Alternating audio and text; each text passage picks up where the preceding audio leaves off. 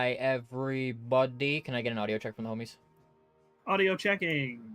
What if I refuse? Hello. Hello. Well, that's too bad. It looks like everything's working for once. Oh my goodness. Hi, everybody.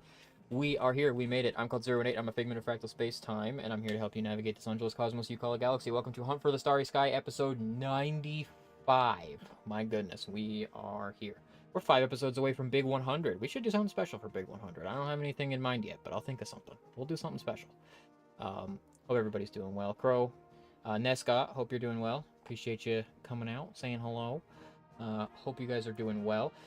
Hunt for the Starry Sky is, as always, a D&D show for VTubers featuring myself and 5 of my favorite VTubers. We're playing Dungeons & Dragons 5th edition, but with a twist. Our lore and setting and world is based on Monster Hunter, which is my #1 hyperfixation. If you are watching on YouTube, we are glad to have you here. If you're on Twitch, this next part is for you. Our stream has special redeems you can use to grant the players advantage or me, the DM, disadvantage. They're structured in such a way that they only ever help the players and never harm them because their lives are in my hands and not yours. We have special emotes done by the illustrious Screampuff Art, my favorite VTuber artist. It's Screampuff's art you see on the slideshow down there below me, and Screampuff did just about all of the art for this show. The emotes are references to characters and events in the show. I love them to death. They are free to use for channel points, and they're also in the Discord, which is linked down below the stream. Hunt for the Starry Sky has an original soundtrack. It is composed and performed by 21 Pylos. You were just listening to it. It contains Monster Hunter covers and references. It's about like 50-50 Monster Hunter covers and original stuff that came out of my imagination that he is a genius at transmitting to real music, which is crazy because the stuff that goes on in my head should not be able to be interpreted by any humans. And you can find some of that on YouTube, and more of it is in the Discord. It will all be in like normal music places once it is closer to complete. There's about it's between like the 18 and 20 track mark at this point. It depends on the reason that I'm never clear about that is because it's up in the air because there are a couple of tracks that are like fused, and I'm probably gonna pull them apart when I put them on the final soundtrack. Did I say all the stuff? Have I said all the things? How are you guys doing? Absolutely dying from heat, but happy to be here. Bro is suffering. Yep. Okay. I'm doing good.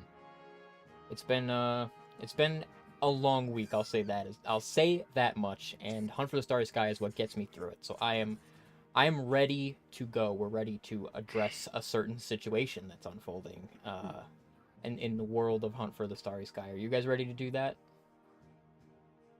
I'm afraid. Yes, sir.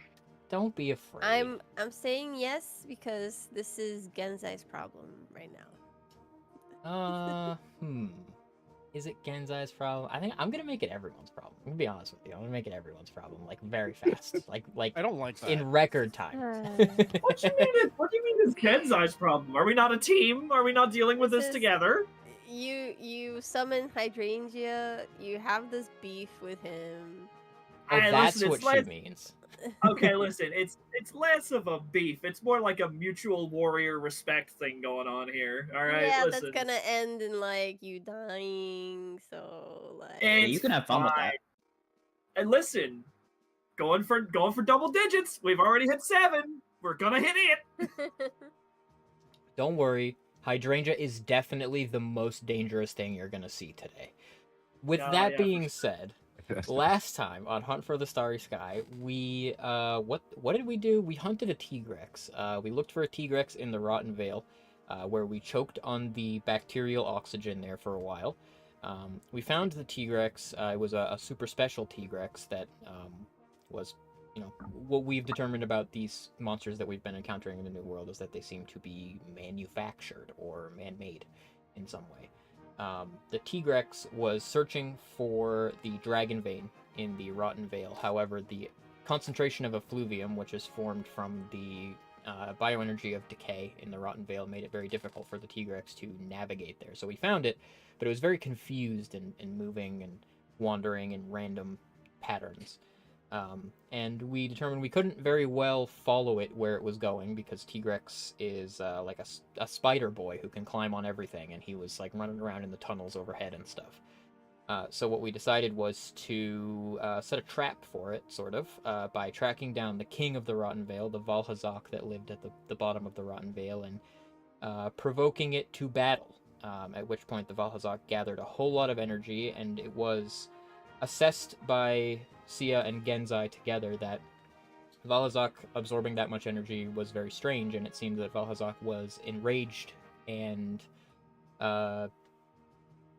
warring for control over the energy of the Rotten Vale, which we sort of theorized might have to do with the dragon at the heart of the Elder's Recess. Tigrex stormed on in, and we battled the two of them together, which eventually led to the Valhazak's death, and the Tigrex evolved into a much more powerful creature. We battled it for a pretty short time, but then Genzai took the risky move of using his ability of energy fission, which is to reach into the energies of another living creature and perform an act of confluence to influence that energy. Genzai chose to absorb energy from this Tigrex that was kind of like actively melting down in front of him due to such an extreme concentration of energy, and Genzai spontaneously combusted. He exploded. Genzai just died outright, and everybody else took the brunt of a nuclear explosion. Some of us stayed on our feet though and managed to bring everybody else back up, but we did get a nice taste of just how powerful this phenomenon was. We gathered back up and decided to head to the Elder's Recess. We grabbed Heiki and Utsuru and hopped on our ship and flew further north toward the Elder's Recess to seek the Elder Dragon that lay at the heart there, that we know that the people of the New World and the Research Commission have been studying for some time and watching, and that they believe has begun to move and has become a threat to the New World. And we've had it explained to us a couple of times that it seems that the traits of this dragon are a little bit similar to these monsters that we've been encountering since we've been here, that it also seems to possess an ability to consume energy from the Everstream. And it's very close to the dragon vein at the heart of the Elder's Recess, which is the heart of the Everstream where it flows through the New World. We arrived there and immediately encountered an old friend, Mr. Hurricane Hydrangea, who was solo fighting some of the Elder Dragons there and having a grand old time. And he sort of let us in on the fact that he was here to battle the dragon at the heart of the Everstream. It was like a dream of his. He so wanted to battle this monster that is, I suppose we can assume from his behavioral patterns, probably an extremely powerful foe. And Hydrangea said, "This will be the stage of his final battle with the Starry Seven. However, first, he wants to fight the dragon." And that's where we left it. Our friends traveled further north within the Elder's Recess, and eventually you reach the base of that giant crystal geode that makes up sort of the rear wall, the mountain at the northern edge of the Elder's Recess. And there you can find sort of like signs and flags and a bit of a base camp that sit at the top of a descent into this crag that is deep. It goes deep down through the Everstream and the Elder's Recess, and you can see that kind of a network of rope ladders and climbing nets have been established here for people to descend into this crag below the Elder's Recess.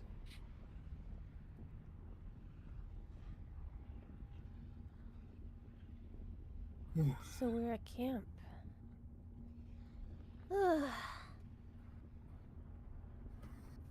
At least we get a little time to rest.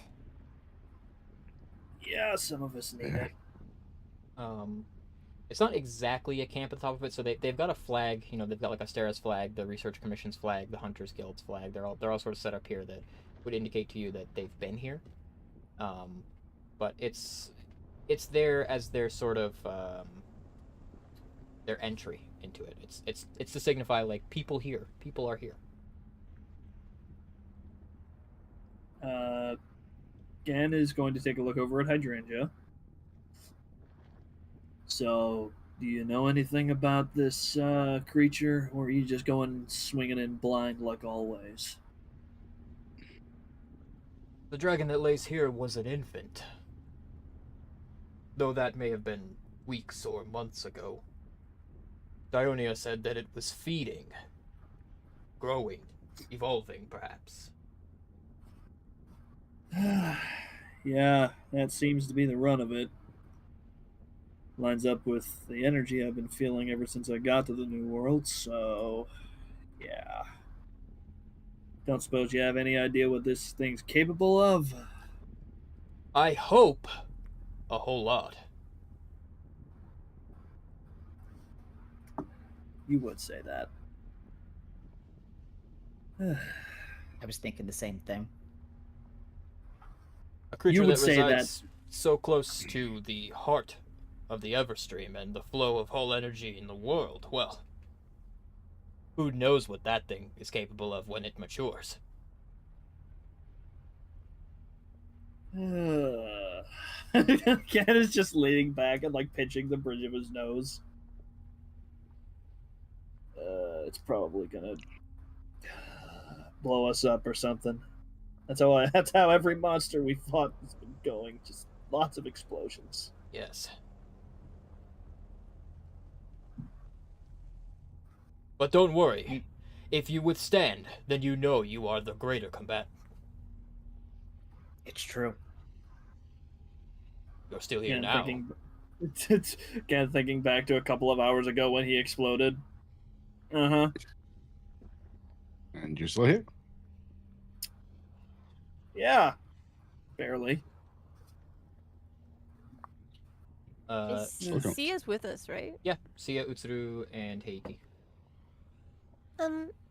Sia, Utsu, can you see any, like, signs of the people you came here with? Sia like looks over the edge of the crag and down all those climbing ropes and ladders, and they've got a base camp closer to where the dragon probably is. Down this way. Okay. I guess we should head there first. Yeah. Might be prudent to check in and see if they've got any information for us. Be a good idea to at least Okay. see the dragon before we fight it. Yeah. Yeah. Yeah.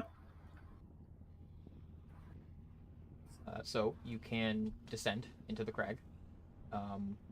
It's a fair ways down until there's mostly like cavern ceiling overhead, but it's made up of like a mixture of rock and crystal with lots of stalactites, stalactites. I don't forget it. Both of them. But Stalagmites is down, or from the ground. Stalactites is from the ceiling. Because something might hit you in the head. Stalactites. Oh, it's the opposite. Stalagmites from the ceiling, stalactites from the ground. Forget it. Yeah, because something might hit you in the head. That's why it's stalagmite. Stalagmite. Okay, but you might trip over something. I'm just saying. Oh, God damn it, Star! Hold on. Semantics! Anyway. You poisoned our brains. The sunlight always makes it in though. It's so piecemeal, and the cavern ceiling is really made up of like these rocky crags that are like these spears of crystal and stone. So it's never dark as you descend into it, and eventually you do find there are some plateaus where there's probably maybe more than 20 or so people from Astera, from the Hunting Commission, who are here. And they've set up this encampment where they've actually got some ballistas set up, and they've even erected some cannons that they brought on their vessels. And among them are a few faces that you recognize. Immediately as you guys kind of descend and hop off the like climbing net at the bottom of the cavern, some folks wave to you and say hi and greet Sia and Utsuru, and from among them outsteps Luna, who walks right up to Heiki and shoves him hard in the chest. Luna? Oh. Luna snuck over. Shin and Tori are here too. Oh my god. Oh God. Gad's like looking over at Hibiki, just like, we are in so much trouble. Buffles doesn't notice at first. She's arguing with Gensai. Actually, Gensai, you're wrong. I'm pretty sure stalagmite comes from the ground. No, because something might fall and hit you in the head, Fluffles. That's what I'm trying to tell you. Well, I heard from my god, that stalagmites come from the ground and stalactites cling tight to the ceiling. Oh yeah, so The which god? The stalagmites bony might lord? trip over them. Was it the bony lord, or was it, the voice that you haven't heard in a while ever since the wish?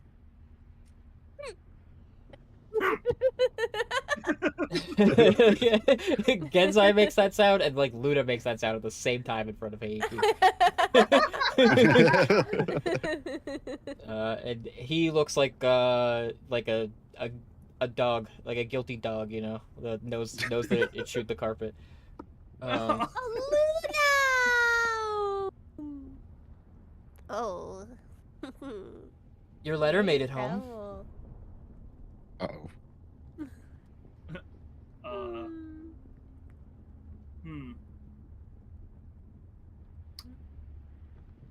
She Bubbles stays for a looks while. very There's a dark look on her face for a while, and then she can't blame you for any of this. And in any case, the reason that I'm here is because I was going to send Heiki here because of all of the things that were in your letter. So while it is his fault, and he did disobey me, at the end of the day, this is where we were all supposed to end up. Surprise!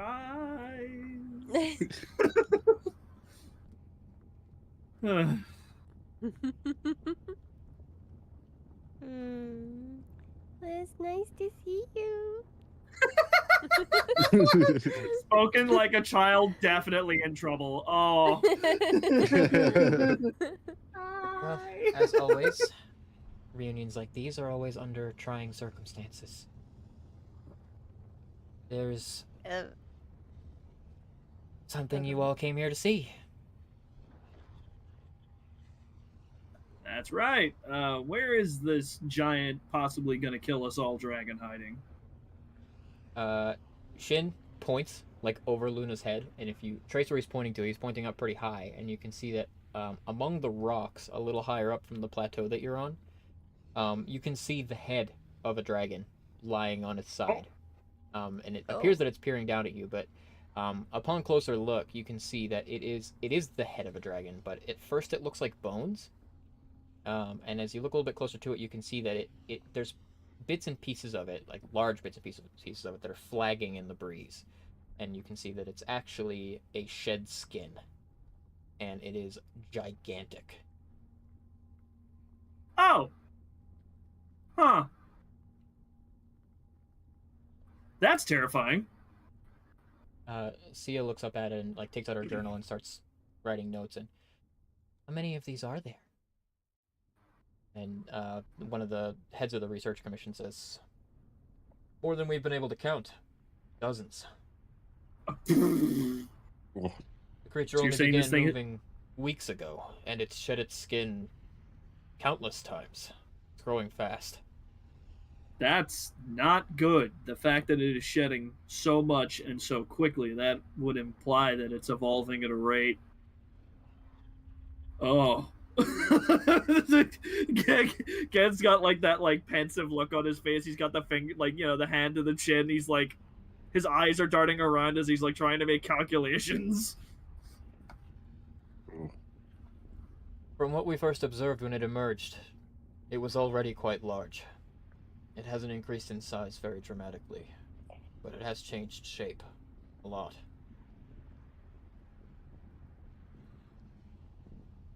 We don't even know how long it's going to take for it to reach its final stage.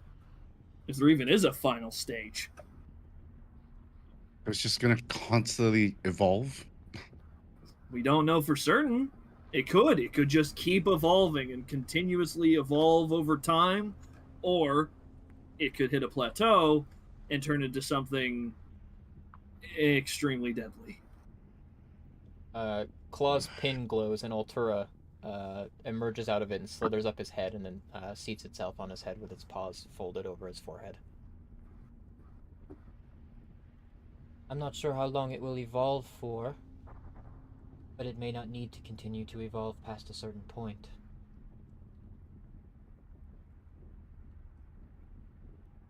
I'm What's certain that now that I supposed to can mean? feel it. This is the very Oh. same creature that fell from the stars so long ago. Although back then, I'm not sure it was a creature. Confluence in What do you- motion. What fell from the sky was extinction. And what confluence does is give life, nature. What it has become is perhaps very incarnation of extinction.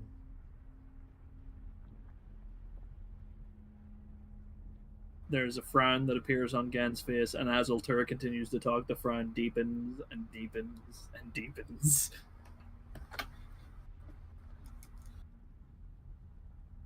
Great. That's just wonderful news. We've sent a few hunters and researchers down there to get a closer look at it. They don't come back.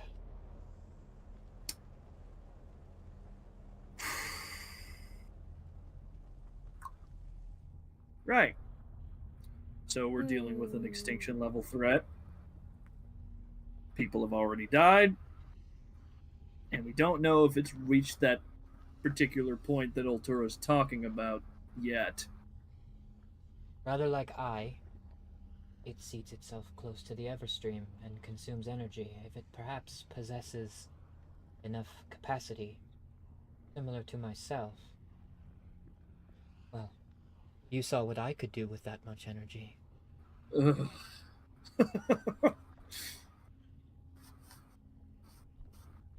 I don't want to go through time again. I don't want to do that again. That was awful. I think perhaps Xenologos would be more interested in fire and death. I'm sorry, Zena, what now? Xenologos, it's only what I referred to it as. Something from beyond the stars. Gan is glancing over at Sia. Is Sia writing this down? She is. And Okay. the head of the research commission chimes in, and we don't call it that. It has a name. Safi Jiva. Sia scribbles that down too. Thank goodness one of us is keeping notes. Okay. All right. So we know which direction it's currently, or where it's parked itself. We don't think it's moving. Probably because it's feeding.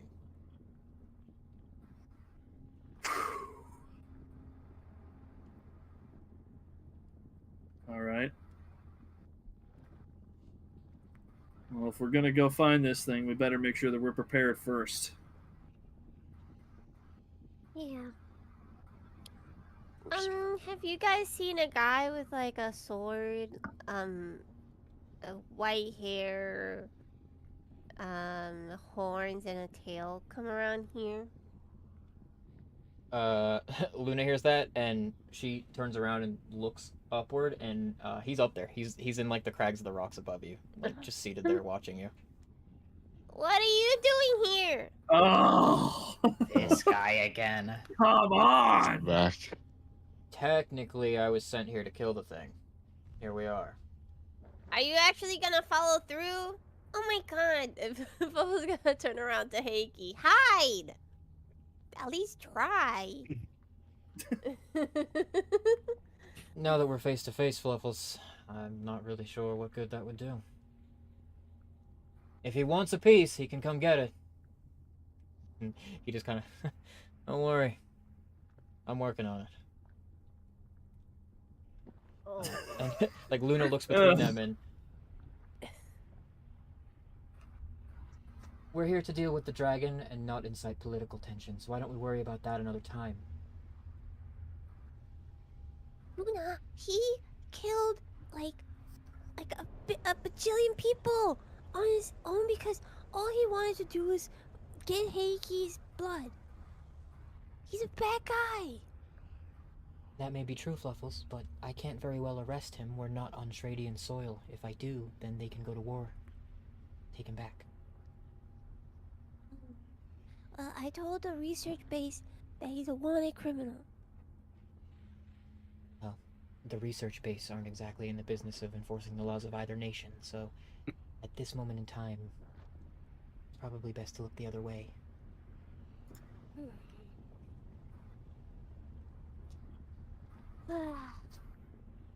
Okay, well, Heike, you watch your back. Because of him, not because of me. he nods at you. He gives you like a focus nod. He will. He will watch out. Gan's gonna look over at Hydrangea. Just where do you find these guys?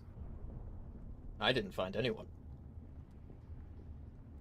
But that guy just showed up out of nowhere. Not exactly. But I didn't have anything to do with it. Not your kind of guy. He's pretty strong. Hi. But his brother is stronger, and Oh no! Oh no! he like vanishes from where he is. Like he like tucks like pulls himself Oh. in like over the crag so you can't see him anymore. Oh my god! Damn. Hydrangea, you said you spoke with Dionia. Where is he? Unfortunately, my friend. Can I call you Fluffles the Furious? Yes. Unfortunately, Fluffles the Furious. Dionia forbade me from speaking of such things. Dang it. Wow, this is some real growth. You're actually asking permission before using names now. What happened in the last 2 years, man? A lot Changed, I suppose. of combat. Yeah, that sounds about right. Combat changes a man. It does. And I've changed a lot. Cat's like looking I him mean, over.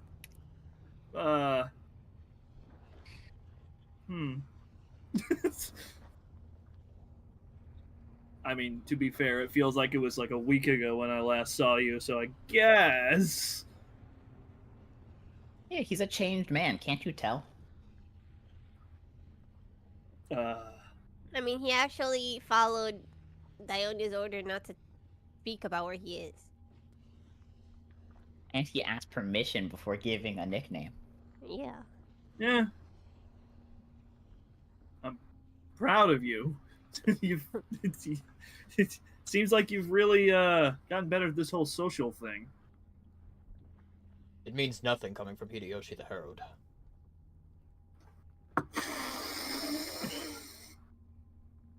There you go. There you go. You see, I've changed too. Before, that would have annoyed me. I'm going to rise above it. You look rather annoyed. I'm not. I'm not. Words from a not annoyed man. Every non-annoyed person says, I'm not. No, because honestly, I did miss it a little bit. I did miss getting called a stupid ass nickname by you. You miss Hydrangea? Yes. Do you like it when we make fun of you? No! Wow. We need to We come should up keep with it better up. nickname. Yeah, we should. We'll have to That's workshop everybody his some. whole life. Well, not 8 hours ago, I could have blown you to smithereens. You did. And you're still fine, aren't you? See, that's how Yes, you. I am. That's how you sound. That's how you're the one who made the sound to sound how he sounds. So you also sound like that. Okay, anyways. I guess let's rest. This is really weird camp. It is pretty weird. It's in the rocky crags, and looking down, it's kind of just more rocky crags. There's like sort of these tiers of plateaus that just lead deeper and deeper down until it gets like too dark to see down there. and they've got this encampment that kind of like circles the sort of rim of the upper section, and you know they've got people manning the weapons there that are prepared to act if the dragon were to ascend, I suppose. But they do have things that you would need to rest, and they, of course, you were the hunters they sent for to deal with this problem. So they are at your disposal to assist you with this battle. Wahoo! Ken's gonna take some time to meditate because he's definitely not annoyed right now. Definitely not upset. Spoken like a completely not annoyed person. Yeah, no, he's super chill right now. Ignore the vein that's popping on his forehead. Are you he's doing just- all right, Genzai the Grumpy? I like that one. His knuckles crack. Claw. I'm going Yeah. to give you 5 seconds to get out of my tent before I punch you in the face. Very grumpy. I'm very grumpy. Shut up!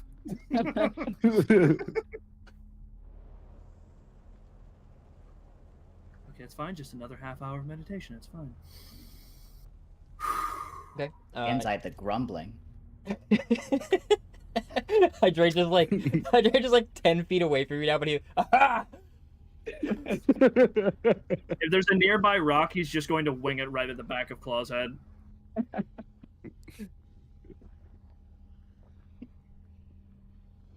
Okay. So you can take your time to get a rest in. Once in a while, you can hear a rumbling, like the movement of a creature below you, and you can even hear this, like the low tone of the voice of a dragon. You can definitely tell there is a dragon down there, and not a small one. It moves once in a while, but it doesn't seem to be like the most active. You can feel pretty strongly, Genzai, especially if you're meditating, that the place that you are right now is very close to the dragon vein. It's an extremely powerful dragon vein, like more so than the other ones you've encountered in the New World. Sort of like the node of the Everstream here, and the energy is flowing ambiently toward like a singular point that is probably where the dragon is located. And once in a while, when it feeds, you can feel it consuming energy. And you observed through the Valhazak and the T-Rex that you saw that those creatures had a certain capacity. They filled themselves, and it was unhealthy for them, to say the least.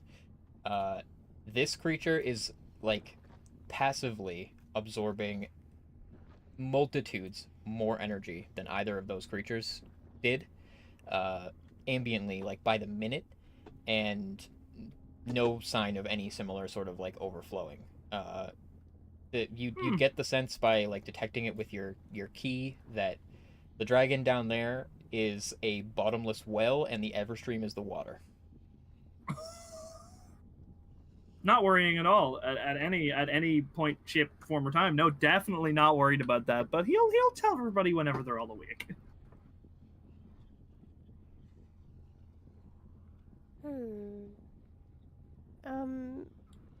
Fuffles is sitting with Luna. So have you guys been here the whole time? Not for very long. We traveled directly here. I know you guys didn't take a direct route, so that's how we got here before you. Oh, I see. And so you've been with Hydrangea? Or I guess did Hydrangea get here now too? No, we saw him when we came in, but we left him to his devices. He actually scared off some of the other dragons at the top of the crag, so that wasn't so bad. Wow.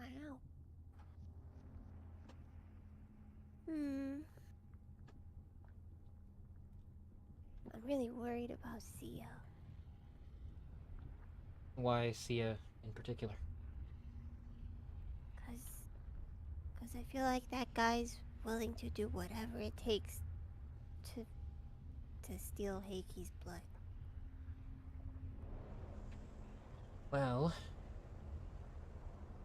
He knows that I'm here, and that I won't stand for it. And if he doesn't want open warfare to occur, then he won't do anything to inflame political tensions, as long as we're all here together.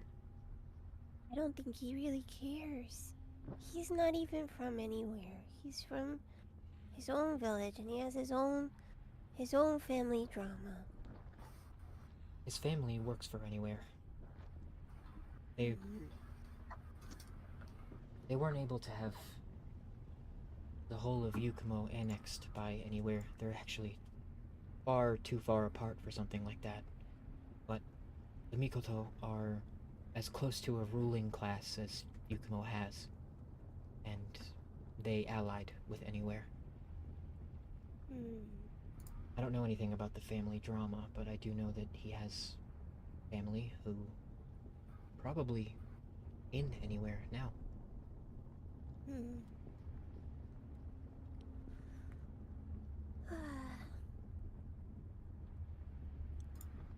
Well, let's hope he cares enough about that.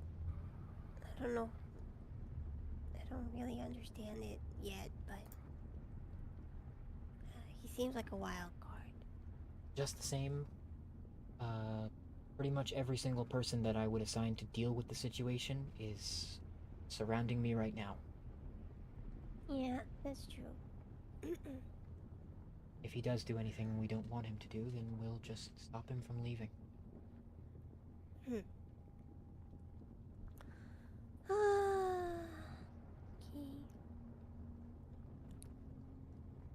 Well, I'm glad we get to do something like this, even though you're queen now.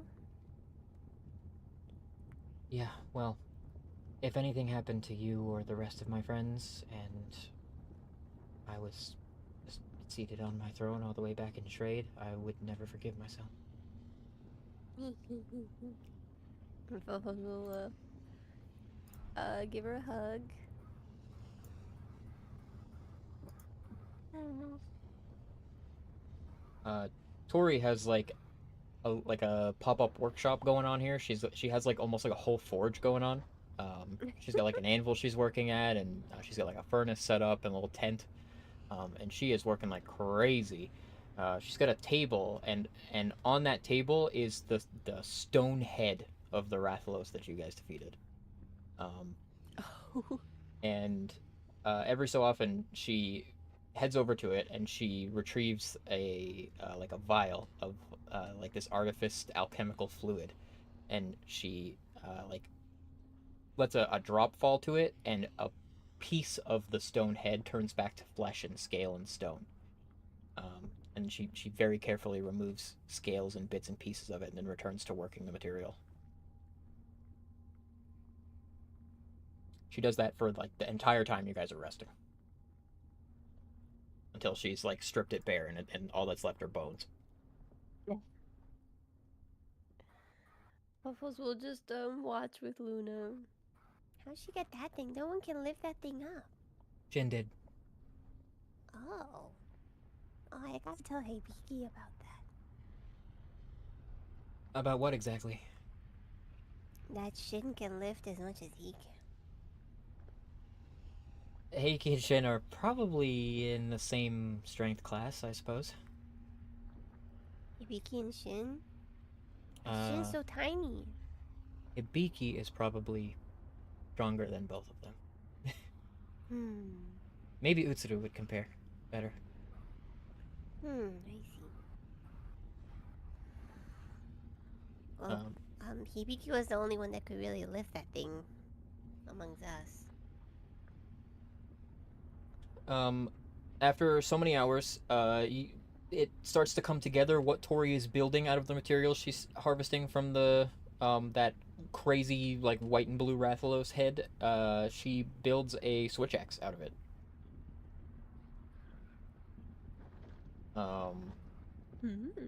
And when after like about 8 hours or so, when you guys have your rest sorted, the weapon is completed, and she hands it over to Heiki.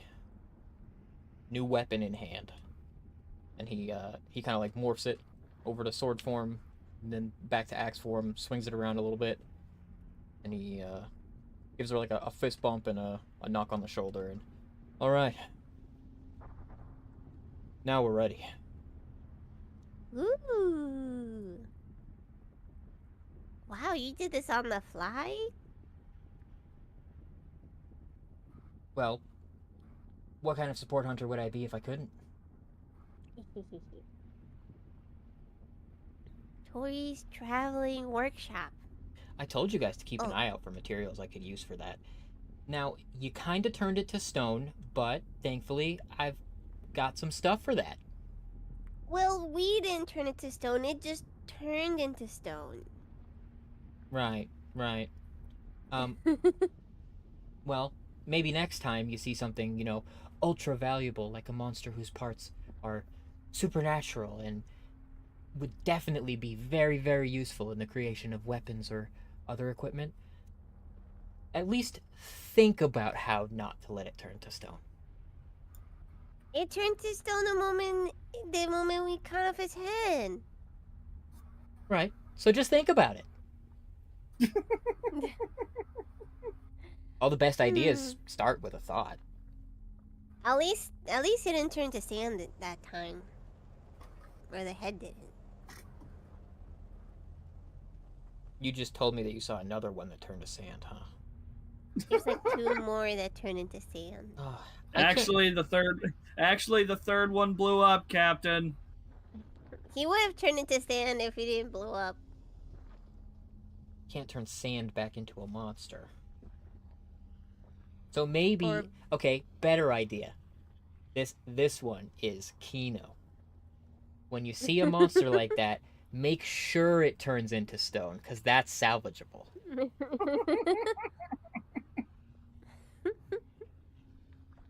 I guess we will try. All right, we need a plan. Now that I... Oh, wait, 1 second. Dionia... Hydrangea, how did Dionia make these guys? He looks down at you and I don't know what you're talking about. Did Dionia not make these guys? I don't know. Can a man make a monster?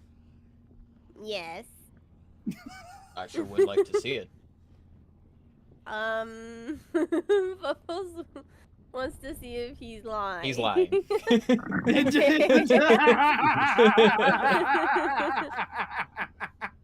course he's fucking lying. He's doing his best. So bad at it. God love him. So, are there any more of these guys that Dionia didn't make?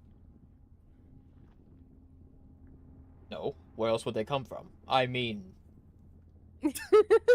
no. Or maybe. Gan's arms slowly cross as he just shakes his head from side to side. Actually, I think there are many more of them.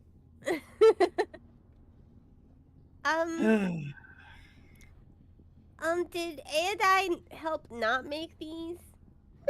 Ooh, what? What did you say? Is that truthful? Yeah, that one looks pretty truthful. Your phrasing confused him, but also he doesn't seem to know who Ada is. Okay. Never mind. Fo's trying to ask the questions weirdly. Captain, careful. You might break his brain. We need him to fight. He'll fight. Like now? Can we do the fighting now? Well, Yeah, I actually, I have agree. this. I have this massive, like he pulls out his book. I have all these notes. We could go over those piece by piece, slowly, I painfully. am already falling asleep. So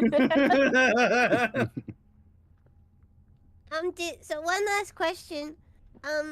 Did Dionia make them? Did Dionia not make them here?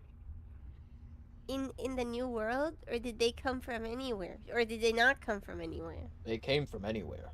I just don't know where. Okay, thank you. Sorry. Just dropping the pretenses now. You're just gonna stop lying, huh? He looks confused at you. Like he doesn't know what you mean. For the I guess like yeah, Gensai, make an insight check. Oh yeah, I'm real good at those. Don't worry, guys. Don't you worry. I'm a master of insight. Your wisdom Genius. score is good. Oh my god! For those Yeah, I who guess are I am. master of insight. He's gonna wish for that soon. He's gonna wish he didn't waste that. Oh, listen, it's Oh, fine no. because Roll20's gonna fuck me anyways. I'm used to it. It's okay. So just now when Hydrangea said they came from anywhere, he meant to say anywhere in the general sense. He was not referring to the place called anywhere. Oh. Oh. I He's- see. He said they came from anywhere. I just don't know where. He I guess it's clever wordplay, but he didn't even really mean it. Oh. Huh. See, this is the problem when you have the name of a place be a commonly used word.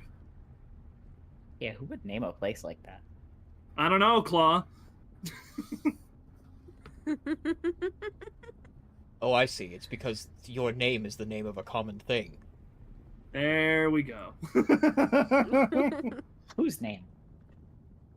Anywhere. Oh, hydrangeas are flowers. Ugh. Waffles turns away from this conversation. Yeah, Gad What? turns away as well. Just please take me with you. There is only Let's- one hurricane hydrangea. There were a lot of hurricanes and hydrangeas. When the two words come together, they form a new concept, Claw. Wow, fiercely protective over the name. My goodness. Well, if you put calamitous next to claw, then that's also a new concept. How many claw is the true. calamitous do you know? There is only one Claw the Calamitous, just as there is Don't only one encourage Grumpy him. Genzai. It's true. Now we're wouldn't getting be- somewhere. Yeah, I wouldn't be so grumpy if I didn't have to deal with half-wits all the time! Bubbles is gone at this point. Did you hear that, Hibiki the Halfwit? Literally, as as Gensai was screaming, that's when Hibiki wakes up. Like, huh? Oh, now that's definitely your name. Oh no, the reaction! No!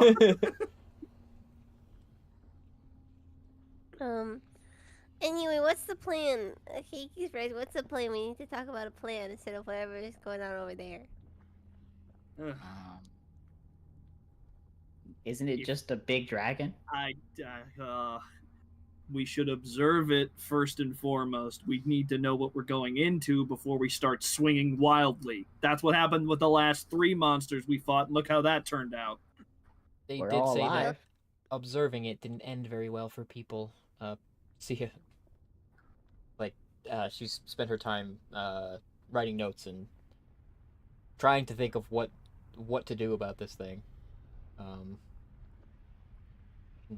She says there are only a handful of other creatures that are so dangerous that they can't be observed. Fortunately, some of them you've met and observed, and you're still here. Pretty sure, yeah, but every time we observed, and he puts that in quotations, every time we've observed these creatures, they've tried to kill us anyway, so. I'm very confident that this one will too. Ugh. Altura? Altora will appear again on Claw's head.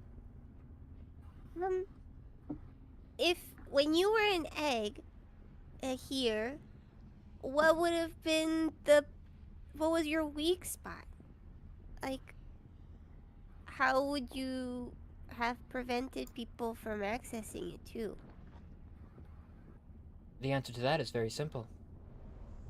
I would travel to the edge of time and prevent anyone from reaching me ever. Okay, well, assume you can't go to the edge of time. You're like an egg, and you're in the Everstream, or you're close to it. Is there like, were you scared that someone would cut off your access to the Everstream? Never that anyone would cut off my access to it, because I'd been there since time immemorial. But I did remain in hiding for a great long time. Occasionally I appeared to do battle with creatures on the surface, yourselves among them.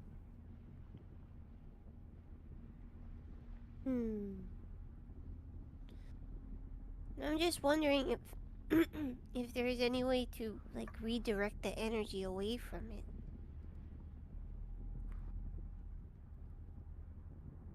One of you possesses the ability to draw energy from living things. However, I'm not very confident that the volume of energy possessed by Xenologos would play very well in his body.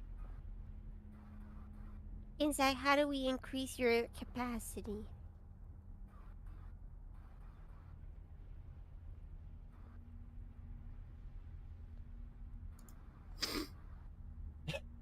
And that's his answer.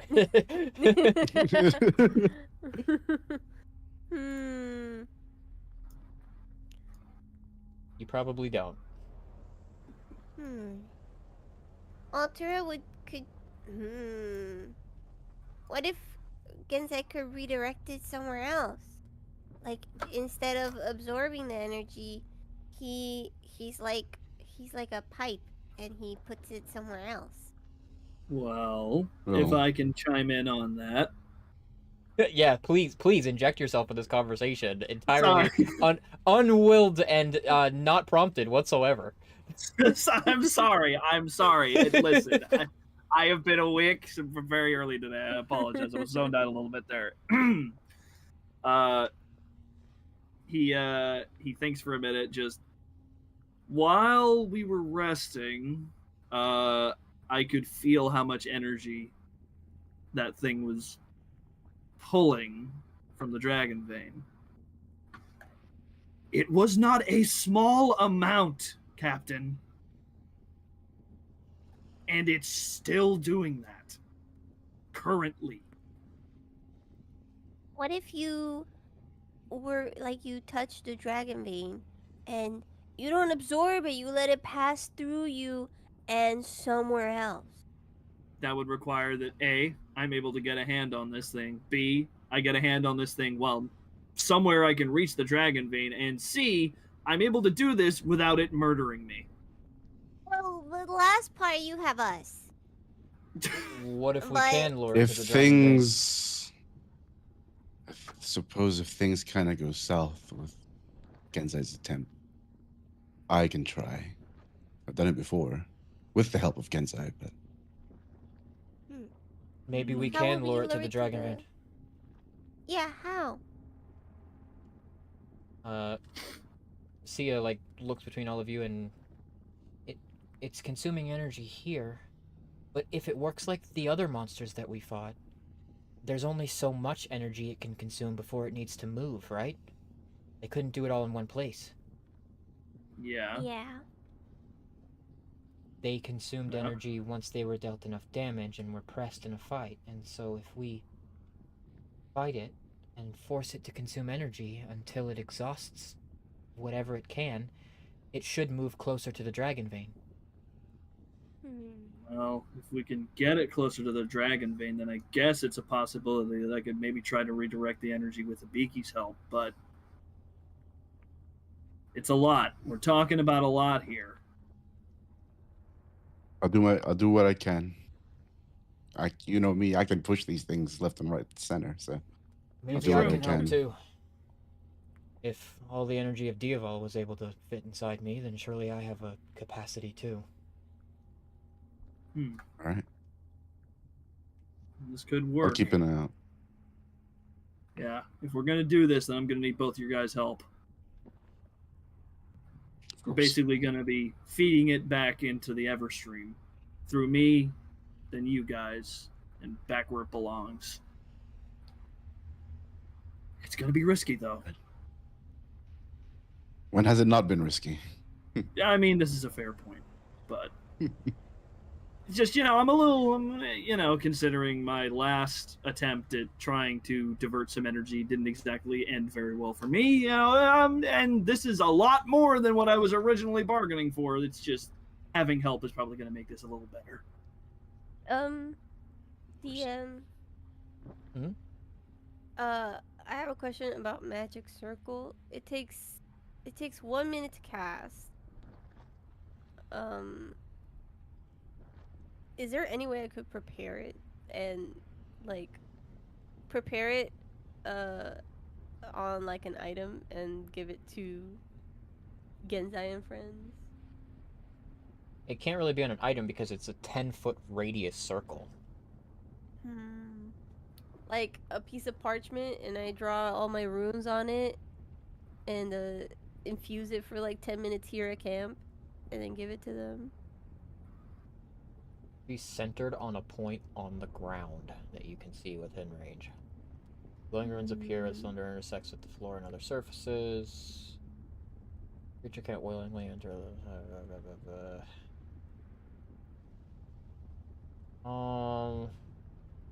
the way that this would kind of work is that it would require, because it's on the ground, it would actually like also be drawing from the Everstream and the Dragon Vein.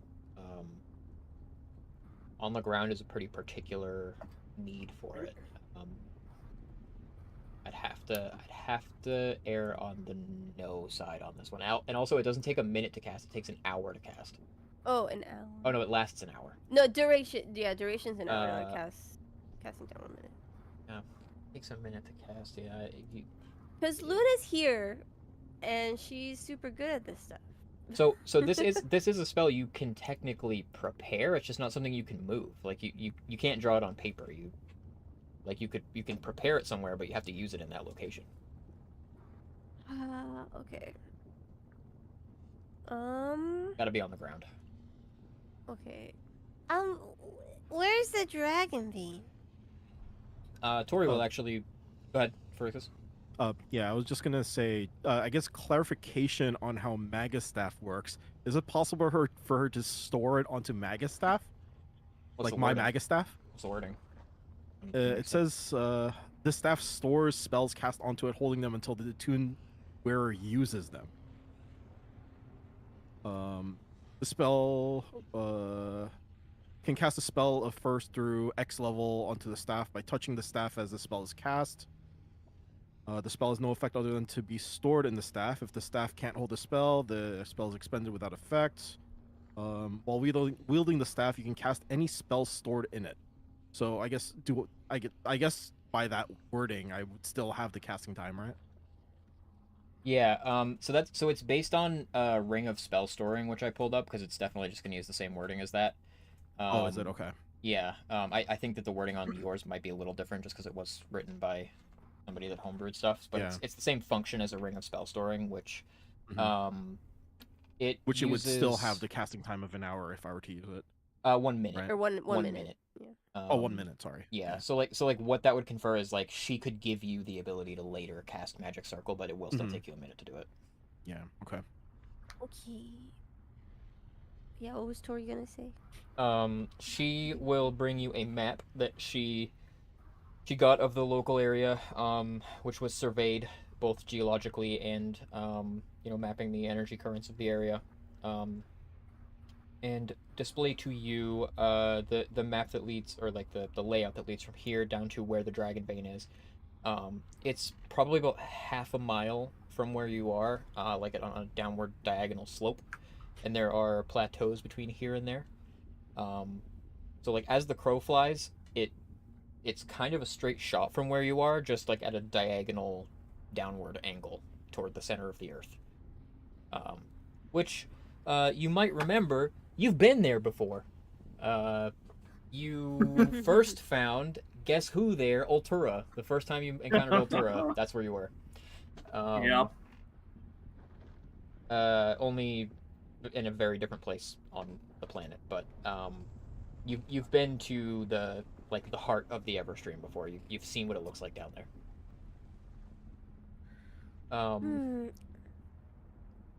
So, Sia will like use a quill to circle where you guys are now, and where the dragon is located, which is not too far from where you are now, and then like trace a line down to the dragon vein. Heiki will suggest you guys can assault the dragon, damage it, and in theory, it will head deeper toward the dragon vein. It may not go all the way to the dragon vein and stop, but find a place that it can consume energy at least closer to it. And that's where we can ambush it. Give you guys a chance Yeah. to rest. We'll push it deeper, and then maybe you can meet it at the bottom.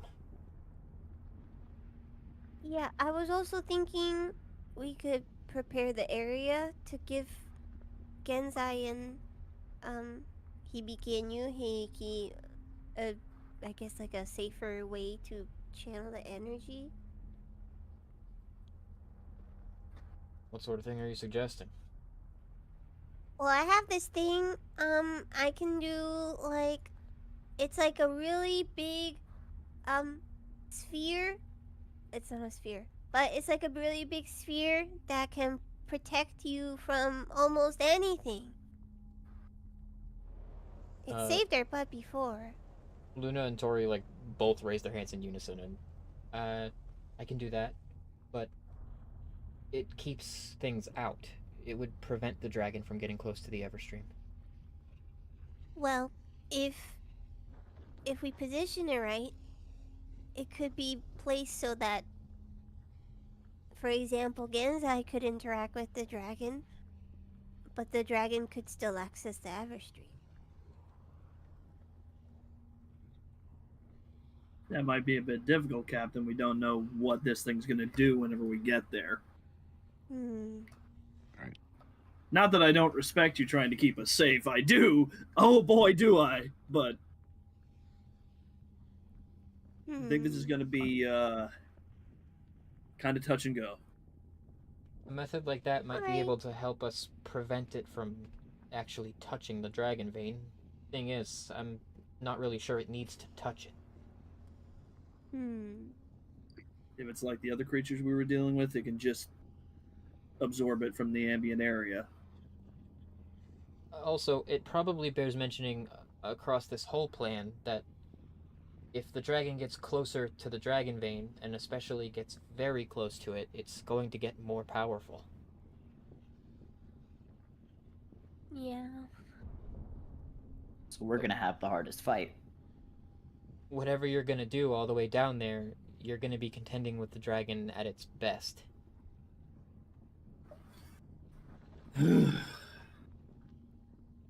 Sounds fun.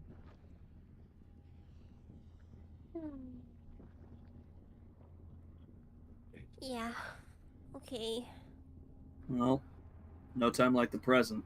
The longer we wait, the stronger this thing's going to get. Well, maybe we should try splitting into teams. I think there are more of us accounting for the Tempests and Hydrangea and that other guy.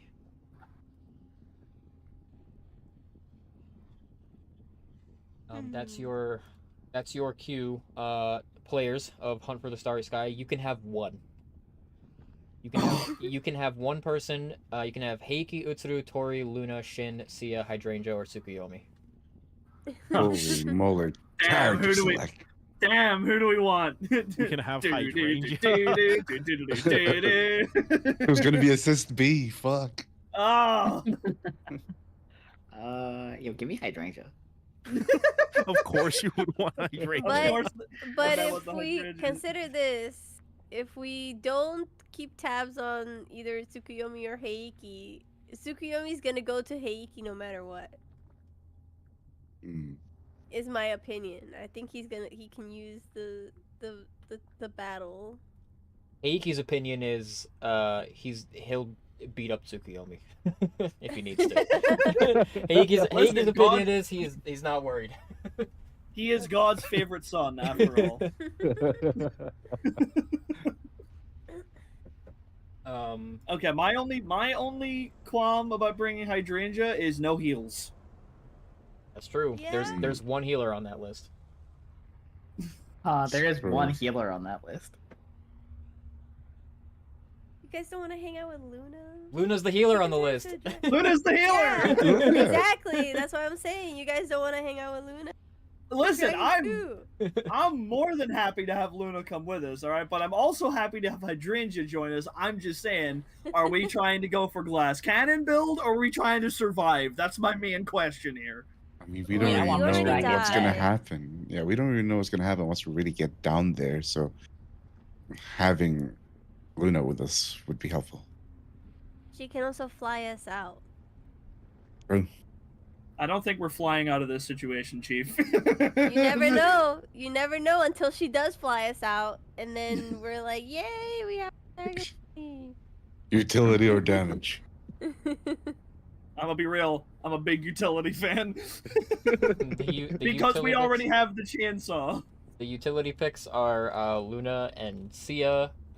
Shin is like a support DPS. Heiki, Utsuru, Hydrangea, and Tsukuyomi are all just DPS. Just straight Tori's- damage. Tori, Straight wait. Oh, Tori's also Did Tori support. Yeah. figure out? Did Tori figure out my potion? No, it's only been like 2 days, so Okay. no, she has not Yes, figured and that out just also the phone. Still figuring that one out too. yet. Yeah, that one's on the back burner. I forgot about Tori. Tori is also support. She leans DPS though. Yeah, Dang it. unsurprisingly. All right. I'll go. I'm fine with Luna, I guess. I guess he says. I vote Luna. I Okay. miss Mom. I miss Mom. Okay, we draft Luna. Luna joins the party for battle against Mr. Safi. And the other team is Heiki, Utsuru, Tori, Sia, Hydrangea, and Tsukuyomi. God, what a fucking Oh, stacked roster they got though. holy Jesus. They have no healer now. Good luck. Well- They can hold that. They have a lot of damage though. Yeah, they can hold that. It's a okay. lot of damage. They're Who they, needs heals they're if you fighting kill it? they're fighting unsynced. They're just gonna do so much damage that the boss damage never matters. They're gonna skip the phase, dude. They're just gonna skip the transition. Okay. The Hunting Commission is going to lend you their support. It's been a while since we've had one of these, but I'll give you the doc for that. Let me just real quick. Yeah, here.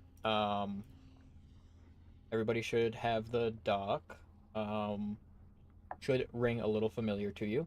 However, the way that this works is there are 3 things that you can signal the Hunting Commission to do for you during this fight. They are a reaction to do, and any of you can do them. Oh. So, and there's like limited uses to them. So I would like learn what the limited uses are, and think about how you want to use them. Any of you can just be like, I want to do this as a reaction to things.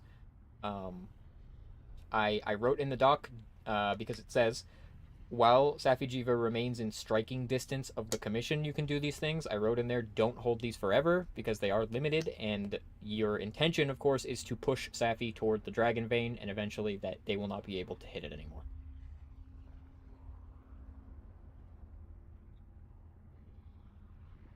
Oof. Okay.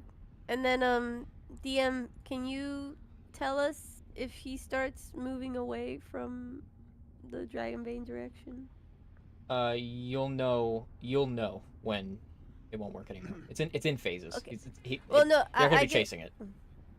I guess it's because I was thinking like if it's gets injured and it starts like moving away from the Dragon Vein, I'd be like, oh, do falling boulders to like maneuver it over. You'll need to use your intuition to determine how, why, and when Safi will relocate. Okay. Alrighty. Gen's gonna crack his knuckles.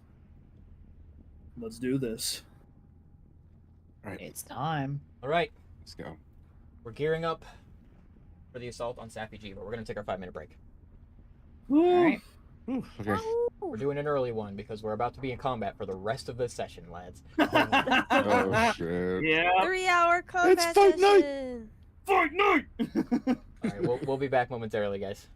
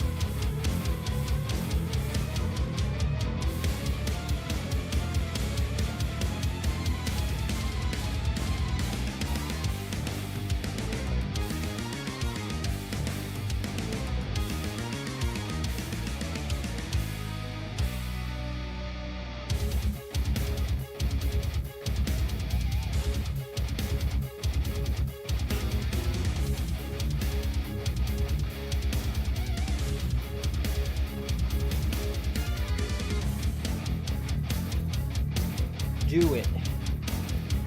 Hello. We are back. We are back. That. All right, my friends. So you suit up, you get yourselves ready, and you can hop the wing drakes at the wing drake hitching post that'll fly you down to the level where you will find Safi. And off you go, 6 of you, including Luna. So you proceed lower, hop in these wing drakes, and as you kind of round a corner with all these stalagmites and stalactites, you first catch sight of the dragon. It is ginormous. It is larger than the Fatalis or larger than Diaval, like lengthwise and even height-wise too. But it stands on all fours, and it's kind of huddled at the moment with its tail curled around its body, and it is this kind of like red crimson in color. And you can see that these veins curl up its arms and around its head, and it's got these like antler-like horns over its head and these large, gigantic wings. And as you kind of like flutter down toward its space, the wings unfurl and the head raises, and it regards you as you approach. But do we have time before the fight? Again, pulls out his notebook and just takes out his quill and does a very quick sketch of what this thing looks like. Not a lot of time. The dragon's like actively watching you approach. Yeah, no, like I'd say like from the moment we touch down and we catch sight of it before it, unfurls its wings, he's like, "Oh, I gotta." He just starts like sketching furiously. The tail begins to uncurl from its body, and one of the arms lifts up, and then like the paw hits the earth, and you can see visibly it sort of draws energy, and those veins in its arm light up and fill with this white, blue, glowing energy that curls up toward the chest. And you can feel how powerful this thing is as you kind of approach it and set down to face it. All right. I have given you an arena. Well, those pops are white stone. Well, we'll do I'm the raging. same. Angrily making my way down there. You'll also notice, player of Fluffles, I gave you something else in your journal too. Ooh. You should see it there, right where the Fluffles character sheet is. Yay! I see it. Oh. Hooray! Also, for clarification, are we full rested here? Yes. I would assume so, right? Okay. Sweet. Why did Nah. you name? How did you put this thing in? I don't know what you're talking about. Oh, I'm so curious. I don't know what she's talking about, to be honest.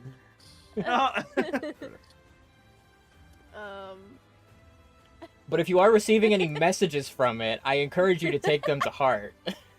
Huh? Wait, what? I'll post it in the Discord. I made tokens for her swords, and they necessarily have character sheets, so I made them into a short post.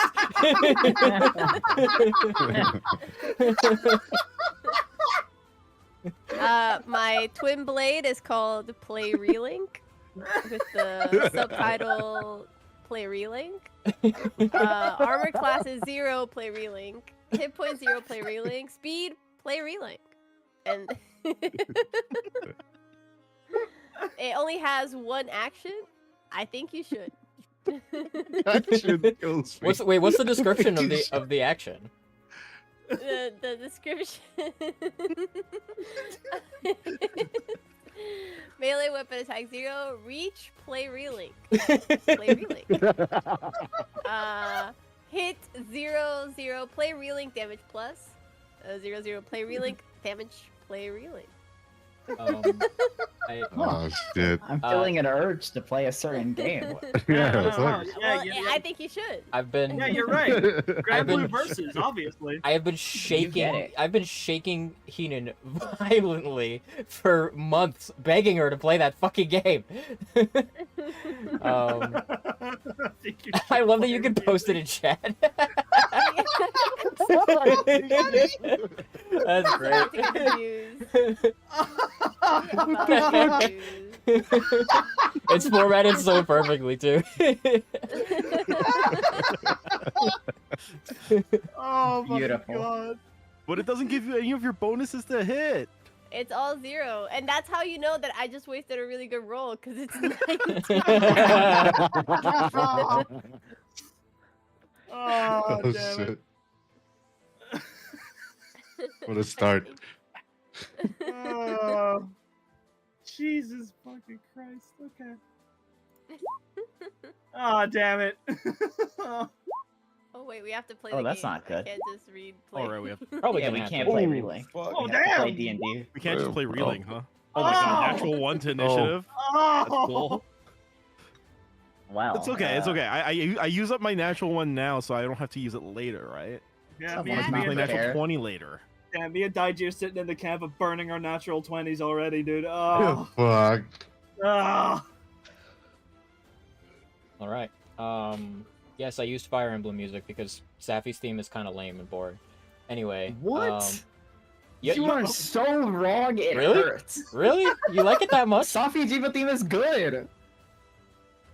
Oh my I god. don't think it's that Wow. good. I don't think it's that This is good. a good song though, so I'll take it. Like this is a I damn don't good think song. it's that good. I don't know. All right, fair enough, I guess. Maybe I need to listen to it a few more times. I listened to it. I heard it when I played Monster Hunter World, and I was not very impressed. And then I listened to it today, and I was like, "Am I gonna use this?" And I pretty quickly was like, I could do better." Crazy. I don't know. Maybe I need to listen to And it some more. the vibes are in shambles. Relink needs to be played. Yeah. The music stuff is just Yeah, play. damn. Relink. Where's You know what? Forget where's the Safi. Bahamut theme? Let's get some relink going in here. Yeah, well, like you know. Anyway. Hibiki is up first. The dragon kind of uncurls itself and reveals its full size to you as it does, and it is huge. And the head kind of regards you as you begin to move, and you can see there is a bit of intelligence behind those eyes. It is no slouch. It knows that you're here to fight, and it wants to fight you. You can also feel a fury and a violence in its stare. What's the terrain beneath him like? Is it like rough terrain? No, it's Sandy? just like stone and sand. Okay, cool. Then I've already raged as I was flying my way down here. I will use my blades, my ice blades, and move up here, and I will just use my ice wing cutters recklessly with my axe one. Okay. Yep. Both of those hit. 32. All right. And Sweet. I know And damage. It's 49. right, and I'm gonna do it again. Oh my goodness. Natural 20, and my they both hit. God. Oh jeez, the damage is gonna be difficult. Roll damage. Just Yep. the damage roll. Plus 4, plus 5. Plus 8. 23 plus 8 is 31. The lightning is 12 more, becomes 43, and then your mod adds some to that. Is that all? Wait, oh, you didn't use. Are you in axe form? I'm in axe form, yes. Okay, that's why it's lower. All right. Yeah. So the total damage comes out to after your mods is going to be. I said 51. And you crit, so Alright. you get to attack again. All right, and I'm gonna use my free action to switch to sword form and use my ice wing cutters with some added files onto it, recklessly.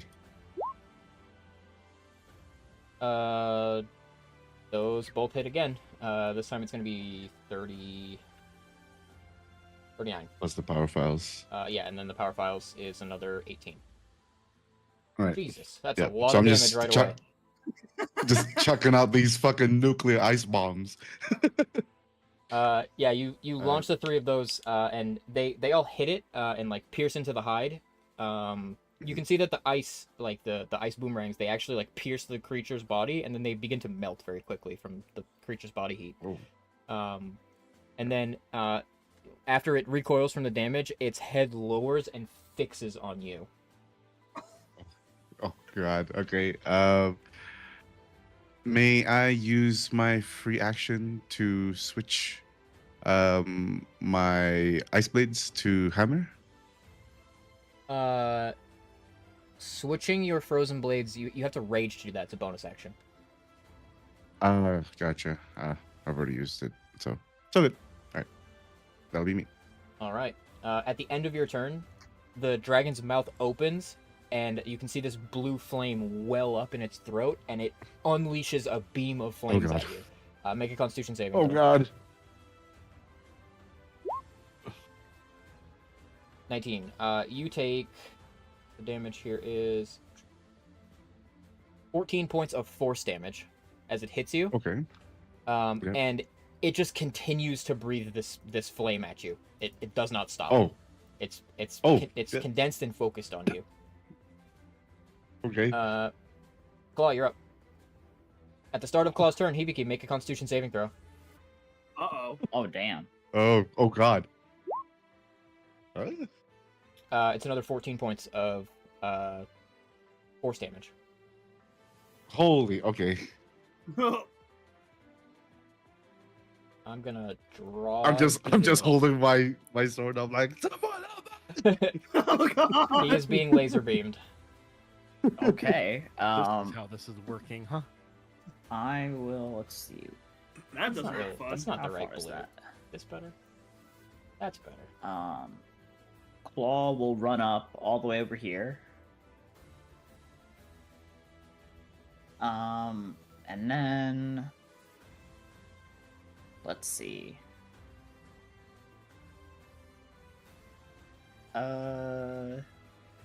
We'll just keep it simple. Do a quick shield bash. Wall stance first. 24 hits. Nice. And then I'll take the dodge action. Okay. You prime yourself to dodge. It is Safi's turn. The mouth closes, and there's like a hiss of energy, and it ceases dealing damage to you, Hibiki. But Nope. the mouth doesn't stay closed for very long.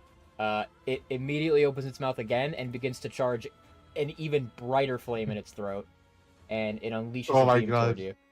Hibiki, my make God. Hibiki make a dexterity saving throw. Alright. And this one actually goes through Hibiki, Oh. so Genzai and Luna are catching that too. Oh, son of a... Oh. Ah, we're good. Oh my goodness. Luna. Damn, if I change that target to me, it'll hit Fluffles instead. That would be really mean, so I won't do that. Oh my gosh. Claws Friendly being fire. nice to Fluffles.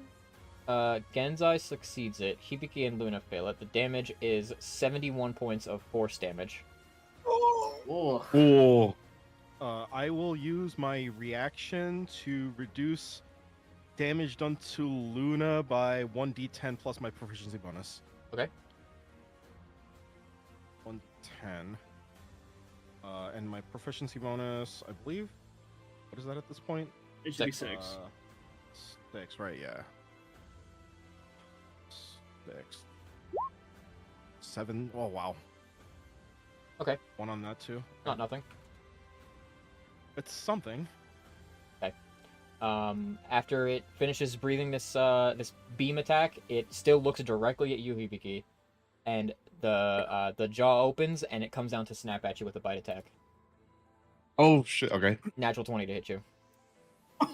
Oh fuck. You pissed them off. It is 53 points of piercing damage. Oh. And the jaws close on you, and your feet leave the ground. It lifts you into the air in its mouth. Wrestle its jaw. Hibiki! I'm trying. With you in its mouth, it's gonna chomp down on you again. Oh. Oh. 29 to hit you. Yeah. 24 points of piercing damage. Shit. Okay. And then it's gonna swing its claws at Claw in front of it. 8. Actually, it's a natural 1 to hit Claw. Oh, that misses. DM, How much would it have can done? I? 20. Okay. First of all, how many of these commission support calls can we make? It's listed in each of the types. So, the first one is unlimited, once per round. The second one is 3 times period, and the last one is once ever. Oh, okay. Right. Okay. Hibiki, the head kind of swings with you in the mouth, and then you need to make a dexterity saving throw at disadvantage because you're grappled. All right. Dexterity. 10. You feel like it gets real hot in there, and it heats up, flames No. form in its mouth, and it blasts you to the ground Oh my God. with its No. flames from its mouth. Oh. You're going like all the way over here. Oh my god! You hit the ground with an explosion. You take 38 points of force damage. 38. Okay. And Shit. like it like lifted up on its hind legs to do that. The front legs come back down and touch the ground, and it is still fixed directly on you. This dude hates me. Not done with you yet. And it's gonna like take a couple of steps toward you. Oh, Why can't Oh, I get shoot. rid of this drawing that I made? It will not delete no matter what I do. Maybe. And it will be Luna's turn. Luna is...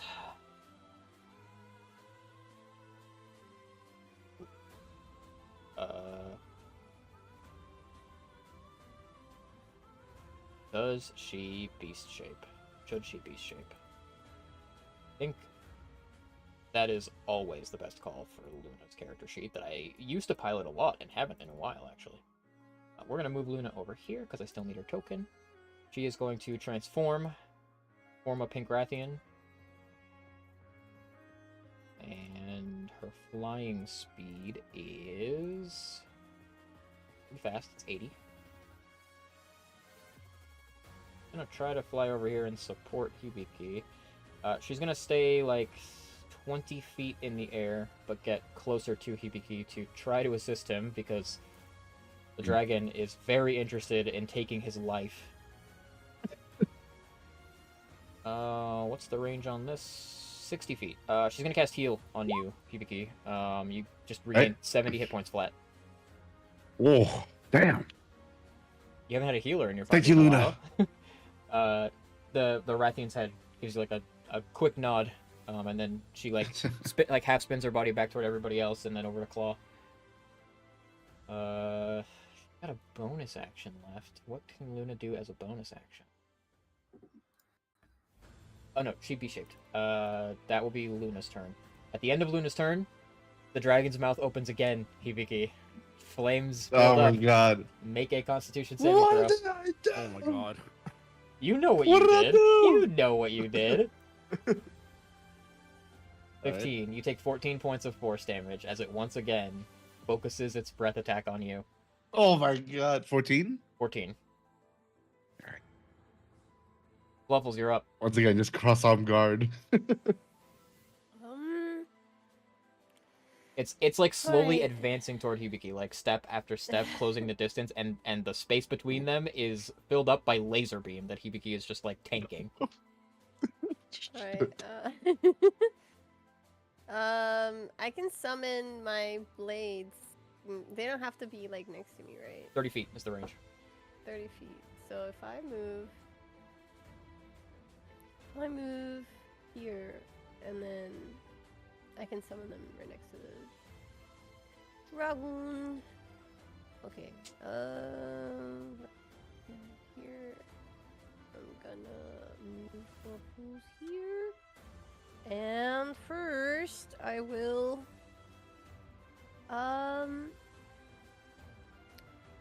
We already. I've asked this before. I can use my smites. Yes. My bonus action smites. Yeah. Yeah. Even. You should be able to I'm- drag the swords onto the map to use them. Yeah. I just haven't cast it yet because they attack right when I put them. Okay. Out. But I'll put them out just in case. Boop. My swords. They exist. They're real then- now. I gave them drop shadow so we can see them. And they'll have.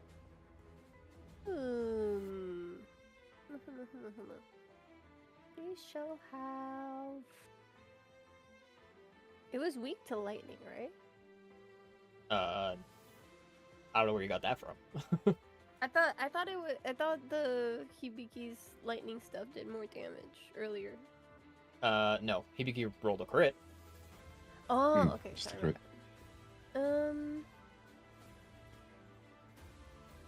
I shall use blinding smite on them, and I'll attack. Okay. Hi. Oh my god. Hiya. Miss. Hiya. Oh, finally. That one hits. Okay. And where's my blade? Mhm. Damage is 23. Blinding Smite. Does Blinding Smite always do that damage? Deals. Yep, it does. 23 and 15 is 38. And then it makes a Constitution saving throw. It has advantage. Where is the saves? Here we go. Con save. 27 on the con save. Yeah. Okay. Damage dealt. That's my turn. Alright. Genzai's turn. Hibiki, make a Constitution saving throw. Oh boy. Good lord. Oh, Mr. DM, is the commission going to be represented by a token, or are they just in range currently? They're in range currently. Okay.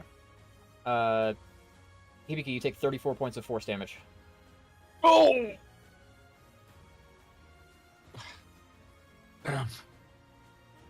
Genzai, you're up. Okay. Gan will get to about here. Plant his feet and uncoil the blade and start striking straight at this thing's face, going for the eyes. Okay. Oh! 20. Oh, shit! Damn. We Genzai's go rolling hot again. today. Well, that one's a miss, but it's fine because we're doing three Misses. more. Miss. Eey. Oh. Ooh. Miss. Miss. I'll spend 2 key points to make that 24. Then it hits. Okay. Hey, damn. Genzai's rolling hot today. Well, Feast kinda, or yeah. For famine. now. For now. There we go. For Yeah, now. feast or famine. Feast or famine. There you 15 go. more. Again, when he uncoils it, he's again trying to like slash at its eyes or around its face to try and draw its attention over to him. You do, like, you lay these slashes into its face, but you watch as, like, even though you leave some wounds on its face, it completely ignores you. Its eyes and, like, the motion of its body is totally fixed on Hibiki. It wants to kill Hibiki right now. Soap is going to react to Genzai's attack by calling a bombardment. Okay. You know what to do. So Soap is doing it? Yes. Soap is Okay. doing it. Okay, listen. No. You and Soap share a reaction for these purposes, first of all. That's cheating. Okay, fair The enough. document says a player can call it, and Soap is not a player. Fair enough. Fair enough. Okay. Trying to game the system but, with 2 reactions. So Soap does get his own reactions too. Yeah, fine, I guess. Whatever, whatever. Soap can let out a cry that previously you informed the commission. If Soap makes this sound, fire all weapons. Okay, all weapons fired.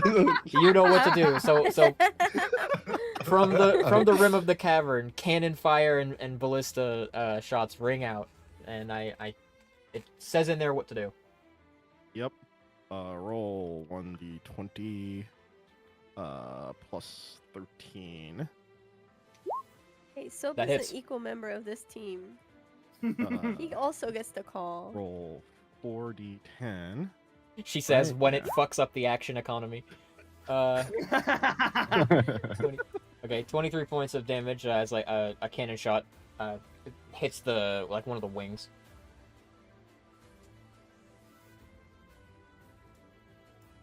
You get 4 of those.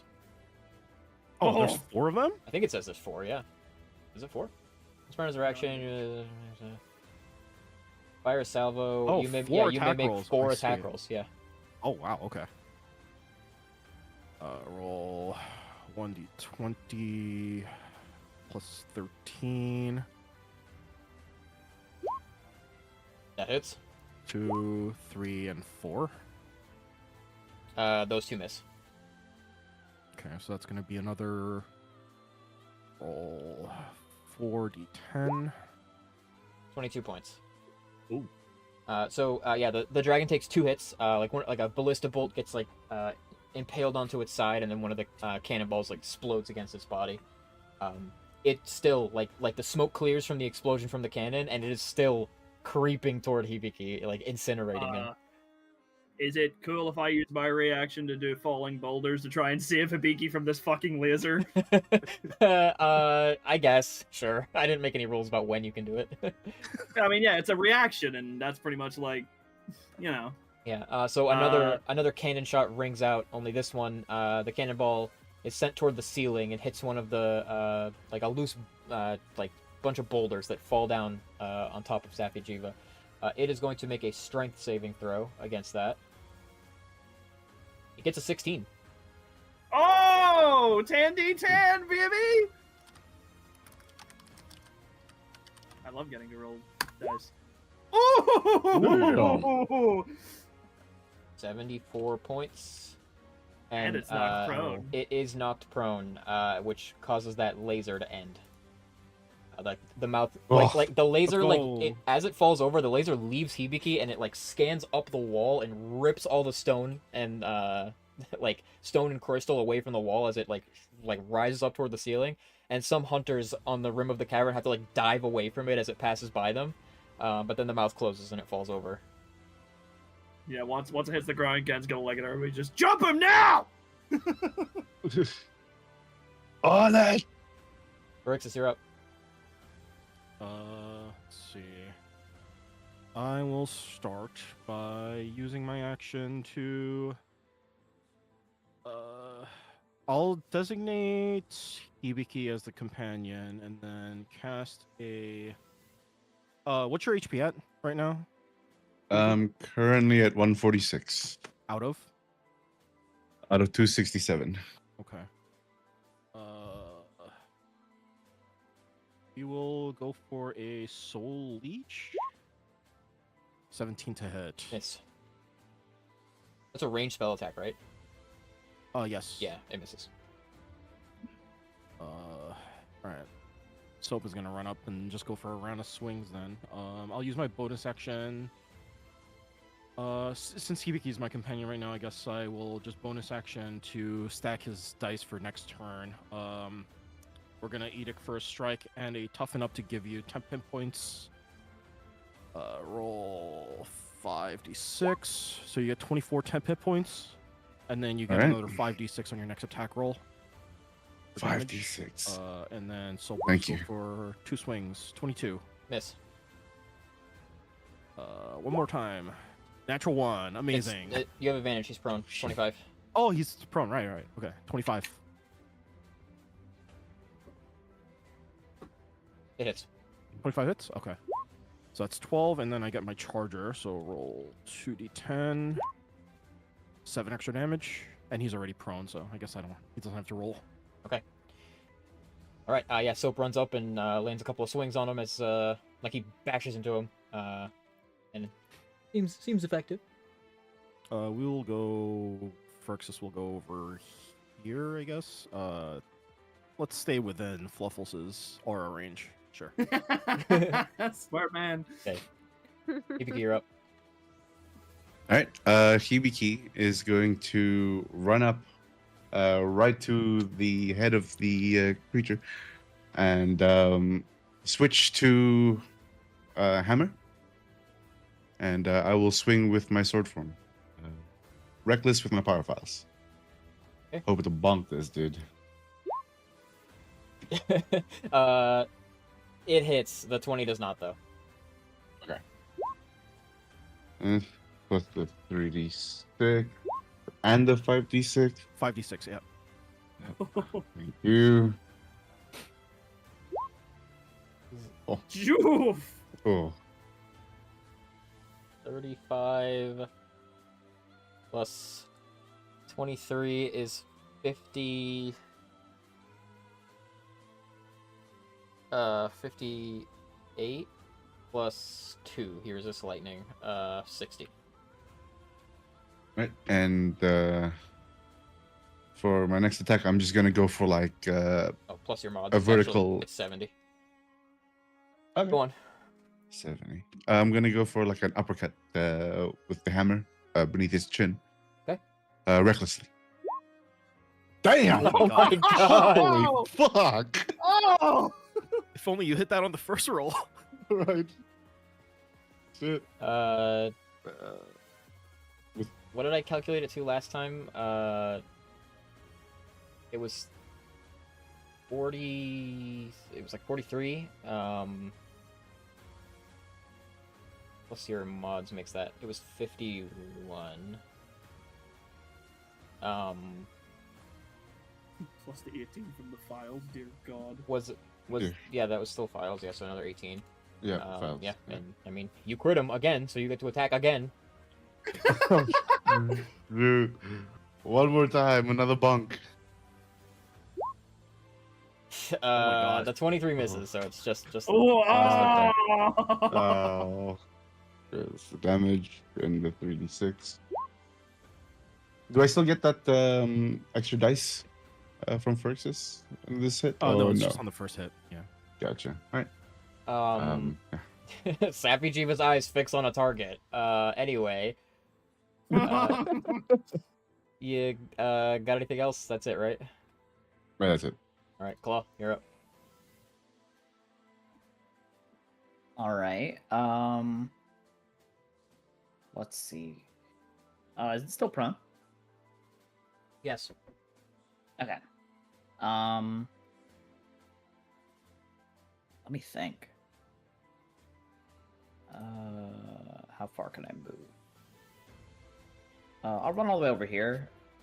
Stand next to Genzai. And then I'll take out the sword. Let's go for an attack. 31 hits. All right. That's 15, and then the good old funny roll. 45. That's what we like to see. Okay, Yeah. 45 damage. Then let me think. I think I'll take the dodge action. Okay. You take the dodge action. At the start of Sappy's turn, it stands up. The body kind of huddles in, and you watch as it begins to absorb energy from the ground beneath it. The arms and legs light up white, and these veins kind of like cross up toward the chest and around the head and neck, and then it lets out a roar. The wings go wide, and it gives a mighty flap and lifts into the air. It goes up about 30 feet and opens its mouth and begins to breathe fire down toward the ground. Looks like fire, but when this fire hits the ground and spreads to all corners of the room, it is harmless to you. Mm. You feel nothing except the pressure of energy swelling and filling the room as the entire room turns blue, and it just continues to do this. And I it don't is like this. Luna's turn. Guys. Guess I do something Yeah. about this. What do you want me to do? Energy fish in the air. I don't know. It doesn't work like that. Oh. Those defeated. Luna like looks around at what's happening and is unsure of what to do about the situation. Luna, maybe get us off the ground higher up where the blue light doesn't reach. It reaches the ceiling of the cavern. The Oh, whole cavern is no. blue. Luna, I'm scared. Mom, I'm scared. Is there anything we can use to hide behind, like those boulders? Or is it just the light emitting throughout everything in the room? Are there shadows? There are behind there the are shadows? shadows behind objects. Oh. This is terrifying. Luna's waiting for advice. Help Let's Hibiki! He got blasted a while there. I Alright. feel like we could use a hand. Yeah, that's the best I've got. It's open. Is its mouth still open? Yeah, it's just it's expelling energy toward the ground. So it's flying, and its mouth is open, and it is actively like it's exhaling just like sheer energy, and you can feel like the room is filled with pressure, and this energy hits the ground and spreads like flames, and it's not harmful to you, but it is illuminating the entire room blue, and this is continuous. It doesn't stop. Okay. Maybe help Hibiki or get it to close its mouth. Shoot a fireball at it. Luna will try that, I guess. Safi makes a dex save. Safi's immune to fire Hold your damage. mouth. Safi. So Oh. Luna like releases a fireball that hits the dragon in the head and bursts around it, and there's this cloud of black smoke that like fills the air around its head, and it is very quickly blown away by the force of the energy that it's emitting, and it is No. unharmed. Ugh. She's gonna fly over to Hibiki, give her that Yep. advice. She'll just like land beside you and maybe like await your next idea. Waffles, you're up.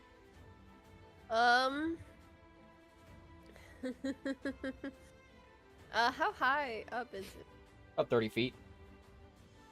Okay, so I can move my swords 30 feet up to it, right?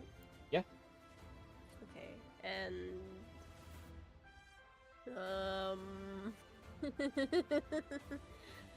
Just okay. a reminder that we can call out a bombardment once per round. Yes, yes.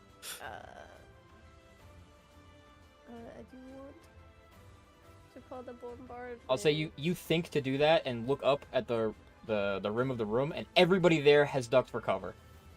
Well, You can't see the faces Oh. or heads or anybody. They've hit the deck. All right. We're gonna explode.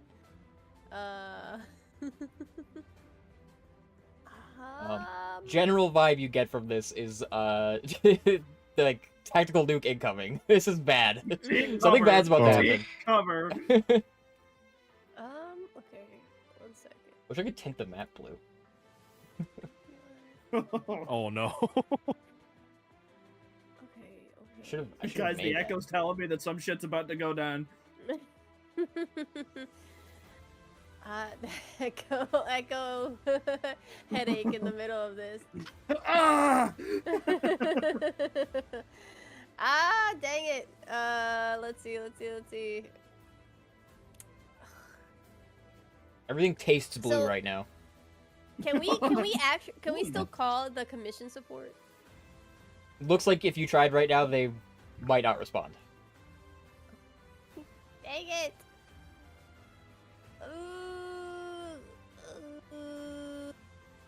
To interrupt.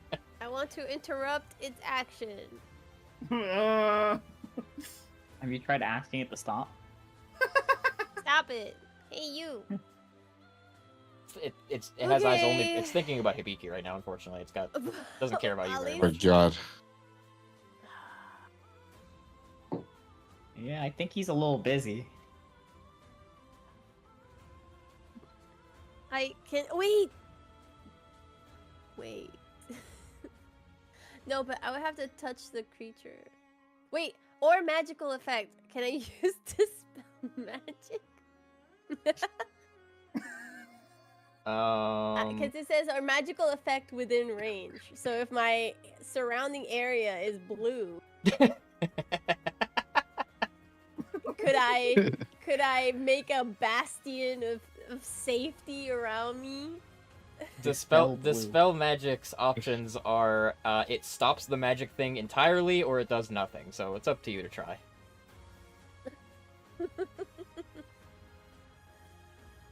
Oh, but it's like, how high do you guys think the spell level is? I only it's a get up until spell. 5. I think it's Oh, it's a spell, all right, and the conditions are die. Phyrexius, you're a mage. Can you like figure it out? What do you mean? Oh, Can you, like, thank guess? goodness! Thank goodness it's not just me getting this treatment right now. Phyrexius, you love magic. Well, I have an idea, but I don't know if you're gonna like it. Oh. Fine. And then Fluffles is going. Okay, if I move my swords, does that take up my movement? Too? No. No. Okay.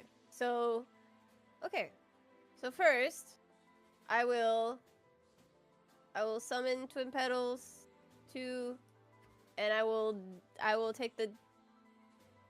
That's my bonus action, so I'm gonna take my dash action to hide here. Okay. Behind the boulder. Okay. And then I will, because I casted them, I'm gonna attack.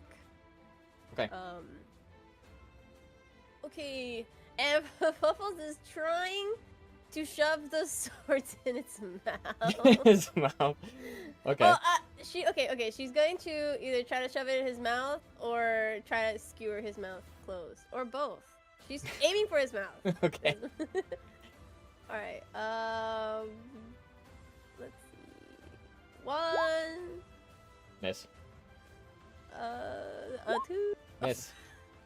3. Miss. Oh my God! Miss. They all miss. All right. Good thing I hit it behind the rock. All 4 of your swords fly up toward it, but the amount of energy that it is emitting all at once, even though it's not necessarily harmful, your swords are also composed of energy, and there's some interplay between them, and they're like disoriented and not able to actually reach it. Dang it! All right. That's my turn. Genzai. Gen is going to look to Luna. Grab Hibiki and get behind a big enough rock.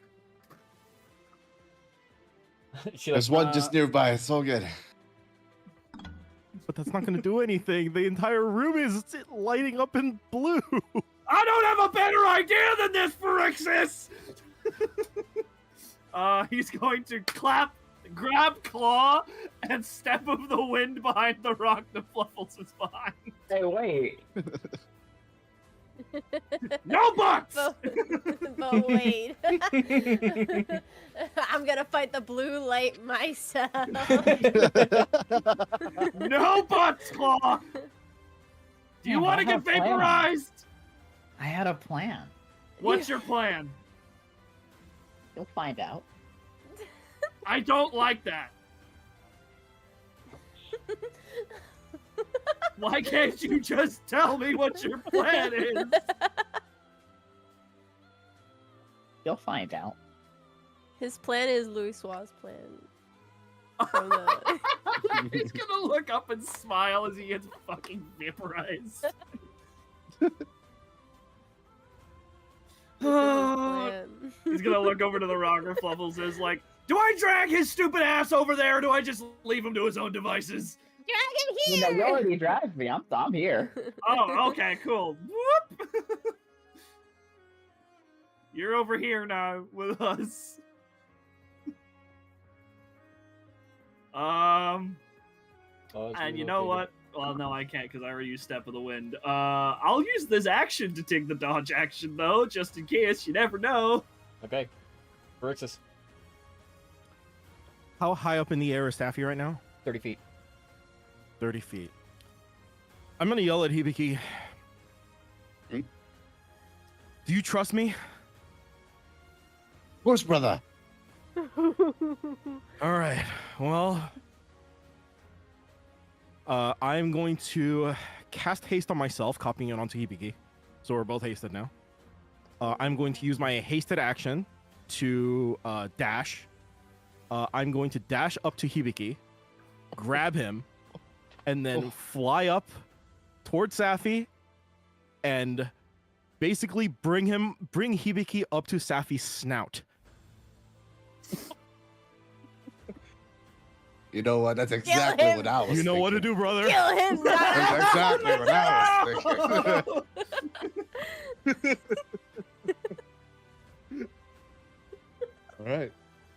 So I And just- then with my bonus action, I guess I don't even know what to do with my bonus action right now. I guess we'll just leave it at that, and then I'm just gonna fly, I guess, I don't know, to the other side of Safi's head. And then we'll leave it at that, bringing Hibiki up there. What did you do? You brought him there and then did what? Did you leave him? I basically left him on Safi's head, and I'm with him right now. Well, Hibiki's gonna have to make a grapple check to stay there if he's Oh yeah. holding. Yep. A grapple check is just an attack roll against Sappy's strength. Sappy gets a 24 on the strength check. No! What? He immediately No. I still have 30 feet of movement. I think by this point you used an action to pick up Hibiki, move him, drop him. I think your action's exhausted at that point. Fair enough. Oh shit. Oh no. Wait, DM. Instead of doing a grapple check, can he do? Oh wait, no, because this is during Phyrexius' turn, right? It is, yeah. Phyrexius, take it back. Just say you're holding. No, it's too late. What?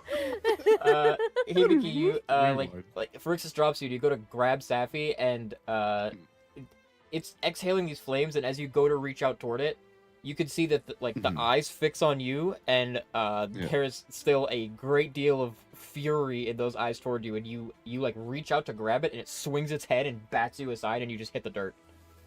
Oh. Wait, it's only 30 feet up. You can jump 30 feet. Oh yeah. Oh yeah. Oh, yeah. As you like collect yourself, like lying prone in the dirt, Safi's body like turns in the air, and the column of energy it's exhaling is vertical, like fixed on you. Oh my god. Good. Oh, sacrifice. We sacrifice Hibiki. Dan's like peeking his head over the rock like, this thing really hates you. I don't know why. I think we both know why, Hibiki. Phyrexius, do you have anything left you're doing? I guess I'll just.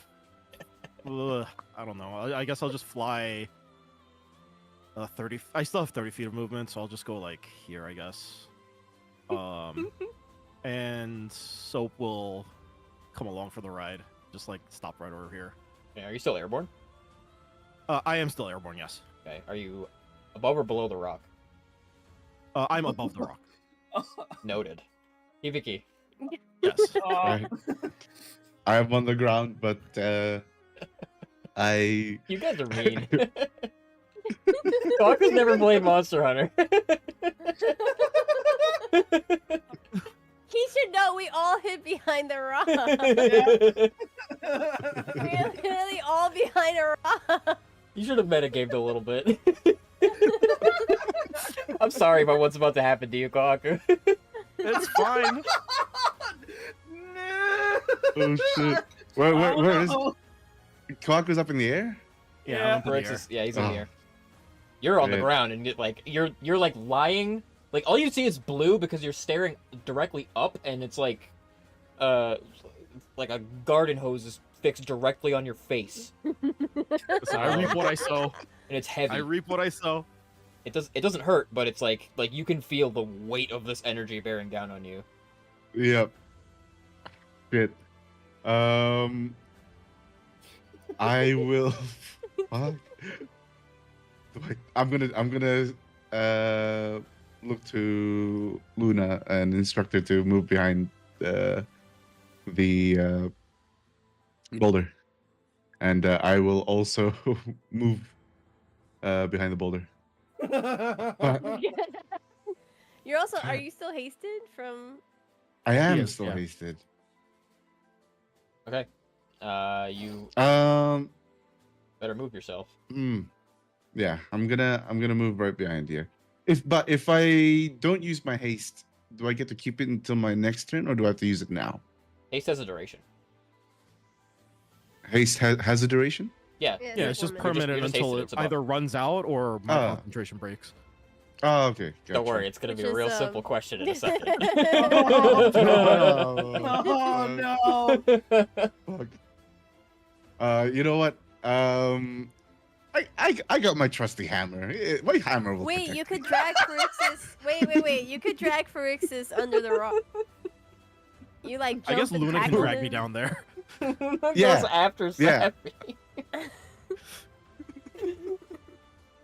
Oh, Luna Oh, goes after Luna. us, right? Oh no, Luna. Wait, drag. No, wait, but Oh, Hibiki no. can absolutely. Wait, Hibiki can jump up and grab my ankles and pull me down. Wait, Literally.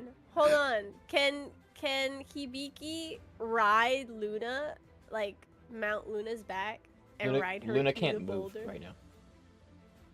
Okay, well, Luna's Hibiki, already. you're gonna have to suplex Luna to the back of the boulder and Oh hope my that the hit, Tuck her God. over the hit, there. aim it so that she hits Pharixus and knocks him behind the boulder. Luna. God, This is what there's you're gonna so have many to do. I mean, Okay, theoretically, he could It's okay. do Hibiki it. has 2 actions. He can suplex the both of us.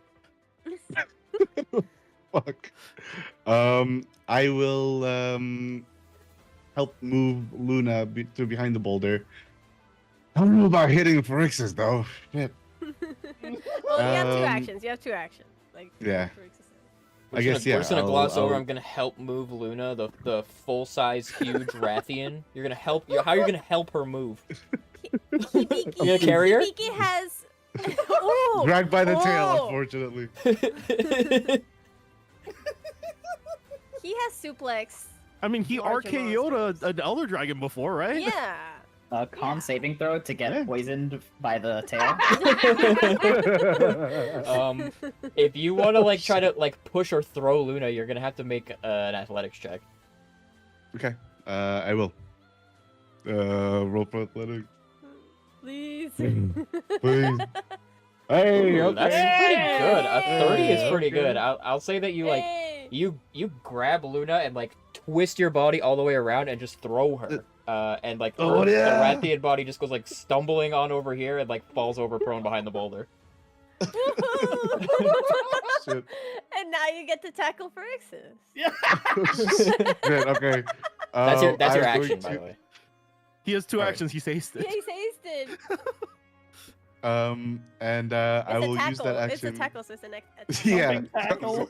jumping tackle. Wolverine Marvel Rivals just fucking.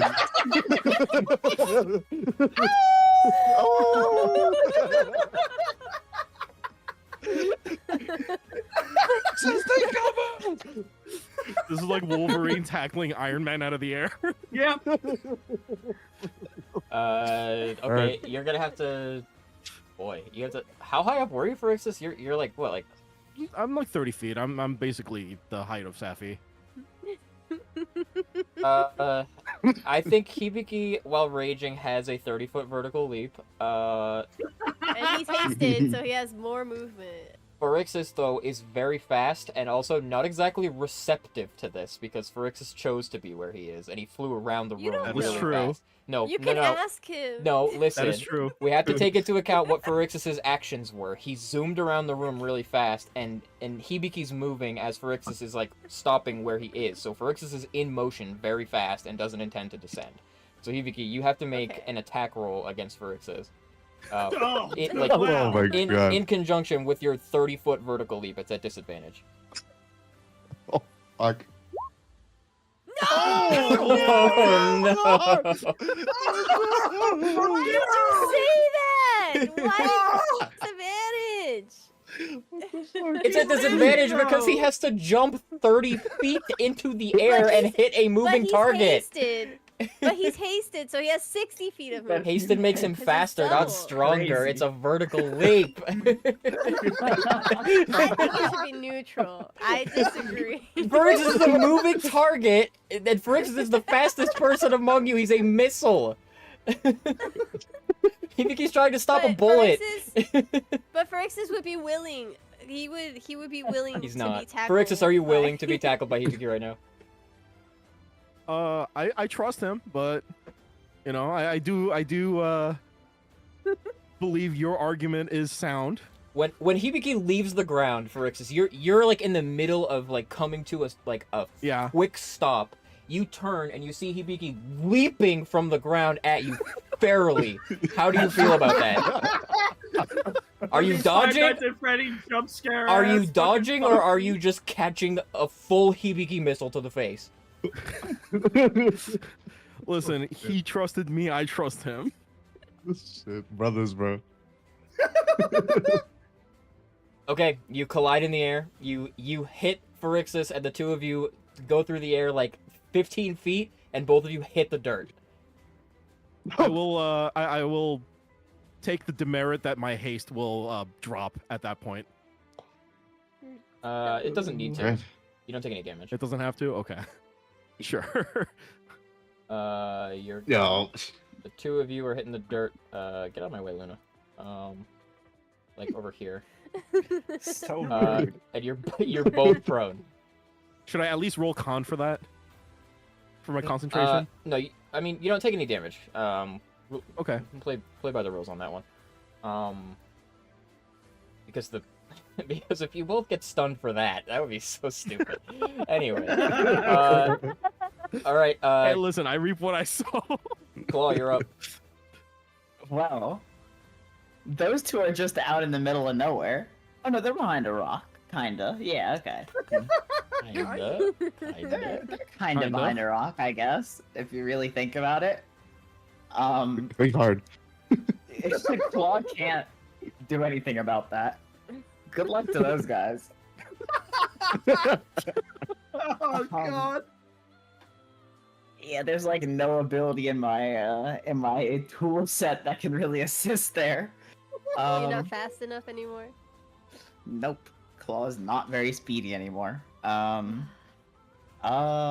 Claw's just chilling behind this boulder. He'll take the dodge action for good luck. Genzai and Claw just dodging and praying. The two of them are like doing the Fatal Fury Mark of the Wolves like spot dodge over and over and over and over and over. Yeah. Oh shit. Okay, at the start of Safi's turn, it ceases to breathe energy for but a moment, and from its maw, a teeny tiny, bright sapphire blue bead or orb or pearl of energy leaves its maw, and it sinks ever so slowly down toward the ground. It flutters inch after inch, and then when it makes contact with the ground, the entire room erupts into an enormous explosion. You all go blind for a moment. You can't see anything. Oh. There's an incredible nuclear destructive blast that fills the entirety of the room. The boulders that you're hiding behind are atomized.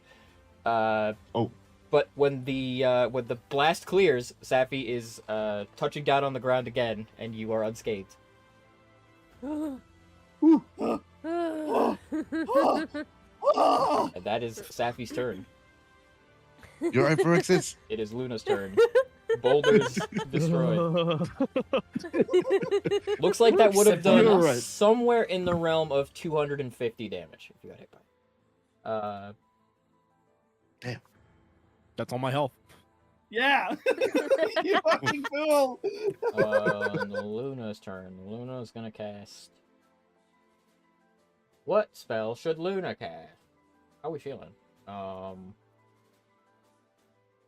Should you heal Hibiki again? How do you feel about that? I think a fireball's in order. A fireball? Okay. Okay. How about the spell fireball? No fireballs. I'm vetoing that idea, actually. Please we're don't far, get you- we're far away enough. Can't she No, change but the it's immune type to of fire. damage? Oh yeah, it's immune. Can she change the type? No. Did Luna not do that before? No. Dang. Oh, she did I that when think she that was should be her she, next when she was full upgrade. bloom. She did that. Oh, it was when she was full Oh. bloom. Okay. Unfortunately, so many of Luna's spells do fire damage. Probably because she turns into a Rathian. Past Star Yeah. was kind of cooking. Cone of Cold. I think she's gonna heal Hibiki. Hibiki, how you feeling about being cure wounds touched by a Rathian? At, Soothe. how about 3rd level? How you feel about that? 24 points of healing to you. Hey, thank you, Luna. And then she's gonna use her movement to fly over here. She's gonna be about like 30 feet up from the ground. And Fluffles. Sappy touches down on the ground again and is primed to battle. Alright, Cool. okay, I'm gonna go over here. I will say, since it absorbed energy and performed that attack, you are a little astonished to see it now, but looking upon it again, it is unscathed. None of the wounds left on it by Hibiki or Claw or anybody that's damaged it are there anymore. Wow. So I shouldn't be mad at Hibiki anymore. That's They wishful shouldn't be thinking. I think that's a physical thing, not a mental thing. Yeah, I think it's still pretty mad, Captain. Alright, I will... okay, you guys get out of here. I'm gonna summon... Oh, these are stacked, yeah. Gonna summon my Blade of Disaster. Big sword. Wait, big sword. Before, I guess... Yeah, and I'm gonna put a smite on it. I'm going to put staggering smite. And don't fail me now. Swing. Whoa, Oh my god. Oh! that's big. That's real big. All right. Boom. Dang. No way you rolled a 1. It's still huge though. It's gigantic. Yeah, that and then my staggering smite.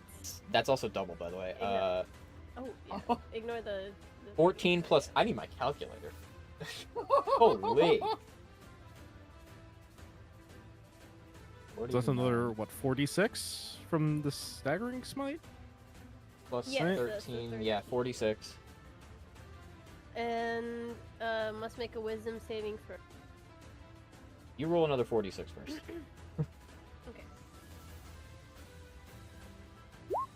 Woo! Okay. Oh, Christ. Oh my god. Damage is currently at 95. All right. And then Safi I'm will gonna. wisdom save. Safi gets a 19. Ooh. Meets. Oh no, yeah, it beats. I'm 18. And I'm gonna smite it at level 5. Because that's what you do. 12 d12. Yes. Oh. Oh my god. Jesus! Oh my god. Total damage 173. Oh! Alright, and I get another hit now. Yep. Boop. No! Oh my god! Staffy, my child! Holy shit. Holy shit! Fluffles isn't playing around. That's the motherfucking cat then, dude. Angry! Survived the nuke. Yeah, I'm not surprised. My favorite Angry Fluffles quote is, "I'm angry." You really did it now, bucko! Buster! Buster! Oh. And My I have God. to. I'm legally obligated to smite it again at level 5. And now you know, and finally you understand the mindset of a paladin. Okay. Total damage 110. Oh my. Oh my god! Oh my god. Total damage. Wait. No. This much plus this much is. God, what? Why isn't this working? Oh, right. The Plus- blades of destruction for. 206. The blade of disaster! 206 damage on the second one. Holy. Blade of disaster, people. What was the first one was 173, right? So the total damage for the turn is 379. Jesus Christ! Yeah. So the blade like emerges and impales Safi on the side, and then you like with your telekinetic grip of it, drag it along the side of the body and like tear a huge gash out of it, and this blue energy bursts out of the wound on its side. It lets out this furious howl, and the head cranes around and looks directly at you, Fluffles. Okay. Holy shit. Let's see. I did all that. Can I still call the bombardment? That's not an It's a action. reaction. right? It's not really supposed to be used on your own turn. You can't really react to something that you do. Okay. All right. I think that's everything. At the end of your turn, the mouth opens up like right in front of you, and it just begins charging flames, and it releases that condensed beam directly on top of you. You make a Constitution saving throw. On save. You just draw a nice little beam of blue energy up to little dragon man's mouth. There you go.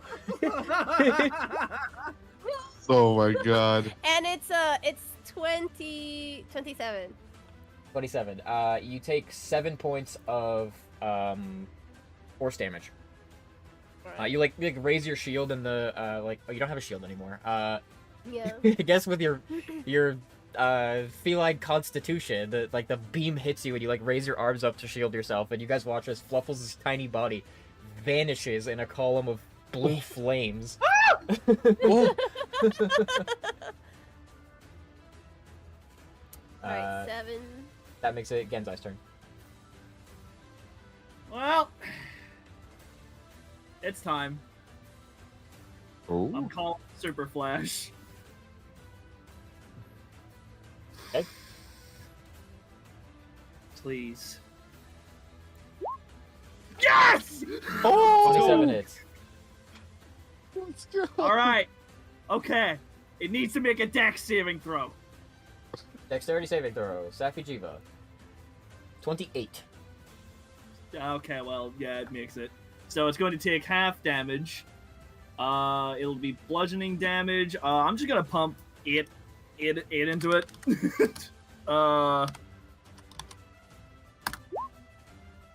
There you go. Takes 21. Yeah. So you. Oh, wait, hang on. Equal to 2 rolls of my martial arts die. Correct. Oh, no, it's a field save. Field save. Yeah. So you have. Wait, so I need to- no. So the damage is actually 42. So the damage is actually 42. Yeah. Okay. Yeah. Got I'll, it. I'll give it 20 more damage. Yeah, you have it right there. That's fine. Yeah. Whew, Yeah. okay. So you rock up to it, like strike your foes, and then just lay into it with a flurry of 8 strikes from your fists, as like right beside where Fluffles is like being burned alive. And with your final strike, you reel back, and it is unfazed. It is very focused on annihilating Fluffles with everything that it has. Wow. Okay. Yeah. This thing is. Huh.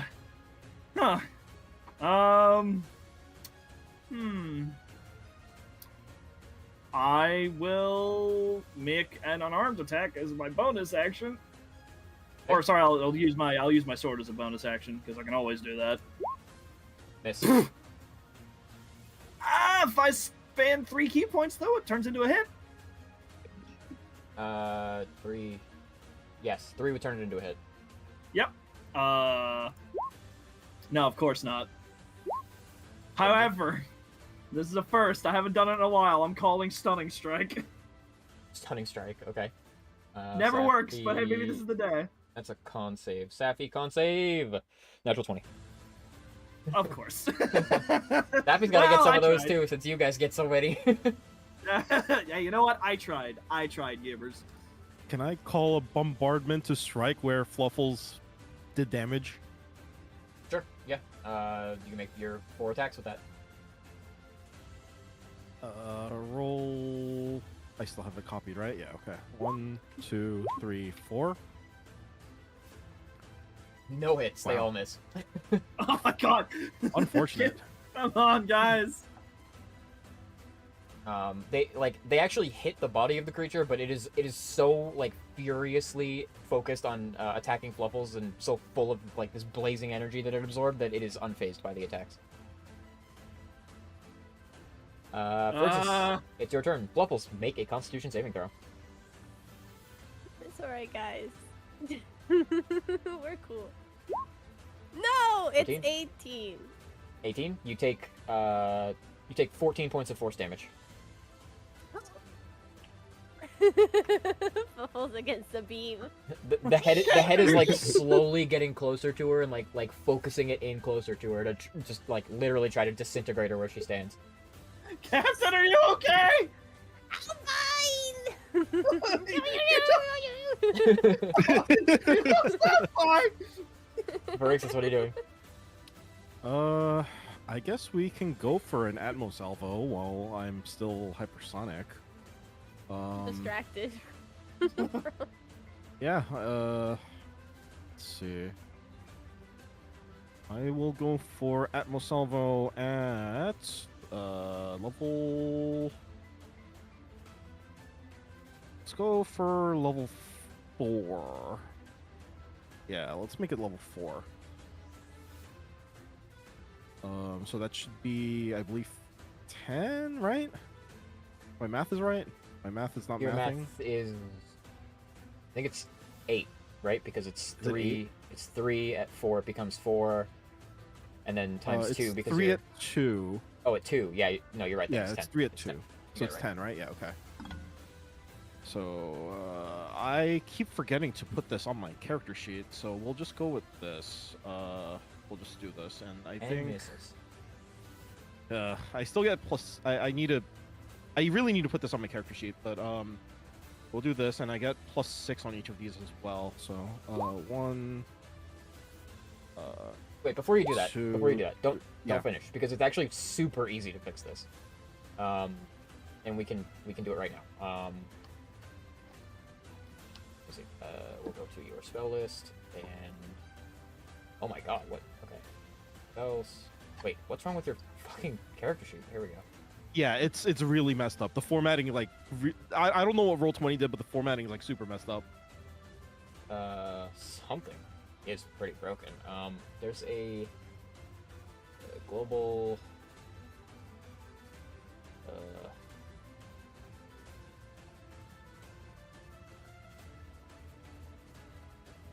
As well as global magic attack modifier. What was the amount? 6, you said? Plus 6 additional, yeah. Spells. That should fix it. All right, try now. So now I can click. Should I just click it from the start, Sure. Why not? or do we count those 3?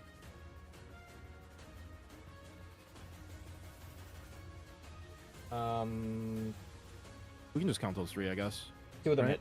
hit. And then that's 3, so I get 7 more. Yeah. 1, 2, 3, 4, 5, 6, 7. Looks like all those hit. Yeah, that's 9 hits and 1 miss. 9 hits, so that's 2d6 for each. 9 times 2 is 18. Roll 18d6. I think at some point you're gonna have to explain to me why you have a plus 17 to hit with your spells. It seems pretty high. Because of the stuff that I have on my staff. You can't be attuned to the staff and the spear at the same time. Oh, Yeah. I think that's where the confusion's coming from. okay. That's where that's confusing from. Maybe from, we'll yeah. resolve that at another time. Okay. 71 points of necrotic damage. How does Safi feel about necrotic damage? He has no interaction with it. It's just flat 71. You release this blast of all these missiles that streak out and curl around and then explode like from head to tail all along the Safi's body. When the cloud of black and red lightning sort of clears around it, you can see that it really hasn't moved. Like, you left wounds on it, but it is still taking short steps toward Fluffles and sinking its head down toward her until it's its jaws could close around her with how close it is to her.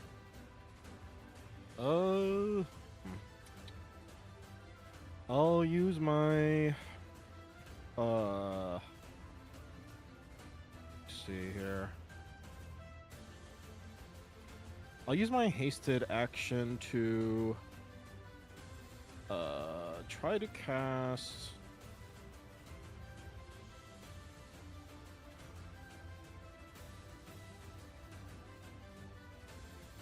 actually yeah, I'll try to cast confusion.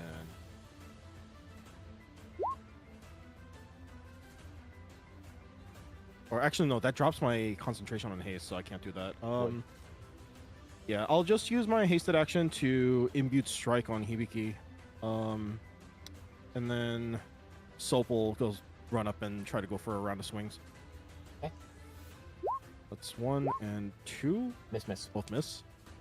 And then let's just kind of go over here. Yeah, I'll go to Soap and drop back down to the ground and end my turn there. Okay. Hibiki's turn. Fluffles, make a Constitution saving throw.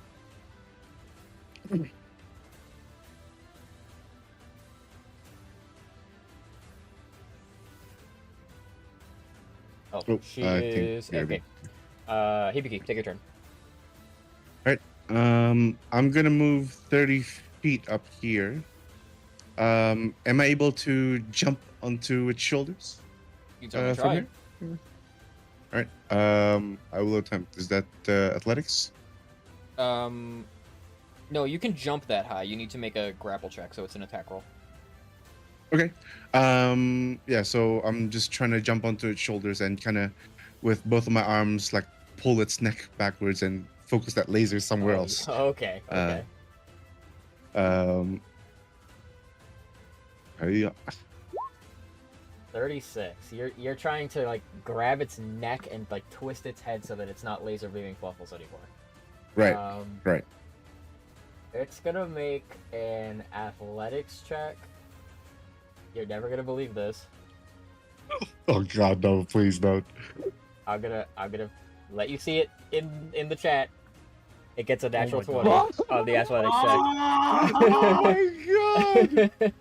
It is Shit. so focused on annihilating Fluffles after what she did to it that you grab it and pull with all of your might, and like its head and neck move, but it Oh. yanks its head back and like moves its head even closer to Fluffles while you're like hanging on until you like have to let go from the energy that's being emitted around you. but I'm still on his shoulders.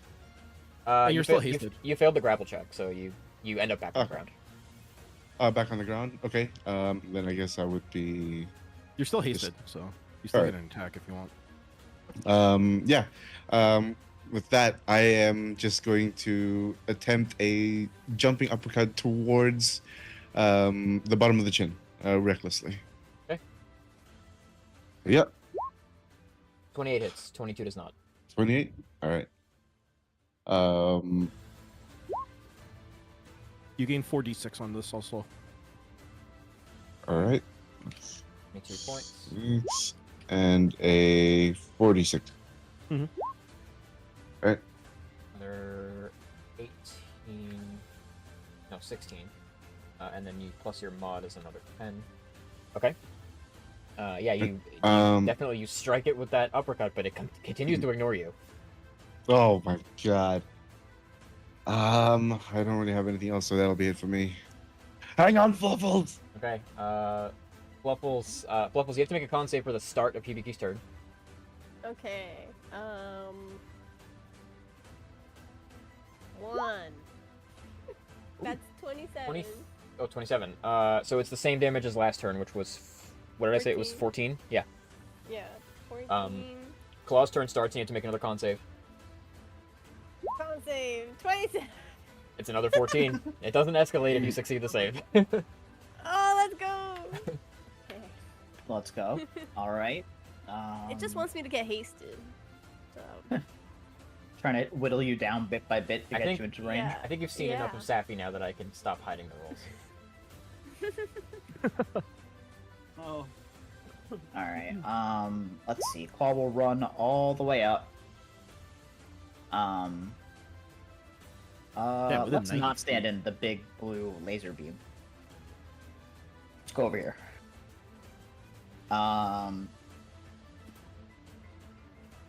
Let's see. I'll stance. Let's do a shield bash. Natural 22? one- Oh, 22. 22 misses. Okay, I'll reroll that with advantage. Because I play a cheater class. 27? That hits.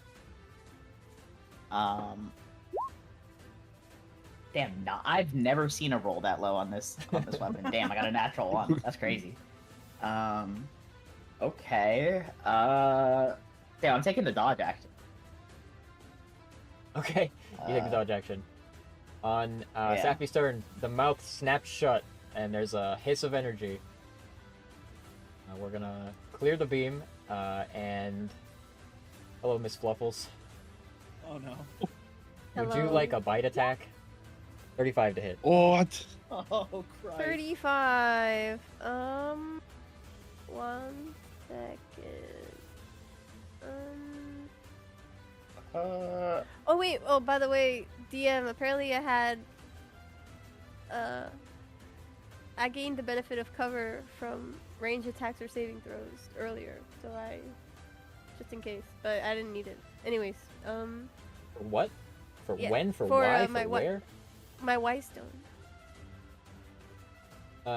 That's until you take damage, though, right?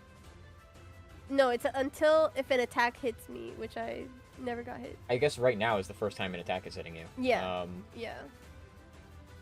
It doesn't Cover- really change anything. But... It doesn't. If you had said it to me when the nuke went off, it might have changed something. If you had not been Ah. behind cover, because the Okay. wording of that is just you need to be behind cover. But Okay. so I guess now is when you would lose your Y stone. Yes. Okay. Yeah, I'll take a bite attack. Okay. Okay. So it's 25 points of piercing damage, and you are like Sappy's mouth just closes and Fluffles vanishes. You're in its mouth. The head lifts and it's gonna try to chew you. 27 to hit. Yes. 32 points of piercing. No. 36 to hit. You're restrained. 35 minus 32, and then I'm restrained here. Yeah, so it's a 36 to hit. So 36, yeah, 22. 22 piercing damage. Sappy needs to It roll would to have been recharge. funny. It would have been funny if that first bite didn't work because I wouldn't be able to be moved or displaced against my. Hate you.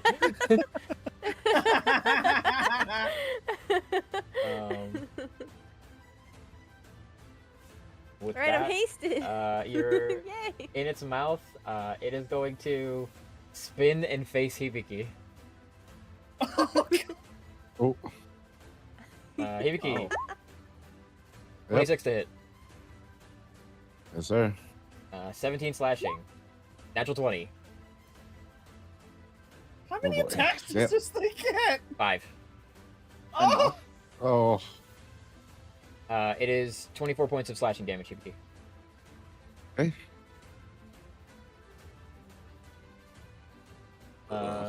What is Sappy gonna do after that? I think it's just gonna continue to, hang on to Fluffles in the mouth, and it will be Luna's turn. Oh boy, Luna can't see you right now, Fluffles. Luna would be thinking about how to get you out of there. If he like pulls back his like lips, it would be like a jail cell. Right? He's got a little cup against the teeth. I'm like, help!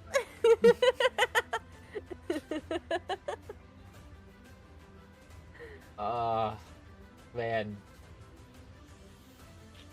I don't think Luna has any ideas for this one. Getting you out of there when she can't see you is very challenging. She is Just gonna get it to open its mouth. fly over here and do.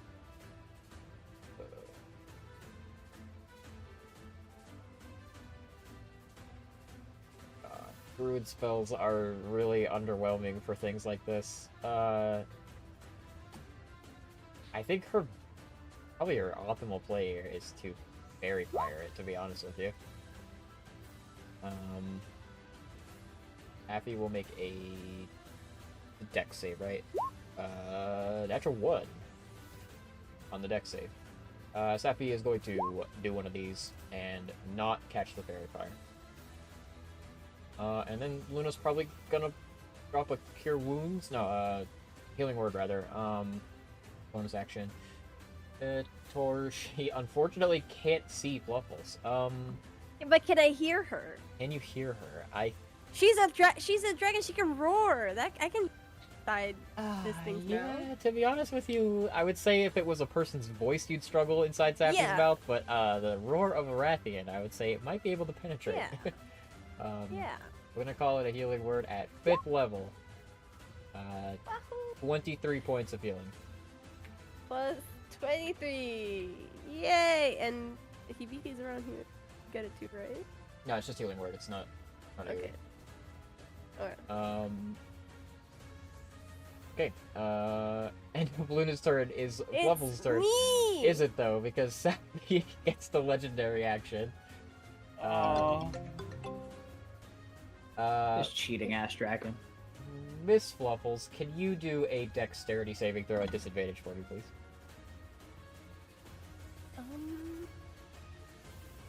Oh wait, any creature that is grappled by Sappy Jiva's bite attack automatically fails their saving throw. Oh. Oh. It lifts its head. It's gonna look at Hibiki and then open its mouth, and you see Fluffles for a brief moment, like Fluffles, it's daylight suddenly, and then you are Fluffles. ejected from the mouth. Like you hug Hibiki at Mach 7, propelled by a laser beam. Hibiki, Hibiki, you have to make a dexterity saving throw. Oh my god. Oh my god. Both of you take 38 points of force damage. Oh. And you Damn. you are Question. both prone. And Fluffles Can again. Claw redirect that? What's the Ooh. wording of your method of redirecting it? Hold on. See how it interacts Me. with the actual wording of this. Whenever a creature you can see deals damage to another creature you can see, you may expend a charge and use a reaction to change the target of that damage source to you. If the source of damage is an area affected, it is instead centered on you, or aimed directly at you. If the damage's source cannot reach you, you immediately teleport to the nearest unoccupied space within range. You have two options here. Option A is you target Fluffles for this, and you teleport into Sappy's mouth and stand in front of her. Option B is you target Hibiki for this, and you stand in front of him when the beam hits him. Hibiki. Okay. Okay, Fluffles, you are still taking the damage. Claw... How much was it again? It was 38. 38, okay. Claw, you make a dexterity saving throw. Alright. Hibiki, you do not take the 38 for this. Yeah, I'd try to help Fluffles here, but I don't want to be in his mouth. I think if you succeeded that dex save, you'd stay in his mouth and he would just close his mouth on you. Yeah, like that's not what I want to do, unfortunately. And honestly, Fluffles would still be there too.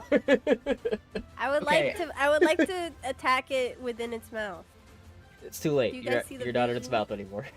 Yeah, but And I then wish, another I wish question: I was. is Fluffles close to me because she just got ejected? Do I get Yes. the bonus for this? Okay. Yes, dex actually. save, That's so stupid. 27. That's a 21. 31. It's so What, dumb. 31? Yeah, because I have advantage because I'm dodging. Oh.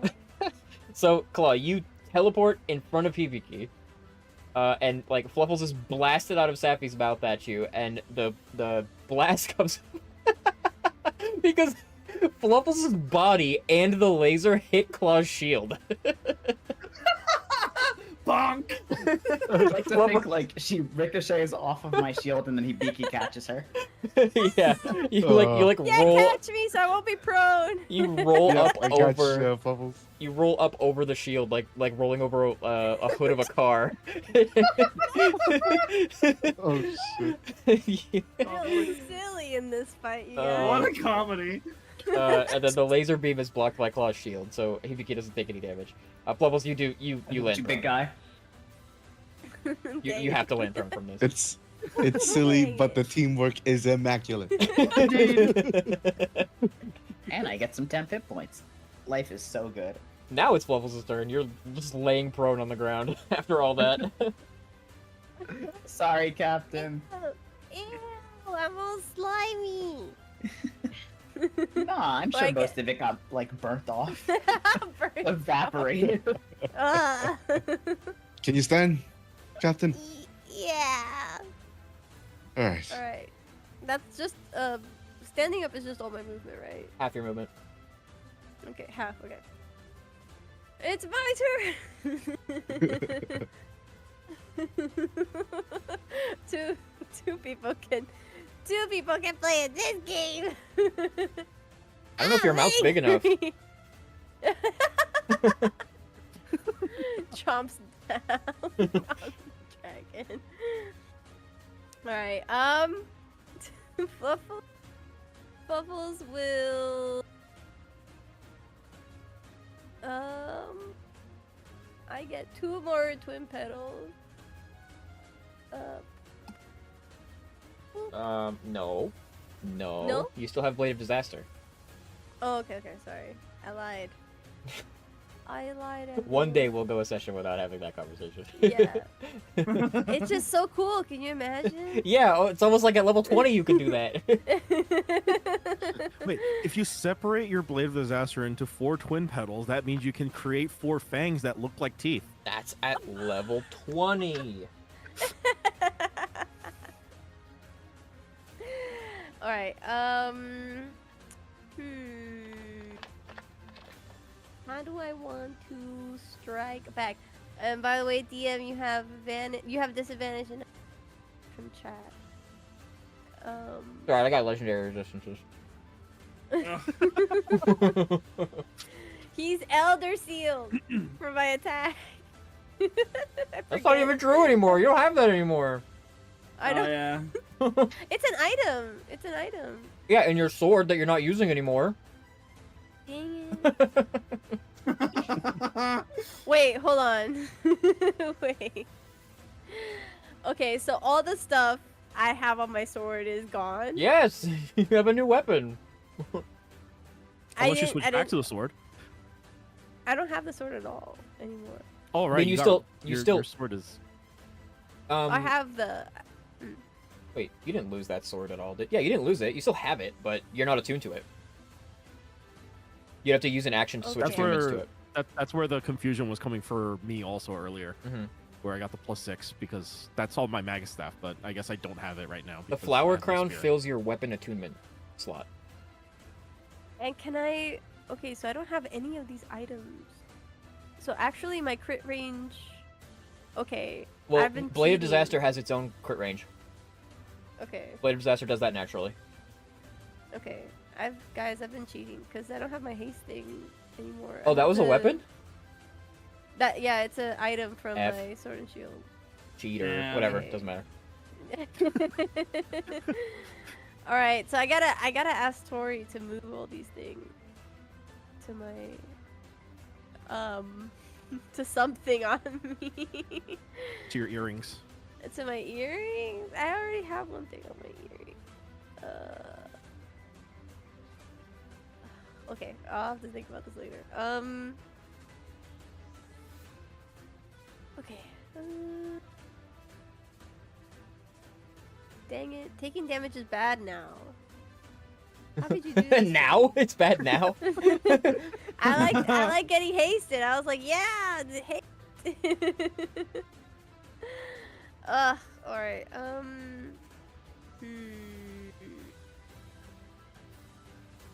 Dang it. You guys. This changes everything.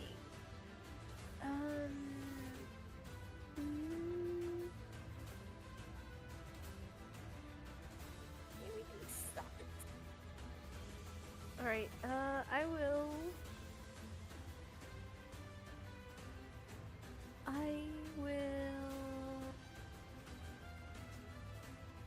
Dang it. Okay, wait, so attacking with Blade of Disaster with that spell is a bonus action. So Yeah. I can use Lay on Hands. Okay, I'm gonna use Lay on Hands. 80 points. 85 points. Wait, no, I lied. I'm gonna use 40 points. 45 points. Plus I'll give you something to read while 40. she works on stuff. Now I'm not hiding Sappy's Yeah. abilities.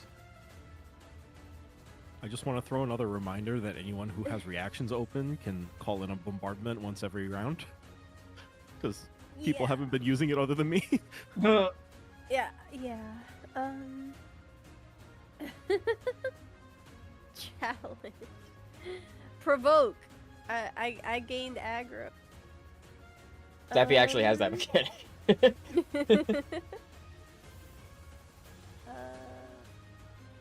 Okay. Alright, I'm attacking with Blade of Disaster after healing. That hits. And I will smite at level 4. So 5d12? Yes. 34. Oh my god, is this actually 70? 40. It's just shy of 70 right now, but if you swing again, it's. I mean, you are currently challenged by Sappy. It hasn't stopped. Nobody's outdamaged you since Sappy's last turn, so. Oof. Oof. No hit. Alright. So that gives somebody a chance to outdamage you this round. It does. It ain't gonna be me, I'll be honest. I don't have that kind of stopping power.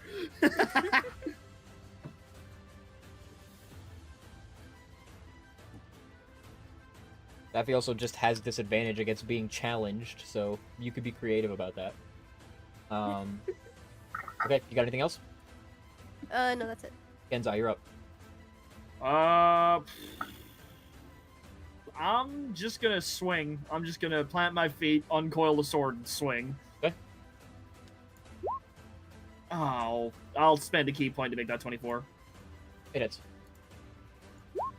Oh, and it is a crit! Wow, crits anyway. Yay! 20? Hiya! 24 hits. Oof. Alright. We will spend a key point in Flurry of Blows. Hiya! Hits. We swing again. Hits. And we swing one more time. Ah. That one misses. Yeah. And we will also call for another bombardment. Okay. Yep, I think that's a good idea. 20 plus 13. 1, 2, 3, 4. Hey! That is 3 hits. So 3 hits, that's 12d10? 4d10 for each, so it's 12d10, yeah. Roll 12d10. 68. When this this explosive salvo of cannon fire and ballista explode all around it, Daffy immediately begins to absorb energy from its surroundings. It lets out this like low howl, and then its body spins, and the tail kind of like whips over your head, Genzai, and it very quickly kind of like stomps and moves over this way. Where it reaches like a rock wall that's like covered over in some of that like sort of looks like paper flagged shedding that it left behind, and it just burrows through it and digs on down and heads deeper into the chasm. Jan's immediately putting a finger to his ear. Heiki! It's moving. Yeah, it's on the way! All right, we're ready. Be careful. This thing packs a punch. You just meet it at the bottom. You got it. Okay. You have time to rest a little bit. Alright. I'm Whoa. gonna use hit dice. I'm gonna use. I haven't taken any damage, so I can just take a short rest to get all my key points back. Woohoo! Yeah, Very same nice. here. Very nice. Ken's gonna run over to everybody. Just, you guys okay? You took a lot of punishment there. Luna will transform. Yeah, it seems quite angry towards me specifically. You and the And captain. me. Ultura will like form itself on Claw's head and seat itself. The beast is quite remarkable. Yeah, tell me about it.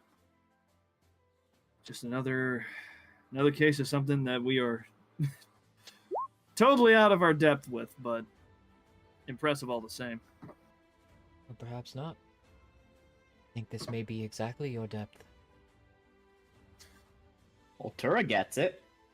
Oh, turrican. I appreciate the vote of confidence. If perhaps you do see it attempt to annihilate all of you again, perhaps next time you'll be a little more swift to decide to get out of the way. Gan's gonna glance over at Pharixus. That, that would one? have been nice to know earlier. Yeah, I was just planning on using your power to get out of the way, but the rock definitely a better idea, maybe. Mm-hmm. Listen, with everything glowing at the same time, I didn't think that rock strategy would have done anything, but you know, you proved me wrong. So You're just lucky that Hibiki can grab you out of the air. It is interesting. Yeah. Ultura's attempt to destroy you, it very much appeared similar to Falling Star, much like where Safi Jiva came from. It came from the stars? Long ago, the entity that would one day become this beast fell from the sky, and all things that lived were annihilated. Oh. Confluence Why? gave life to this creature, and its will manifests in much the same way. Oh. Interesting. I guess we gotta tell Sia about that. Gan's going to, during this time, finish up on his sketch. Kind of like show it to everybody, just think this is good enough. looks good to me. Maybe add really angry eyebrows over here. It's like a hyper realistic sketch. Yeah. Eyebrows not angry Gan enough. Gan's gonna flick to an empty page and recreate the sketch, but give this one really big angry eyebrows just for fluffles. Oh, perfect. Like this. Yeah, that's exactly what it looked like to me. Well, there you go. We'll have the one that I keep for official notes, and then we'll have the one that you requested, Captain, just for you to look at. just for me? Wow, it's my own commission. Mm-hmm. All right. You- Oh, You sorry, guys should go rest up, though. ahead. Yeah.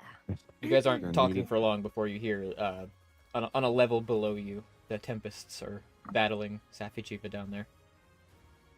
Okay, let's hurry.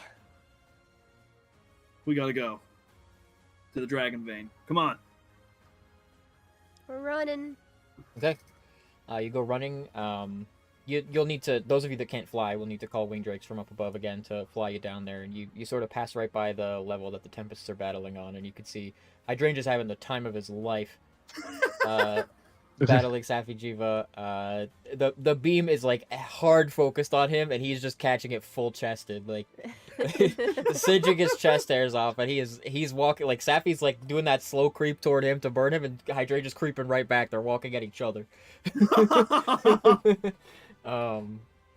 You pass by and you reach a lower level where the cavern turns dark, and that sort of like great crystal geode turns into this like swirling mass of energy that kind of rises from the earth and into this like hanging crystal. And you're right up close to an exposed dragon vein, and the energy is immense. It is huge, and it will like it feeds upward and outward and all across the whole of the world. And this is where Ultero once fed upon this power to grow strong enough to travel through time. And Safi now threatens to consume energy much the same way, only the manifestation of godlike powers that Safi will enact will look more like what it did to try to kill all of you on a global scale. Gan looks at the exposed Dragon Vein and then looks over at Hibiki. Hibiki, I got an idea. What is it? We're gonna need every advantage we can get. Okay. Follow me. And he's gonna walk over towards the exposed Dragon Vein. Yep, following. Give me your hand. As I reach out my hand. Like when we fought Ultura, Gen's going to attempt to use energy fission to try and pass some of that energy into Hibiki to try and cause that CM transformation that occurred while we were fighting. Ganza, you're gonna have to make a meditation check. Hibiki, you're gonna have to make a Constitution saving throw. That is 33.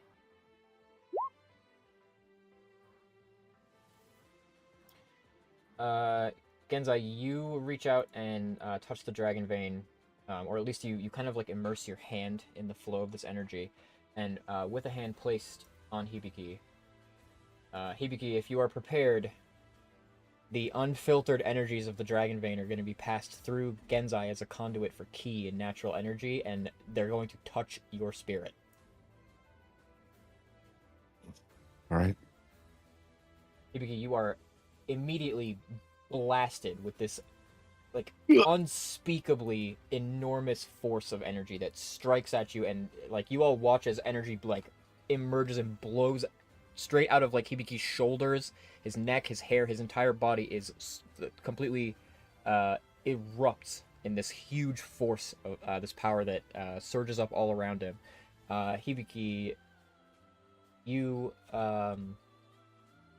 feel like it threatens to rip you apart, and it sort of it bounces and echoes all around you, and you force yourself to take hold of it, to get a grip on it, and you feel a connection to it, a connection to this very natural energy that is also the same place that you were born from, same thing that you were created from, the energies of the Everstream. It's like You finally feel as if you can understand the focus and calm and harmony of meditation, and your energies mingle perfectly with this.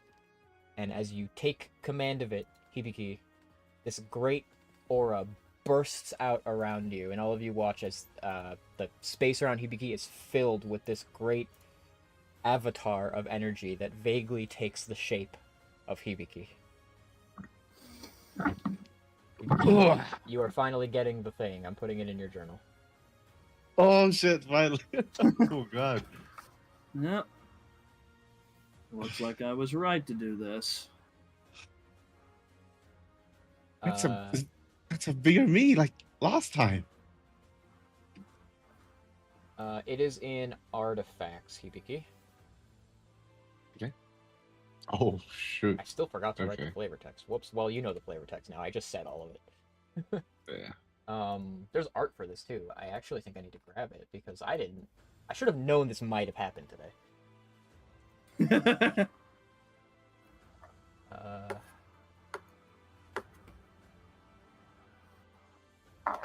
Give me one sec.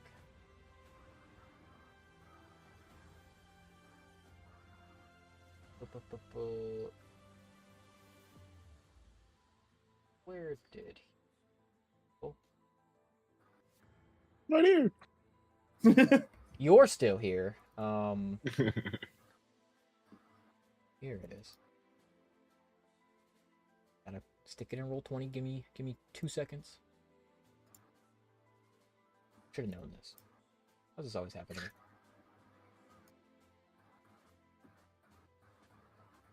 Oh. Okay. Here we go. Boom. Oh yeah. Let me give Chad a better look. Oh, that's so sick. Oh my god. Hibiki's artifact has arrived. His aura. Aura farm it. No Hibiki's way. artifact Oh. is if you can't see it that well, I suppose on the stream look, but he's now he has a belt of this furious burning bioenergy that hangs around, and when he activates it, he can expend uses of his rage to create this massive aura. And it does things. We'll find out soon what it does. It sure does. It sure does. Gan kind of just crosses his arms and grins a bit. Just, as Hibiki's just kind of like looking at his waist, like, what the hell is this? Not too sure, but possibly a manifestation of that power. I feel as he's just kind of looking towards the giant version of him. I feel stronger, more than ever before. Told you we'd figure it out eventually. Thank you, Gansai. Like I said, every advantage we can get. Right.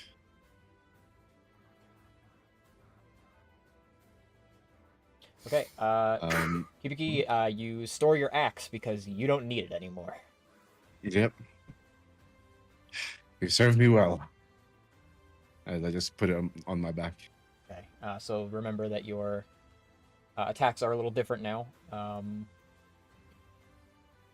They are so the 2 hit is the same as the axe, but the damage is pretty different. Okay. You're going to want to on your sheet. Where is your sheet? Can I find it? Here it is. Mr. Hibiki. So you're gonna need a proper new attack on your sheet. I'm gonna create it on your sheet right now. Okay. Your unarmed strike, and you are proficient. It's +3. The range is 5, 8, and the damage is 1d10 cold damage. Yep. 3 cold damage.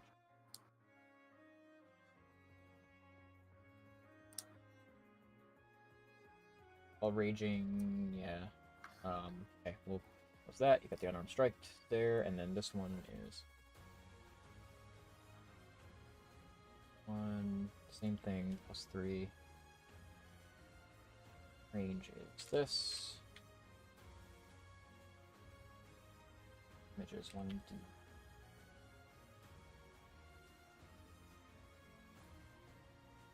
Damage. Got it. Okay. So you have those 2 new attacks there. All right. All right. Got it. Gotcha. All right. Once you guys land and Hibiki gains that new power, you hear a rumbling, and Heiki contacts you, Genzai. It's coming. Got it. We'll be ready. Gen's gonna look over at Pharixus. You know that ability you used on me? Do you need it for anything? What are you talking about? Junction. I'm talking about Junction. Oh yeah. There's a week 2. I do not know. You did not find a weakness while you were fighting it before. Didn't find it, but it's what, immune to fire? Yes. And resistant to lightning, right? Mhm. So Yep. I guess it's okay. So it's not weak to cold. It's not weak to radiant Or necrotic. or necrotic. What else is left? So let's see your choices, because I have them written down. I've got acid, cold, fire, lightning, necrotic, radiant, force, or poison. It can only be acid or poison. We will go with acid. Sure. See what happens. Yep, Gan will hold out his hand. Genzai offers you some. Acid is technically water element damage. That's how it works in D&D. Okay. So you take some of this quote unquote acid energy from Genzai and augment your powers with it. All right. There's a rumble from the ceiling, and bursting in is the body of Safi Jiva, which comes like falling hard down into the cavern, and it slams against the ground. The wings go wide, and it immediately begins to gather and absorb energy from the earth around it. And you watch as its body, those white veins, heat up, and the red scales on the body begin to burn and like flare up, and like it gets covered over in this white flame that burns the red of the scales down until all that's left is black and white. And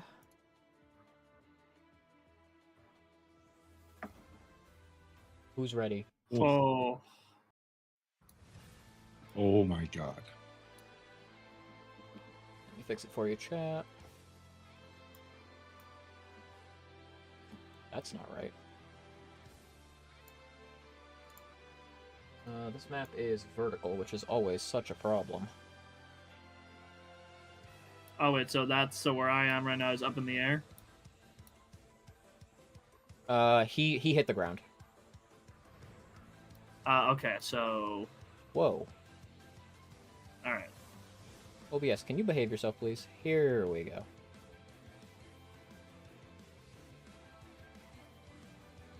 Ian, Yes. could I have summoned 2 twin petals before? Yes. Where are we Hooray! coming from? You guys are like Genzai and Hibiki were like at that middle there that looks like where the funny energy thing is. I suppose you guys were probably nearby that somewhere. Oh, because I was next to Genzai, junctioning. Gan's gonna look at Fluffles. Just, if you want me to try and take some energy from this thing and put it back into the dragon vein, we're gonna have to knock it down a bit first. Got it. Luna, where are you? Luna's here. I'm gonna use the same initiative as before. I can see it. I know you guys can't because Roll20 is stupid, but just believe me. Hibiki, you're up.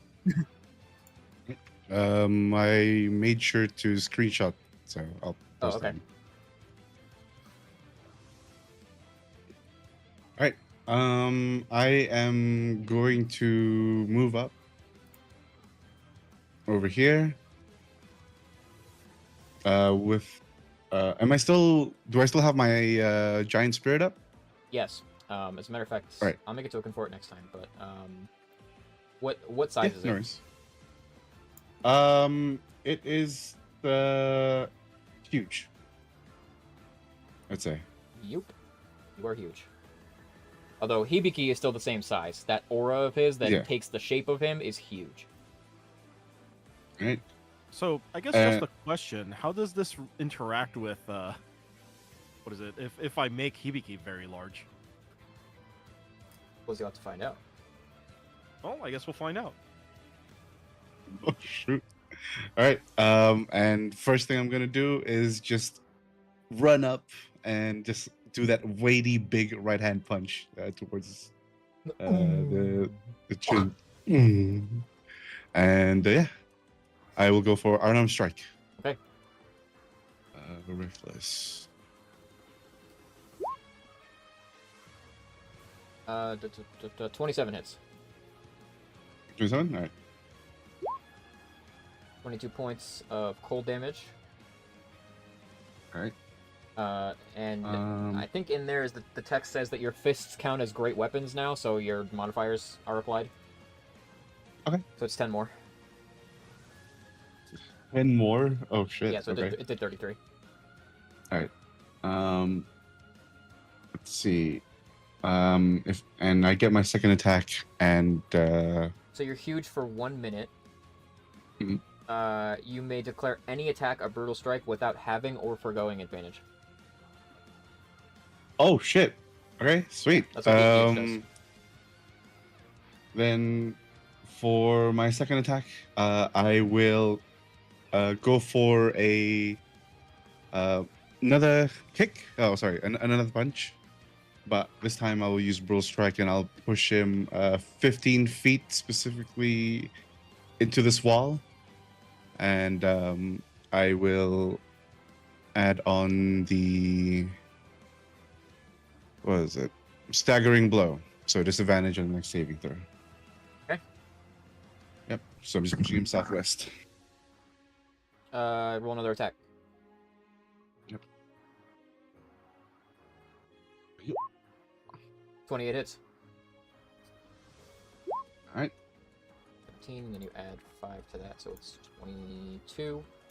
And he is pushed this way and kind of like bounces off the wall.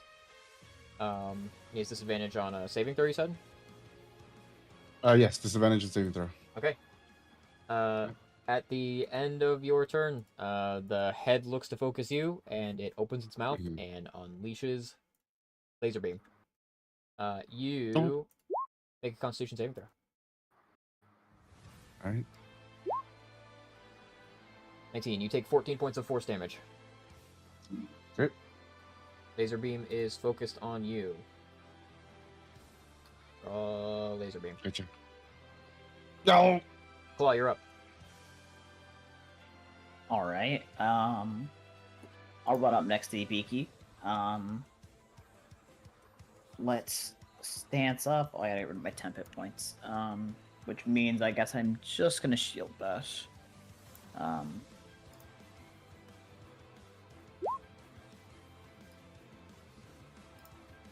23.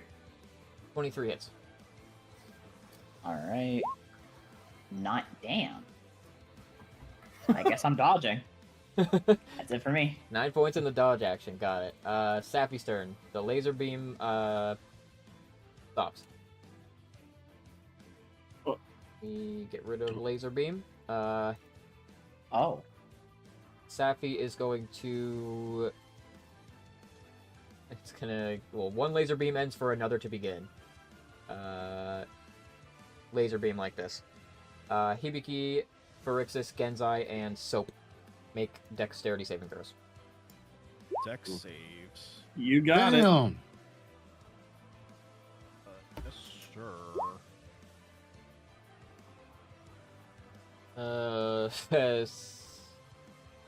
wait. I was about to say this is like so-and-so pass or fail, but then I realized the DC on this is a lot higher than I thought. There's one success. It is Hibiki with a natural 20. Remember, I have advantage, my friend, Why is that? because of an armor slot piece that I have. Right. In that case, 30 is enough. The damage is 71 points of force damage. Ow. Without a doubt, the smartest use of a monster part I've ever done. Against Mr. Hibiki. I have too many character sheets open. I need to shrink this. Hibiki, bite attack. 36 to hit. Yep. Absolutely. 24 points of piercing damage. It like rears up on its hind legs, and the like forelimbs come down and like grab the shoulders of your aura, and then the head comes down and bites like the side. It does have you grappled, but you're not inside its mouth or anything. Would there be like bite marks like that just appear on my physical body? Yeah. When the aura takes damage, you take damage. So yes. Yeah. I suppose you would receive wounds that mirror what happens to it. Gotcha. Right. It's hanging on to you like that. It's gonna like just keep trying to chomp you while it's holding you. Right. Okay. 25 to hit. Yes. 28 points of piercing damage. 31 to hit. Gotcha. Yep. 22 points of piercing damage. Yep. And then it's gonna claw you. 35 to hit. Absolutely. 15 slashing. Natural 20. Oh my god. Oh, Damn. Okay. 33 points of slashing damage. Okay. Shit. Luna's turn. You don't like the new power up? I see. Second verse, same as the first. In the first round of combat, you did a lot of damage to him, so his first turn was all on you.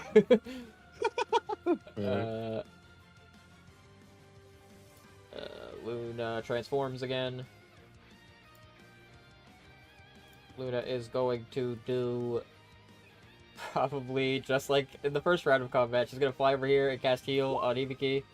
70 points to dull the pain of what just happened to you, and then she's gonna fly over here, like near Fluffles. Fluffles, you're up. Okay.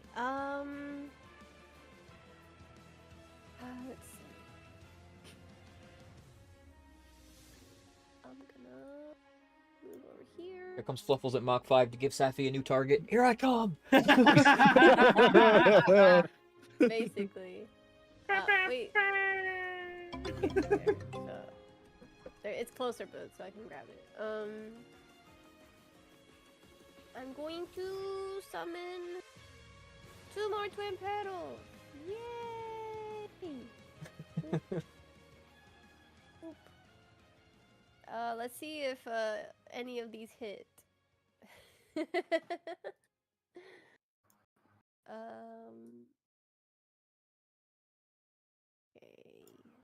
The one.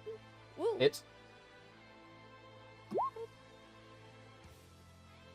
One. A 2. That hits. Ooh. 3. It gets lower every turn. That misses. Okay, and Natural 20. Ooh. whoa! oh, okay, and then I'm going to smite. Proof Divine Smite did 25 damage by itself. What the hell? Paladins are crazy, dude. I'm gonna smite at level 2.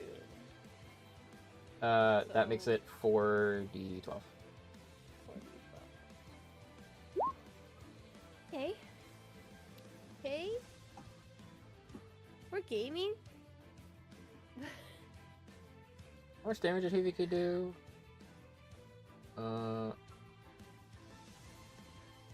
Not sure what this Yeah, damage. you did more damage than him. Staffy's head, like he lifts his arms and mouth off of Hibiki's body, and the arms touch down on the ground, and the head cranes over and looks at you, Fluffles. Ugh.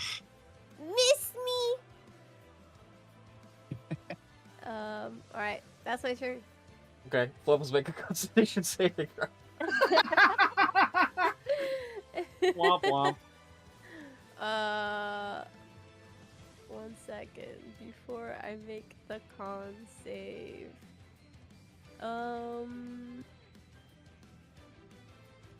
Okay. Alright, con save. Con save. That's 22. You take 14 points of force damage. Okay. Minus 14. I feel like I have to. Alright. I have to rotate Safi here to make it make sense. There you go. Yeah. I like to picture it's a one frame movement. You know, it's just like Yeah.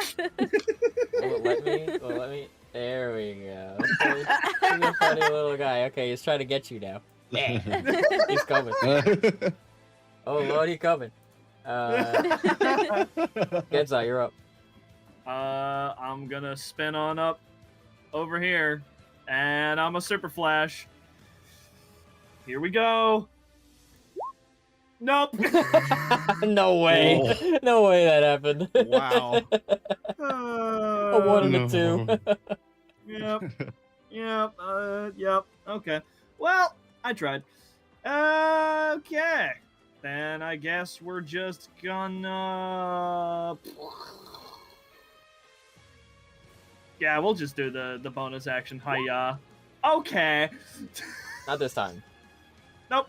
Not this time. No, not this time. We made it up. It's fiction. It's fiction. It's not real. It's like every fucking roll I make, man. Well, that's my turn. Flubbles, make a Constitution saving throw. Alright, con. 23. 34 points of force damage Ooh. as the dragon creeps closer to you with that beam focused down directly on you. Erixis, you're up. I'm gonna walk up to Hibiki. I'm gonna redesignate Hibiki as my companion and be like, "All right, big guy, let's see what you can do." I'm gonna cast enlarge on myself and cast copy it onto Hibiki. Okay. Ooh. Hibiki, you can use the next thing on your thing without Alright. having to pay the cost. Oh, sweet. Gotcha. Hibiki's so I aura grow- enhances. He becomes gargantuan. Oh my Gargantuan. God. Oh my god. It's bigger. Ferx is And big too. you remember that you only stay gargantuan until the end of your next turn, and then you revert to your previous size. Until the next turn? So, My so turn? the end of your next turn. You're only gargantuan until Okay, the end of your gotcha. next turn, so you get it for 1 turn. Gotcha. And Phyrexius gets big too. Thank you for this. Now I'm as big as soap. And Hibiki is like Hibiki's taller than Safijiva. He's not actually like the same size, but like standing, his head is higher up than like the wingtip to Safijiva. Oh shit. We'll use my bonus action to give him some damage dice and also give him some temp hit points. Roll. Hibiki, please read 5. carefully what you can do as a gargantuan creature, please. Yeah. So Hibiki gets 18 temp hit points. How many? 18 temp hit points. 2.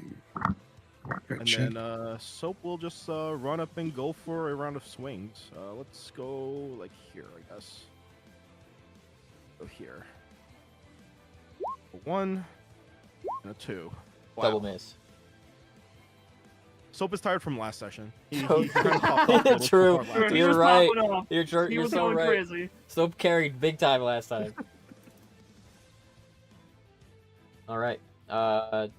Hibiki's turn. Fluffles, con save. Alright, The head gets closer to you until you can feel the breath of the creature while it is simultaneously just showering you in this like sapphire flame. You take 64 points of force damage. I'm gonna use my reaction to reduce that. Oh. It's gonna be roll 1d10 plus 6 proficiency. 16 Ooh. reduced Ooh, by. not bad. So, You can just like regain 16 hit points. It'll have the same effect. okay. 64 plus 50. Okay. Help! Levels can't take much more of this. Hey Vicky, what are you doing? I am going to move up, and with my gargantuan fist, I will just sidewind this other creature on the side of the head, with my unarmed strike. Okay. The fist goes back and make an attack roll. Yep, and I. It is the same size as I you, gotta so it's make- not an advantage. You're both gargantuan. I just click unarmed strike or that thing. Just unarmed strike. Alright. 24 hits. Hibiki's fist 24. strikes the side of the creature's head, and the force rings out so heavily that like you all stumble where you stand. Hibiki, you see the damage formula, right? Yep, I Roll it. sure do. Oh my God! You also get 5d6 on top of that. Shit, 5d6. Hold Uh, on. Sappy's head is blown aside, and the laser beam that was like focused on Fluffles, it like scans up the wall and tears through the stone as the head just like ragdolls from that blow. Fluffles, you are spared from the laser beam. Woo! Are you okay, Bubbles? Thanks, Hibiki! I got you. I got you. 149 damage. In case you're wondering where My that goodness. calculation came from, it's a meteor. Hibiki punches with meteors. in that Oh size. my Oh, god. But that's your entire action. You get one attack. Yep, just one attack on Gargantuan. Gotcha. That's it. All right. At the end of your turn, Sappy's head whips toward you, Hibiki, and the mouth opens. Make a Constitution Uh-oh. saving throw. All right. 25. You take it's 7 points of force damage. Ooh, Thank God that okay. thing resets. And Right. here you go. Have some blue. Have a little bit of blue. Can't get enough. Claw, you're up. Okay. Huh. Hey, Hibiki, you go back to huge now. Alright. I'll move up a little bit, expend my temp hit points, and go for a sword slash. Miss. Oof. I'll reroll that, I guess. I knew you were gonna say that. And I've got 3 of them. 22. Still misses. I will reroll that again. Damn. No. Oh my God. god. Sedge, it I'm misses. not Damn. going to spend my last one on that, I don't think. No That's stance. a sunk cost and- fallacy, though. It's I've already put, The I've already gambler's put 2 fallacy. into this. It's the gambler's Yeah, fallacy. gamblers felt like I'm literally I'm 1 away from the diamonds. Yeah, I'm the big literally win is around the corner. The next roll's a nat 20. the next roll is a nat 20. Never stop gambling. Hold on a second. Let's make it happen. I'm rerolling. Hey, it hits. 25, It hits Hey, at you least. hit though. At least it hit. That's 12, and then 30. Okay. And then let's see. I'll take the dodge action, I think. That's weird. All right, you take the dodge action. Start of Sappy's turn. The laser beam ceases. Uh-oh. Sappy's wings, and it lifts into the air, and then Uh-oh. it opens its mouth and outpours energy down into the room, and that fills and floods around you. Everything around you is already blue, but the light reflects off of all the crystals and tiny lights along the walls until it's a disco ball in here, and that energy spreads out and fills the area all around you everywhere. Familiar attack. Mr. DM, is there anything to hide behind here? So there are not exactly. There's a lot of bones. But I will say you might think bones might not withstand this blast. Yep. It is Luna's turn. What are you umming? No, Claw's just worried. So that the dragon vein over there. What if we make a big wall of energy? You know how to do that, then be my guest. I guess I can Captain, do anything. Captain, I swear if you ask me to do something that I can't do again. Guess I can use that energy to make a. What if I make a dome of ice around us? I don't know how well that's gonna last considering it's fire, Phyrexius. What if we make multiple? It's multiple magical domes? fire, though. Isn't that stronger than normal fire? But But it it might doesn't, not. like, burn. I'm just gonna fly over here. She lands and is going to drop her B shape and turn back into Luna. He's and gonna make a wall of energy. as Luna, she is going to cast. She have Luna. She does. I should Wall have of said a Stone. magic circle. Luna's gonna cast Wall of Stone. 10-foot by 20-foot panels that are 3 inches thick. I'll say that Luna can create a wall of stone. 3 inches thick is not gonna totally stop it, but she can create 10. How many of them are there? 6. The wall is 6 inches thick and comprised of 10-foot by 10-foot panels. Each panel must be Here's another one. Create 10-foot by 20-foot panels that are 3 inches thick. Oh my god, this is so complicated. Why is it even so complicated? The wall is 6 inches thick. Yeah. It has 10 panels. So, and they are 10 foot by 10 foot. In order to... Alright, here's how I'm going to build it. Luna is going to build the wall like this. There's going to be 10, 20, Can you just make it like 100 feet wide and it's 6 inches thick? It's a boulder like Right. this. Can you see that? Mhm. Yeah. It's a boulder in that shape. Mm. Okay. So it's much thicker than just 6 inches if it's a boulder. Yeah, because she like stacked them up like dominoes. Okay. Wahoo! I suppose that color I chose is absolutely abhorrent for this, but Yeah. I wanted it to We be can see the it. color of stone. Here, I'm It's gonna front colored, though. It I'm gonna works. scribble Yeah. inside of it. There you go. There's more visibility to it. Blah. That's Luna's idea. Fluffle syrup. Alright, my turn. So how okay. If one round is 1 minute, how long until this guy's turn? Is he at the end of the round? One round is 6 seconds. Dang 1 it. minute is 10 rounds. Dang it. I think it's time to get behind the boulder, Captain. Yep, no, there's I a was boulder planning- that just conveniently appeared. I was planning on getting behind the boulder. I was just thinking about magic circle.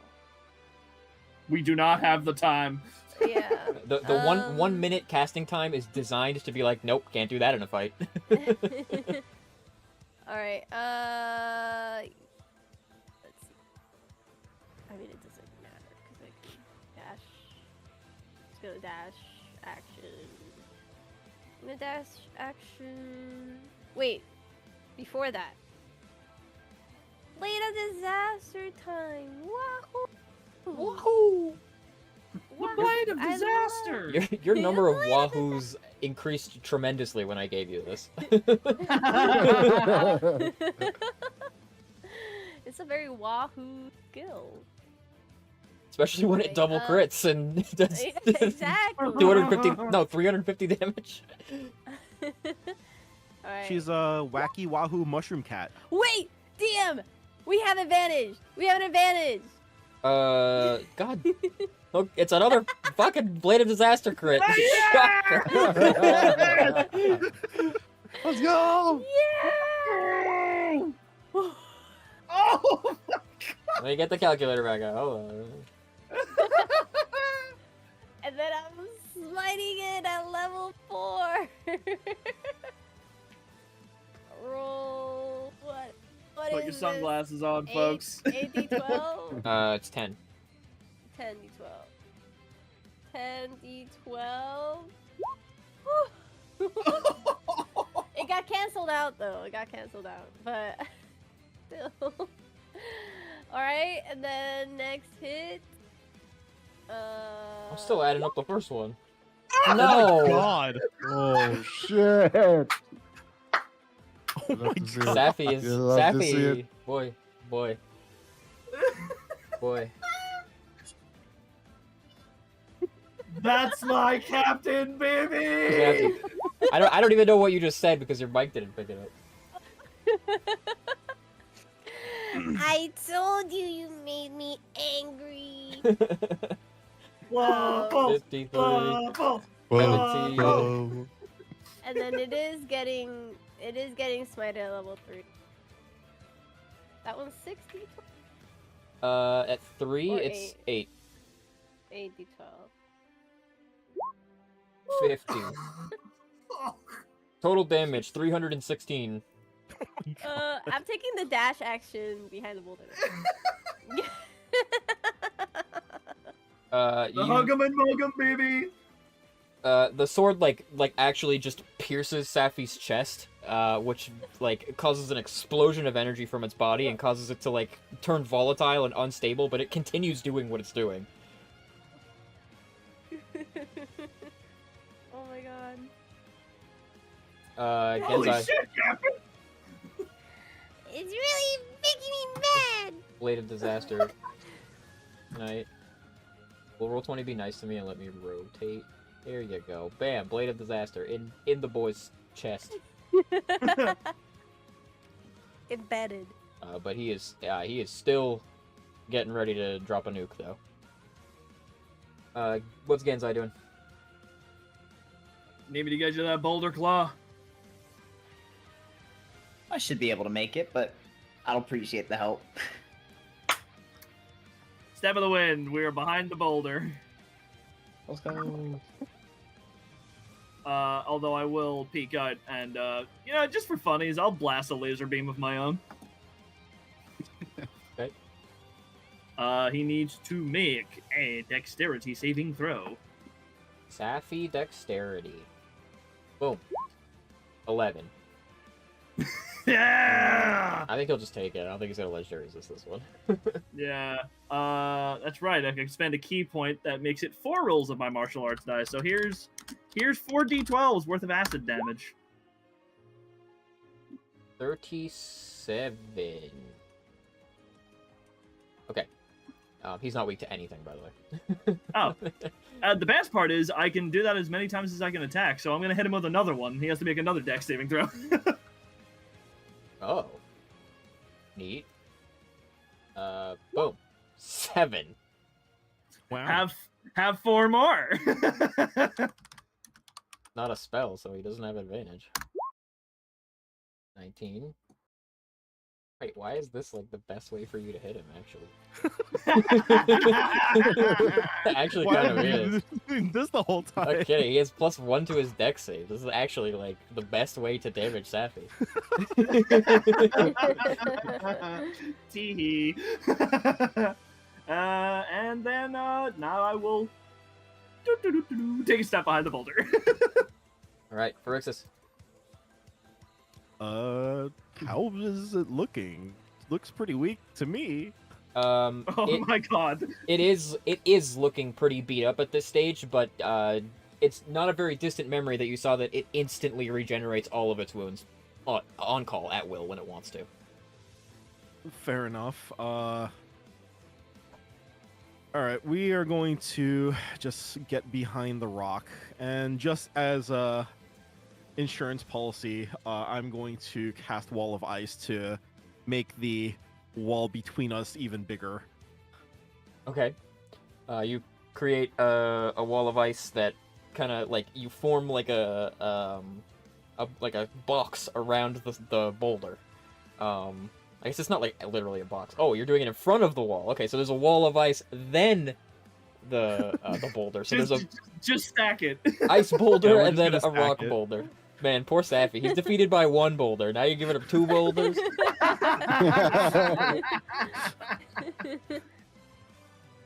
All right, you get behind there. Hibiki, you're up. Right. I am going to move back as well. But as I move back, I'm gonna turn around and kind of get into like a javelin position and hit him with an ice javelin. Okay. The hand of your aura like reaches down and then pulls like from the ground. This cold mist forms, and from that cold mist you draw a javelin formed of this frozen energy, and loose it at it. All right. 31 hits. All right. 16, and it's cold damage. All right. And since Hibiki's still my companion, I'm going to use my reaction to chuck a spear at it as well. Okay, another javelin. So like you throw this, and then immediately as it leaves your hand, Pharixus's javelin passes right past your head, at like Mach speed. Oh, 34, natural 20. Let's go! Oh my god! That's awesome. 24. Listen, round one, we were just downloading the matchup, baby. Now we're in it. Now we're here. Safi is what happens, Pharixus? This is important. It starts turning into stone. Okay, the javelin pierces into Safi like right next to where the blade, like Fluffles' blade, emerges from it, so it like finds flesh beneath that wound. Safi is going to con save against flesh to stone. Nope. 20. What's your spell save DC? Spell save DC is 19. F. The javelin stays there. But it succeeds a saving throw against flesh to stone. But it Next continues to turn. make them.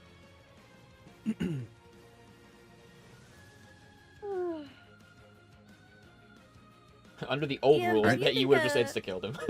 Yep. But we had to rework it a little bit. DM, don't you think that hitting a nat 20 would give it disadvantage on Flesh to Stone? No, because the think nat so. 20 is what triggers flesh to stone. Dang it. Biggie, So get behind the- this boulder. Yeah, that blue ice wall, I can't get there. What do you- Assuming no. I mean, you're just The standing blue next to, like, there's a wall of ice and then a wall of stone. Yeah, there's no space like in between. Yeah, you can get behind it with Uh, us. All right. I don't have a lot of movement to get there. Oh. I got 30 Uh-oh. left. I can be up here. Hey guys. Is there anyone after you that's not the dragon? Claw. Oh, Claw, pull him in. I can try. He's willing. He's not gonna fight you for that. I mean, it's not Hibiki himself that's big, right? It's his aura that's Yeah, big. it's just Yeah. the aura. The aura is Oh, big. okay. Hibiki's inside it. Yeah. Alright, Claw, you're up. Alright, I guess I'm gonna drag Hibiki in. Claw, under normal circumstances, moving Hibiki is would be pretty hard for you. You'd have to make an athletics check because Hibiki can't really assist you with this. He's willing, but he can't assist. So you you have to literally grab and yank him. What's your This strength is score? not Wait, going what is to your go strength well. score? What is my strength score? I'm pretty sure it's like 8, Oh. right? You have like an 8 in strength. It's a 6. Oh, it's a 6. You have to do an don't have to athletics check tell on him this. that. No, you have to. This is like literally just can Claw move Hibiki if Hibiki is dead weight. Poor claw. Uh-oh. Okay, my -2 in athletics. I got this. He does not, in fact, have this. You do not. So the nuke happens. Oh god, Hibiki. Hibiki, Dexterity saving throw. Sorry. It's okay. It's all right. Safi like concludes breathing that energy downward, and then from its maw, a teeny tiny little glowing star of energy is emitted, and then flutters on down to the ground. And when it touches the ground, Hibiki, you take 250 points of force damage as it explodes and fills the cavern with this massive Holy explosion shit. that blows It's okay, away he the can wall take of it. ice and the wall of stone. And Hibiki, you just take the brunt of it. 250 points of force damage. Here's the text if you want to I see. gotta roll the con. Shrug it off, baby. Yeah. Oh, Shrug it boy. off. I can roll Shrug it it if you off. want it to be a pure You can take 250, it. but it's not going to change anything. Oh, big. Yeah, I got one. Yeah. You stay up at 1 HP. 1 It HP. it's not fixed damage. It's 38 d12s. It averages to 250. Oh, shit. I just chose not to roll it for the sake of not flooding the chat with dice rolls. And then Safi touches back down to the ground, and is immediately going to use its can't use its reaction. It does nothing. It can't use a reaction because it's slowed by Ferocus. Luna, no more Stonewall. Bye-bye, Stonewall. Luna is gonna heal Ibiki for sure. He looks pretty beat up. He looks like he's dying. Does Luna have anything? Wait, yeah, Luna might have like something cooler she can do to you than heal you.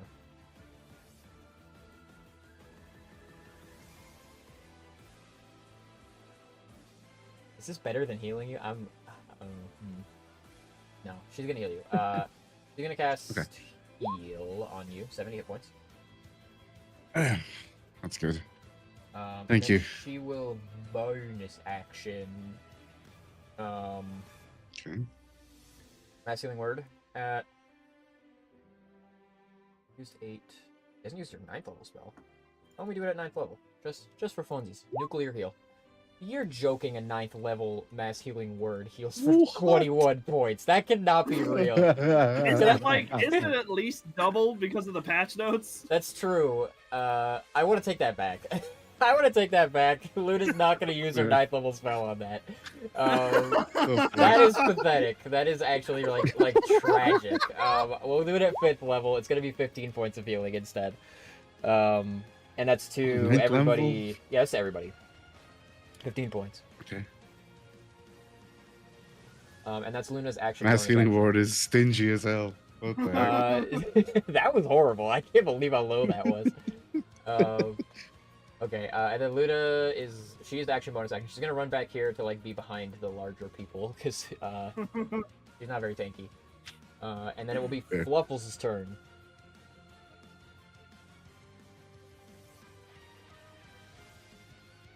Flop. Oh, Fluffles. Oh, I was muted. Sorry, I was laughing. Evil laughter. Bubbles will go here. She's gonna pat herself on the back and get her last 45 points of Lay on healing hands? that she has. Yeah, lay on hands. I have 45, right? Yeah. Okay, plus 45. And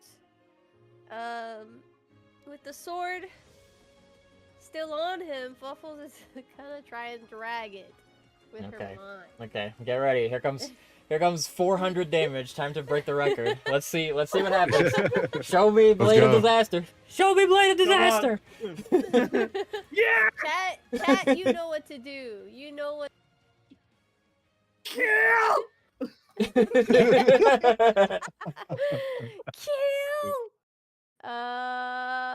Swing! No crit. No So crit. close, Holy. so close. 27 hits. 27. 28 is More? still 39 points raw. That's crazy. though. Well, actually, before that, I'm gonna smite at level 2, which is 2d12. two d12s, yeah. Yeah. 16. Okay. And then one more time. 30 hits. Oh my god, it's so close. So close. Great. And 28. one more smite at level 2. Roll 12. Goodness. You don't Oh, need to God. crit. You still do a billion damage. Oh, by the way, Sappy Jiva chooses a target. Waffles is gonna look back and say like, pull me out the beam next time, please. Just in time, she says that. Fluffles, make a Constitution saving throw. Oh my god, no. Oh wait, it didn't show up. Okay, con save. 18. That's 20. No, 20 20 what? 22. 22. You take 14 points of Okay. force damage as the Sappy Jiva opens its mouth and begins blasting you with laser beam all over again. What's this? Your third time in the fire? You don't scare me. Then it's gonna obliterate me. As you say that, like you feel the rumble beneath your feet as one of its paws hits the earth closer to you. It's Oh no! coming for Oh no! reels you into its mouth with laser beam. Genzai, you're up. All right, no time like the present.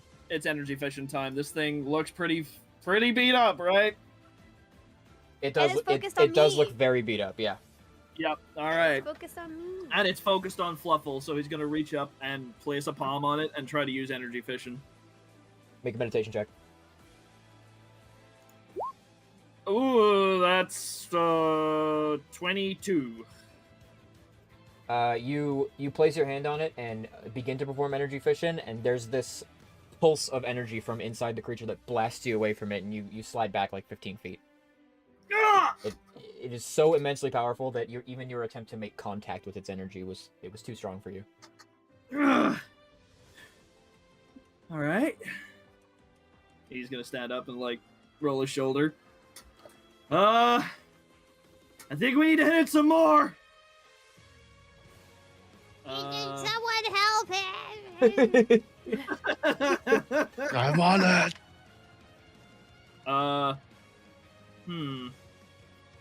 What else can I do right now? Oh man. I mean, all I can do is like slice him again. Hiya. 25 hits. No crit this time. 16. Yeah, sure, we'll throw a stun and strike on it. Why not? Stunning strike. Taffy makes a con save. Mhm. 24. He's fine. He's fine. What else you got? That's pretty much it. All right, Rixus. We are going to try to go for a little bit of a disintegrate. Okay. Ooh. Wait, is it not making the saves against the? Oh yeah, it is. Make a Constitution save. Oh, I have to make a con save? Fluffles does. No. Oh, sorry. I meant. I Oh, didn't spear. mean- It has to Taffy save. has to make a Spear. save No, it against does that on its turn. Okay, but yeah, I also. Oh, which means it needed to do one when it finished Sapphire of the Emperor, which it didn't. Con save. What was your spell? Your spell save DC was 19. You're muted. Oh, yeah, it's 19. But the disintegrate's a dex save. This is flesh to stone. Oh, this is flesh of stone. Yeah, 19. So flesh to stone is progressive. It has to fail. It's like death save. It has to fail 3 times and it's turned to stone. Mhm. Yeah. So it fails 1 flesh to stone save. That means it literally has to get. It has to get natural ones 2 more times. I mean, it's still slowed either way, right? So. Yes. Disintegrate. Dex save. 19 on the dex save. Meets What beats. meets beats? Damn, slow doesn't give it disadvantage on dex checks. No, because the way the slow is worded, it's just it can't take reactions. That's all it is. Ah, okay. Gotcha. And it disintegrates on all or nothing, so this does 0. Yeah, I guess... How far is he from Soap? Can Soap run up and go for a punch or two? Yes, he can. Okay. Soap is gonna run up next to Genzai and go for a round of swings. 19. Miss. 21. Miss. Wow. Soap seems very exhausted from the last fight. He's pretty tired. He forgot to rest. Yeah, he forgot to rest. Unfortunate. I still have my bonus action. I guess Hibiki is still my companion at the moment, so I will just give him a bit of a boost and give him some damage dice and some 10 hit points. Oh yeah, this is a good call. We'll give him 5d6. Roll 5d6. It just occurred to 10 me, hit points. Hibiki can influence the flesh to stone saves with his brutal strike. Because he has a brutal strike that gives him with disadvantage the on saving throws. disadvantage, right? It's still like, I mean, it doubles the chances of it working, but it only becomes 10%, but still. Still better than nothing. Yeah, that's 12 10 pin points for Hibiki, and then also 5d6 damage dice on your next hit. Alright. Sweet. Thank you. Then I guess, I mean, my weapon is stuck inside him right now, so I will just move close to people so I can use my reaction to reduce damage if necessary. Okay. Hibiki, you're up. Alright, I am going to spend all my movement and move up here. While I'm running, I'm going to spend the rest of my rage to go gargantuan. Okay. You spend 3 rages and the aura bursts up and you become gargantuan again. And with gargantuan, I am just going to have both of my hands like clamped together, and I'm just gonna hammer fist like it's back. Okay. Use an strike. 26 hits. All right. Remember to add 5d6 to this as well. Gotcha. 131. And 5d6. 23. Okay. Your hammer fist come down and slam the back, and like both wings go up, and it lets out a howl. Once again, Fluffles is freed. Although Fluffles, you have to make a con save first for the start of Hibiki's turn. I forgot. Okay.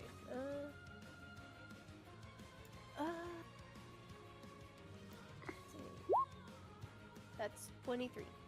It's 34 points of force damage. I'll reduce that. Roll 1d10. I spelled that wrong. 1d10 plus 6. Reduce it by 15. 15. Hibiki, kind of like in unison with the impact of Hibiki's fists on the back of Safi Jiva on initiative count 20, there's this like tearing and this explosion of like breaking through rocks overhead. And upon your fists as you pull them away, a man-sized figure stands. Of course. It is Eiki Sindrake. Oh, shit, Eiki! Look at the handsome boy. boy. Holy moly. Me. Let chat get a good look at it. He's bluified too. Let's go. Holy moly. She's got the Fluffles color palette. I Damn. know. Dude, he's got that shit on, dude. Hell yeah. Look at him. And he is gonna roll initiative. Oh He shit. is here to help. What Yeah, took you go so ahead. long? You know, land like on Hibiki's fist. Oh. He goes, hey, you guys got a sector rest too. Eiki, Told you I'd give you a hand. Let's Nice finish outfit. this. Let me Let's. get a roll niche. Wham. Did that not work? There we go. 9. He's gonna go now at top of the round.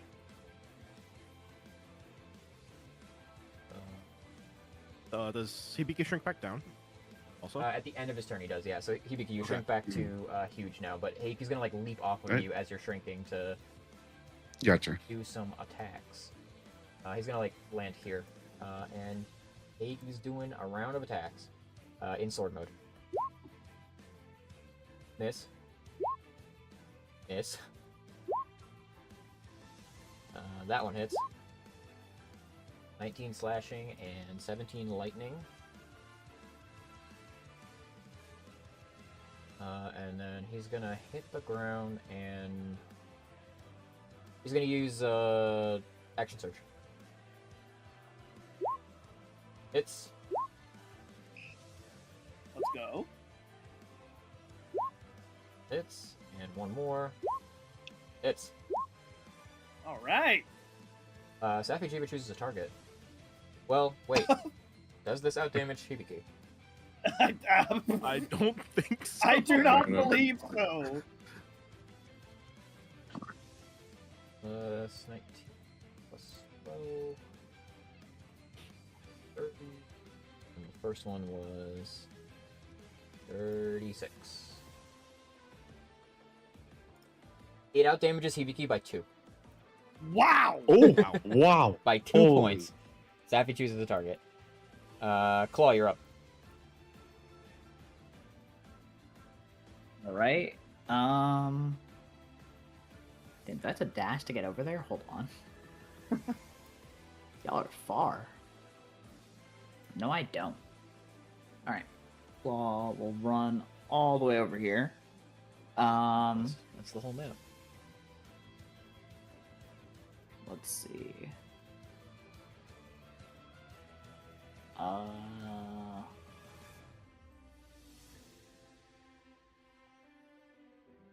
Okay, I'll remember to stance this turn. Let's shield bash. 33. 33 hits.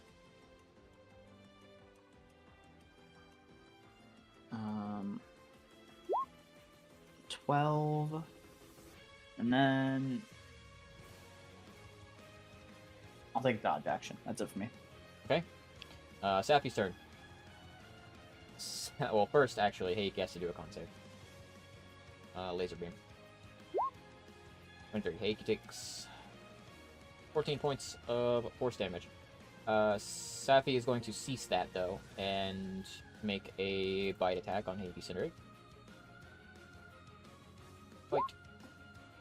It hits. Heiki takes 16 points. It is going to grapple him, pick him up in its mouth, and it's going to fly over here. Oh, Hey. And Do we get attack of opportunity on that? yes, Oh, sweet. hell yeah. Taking that. Absolutely.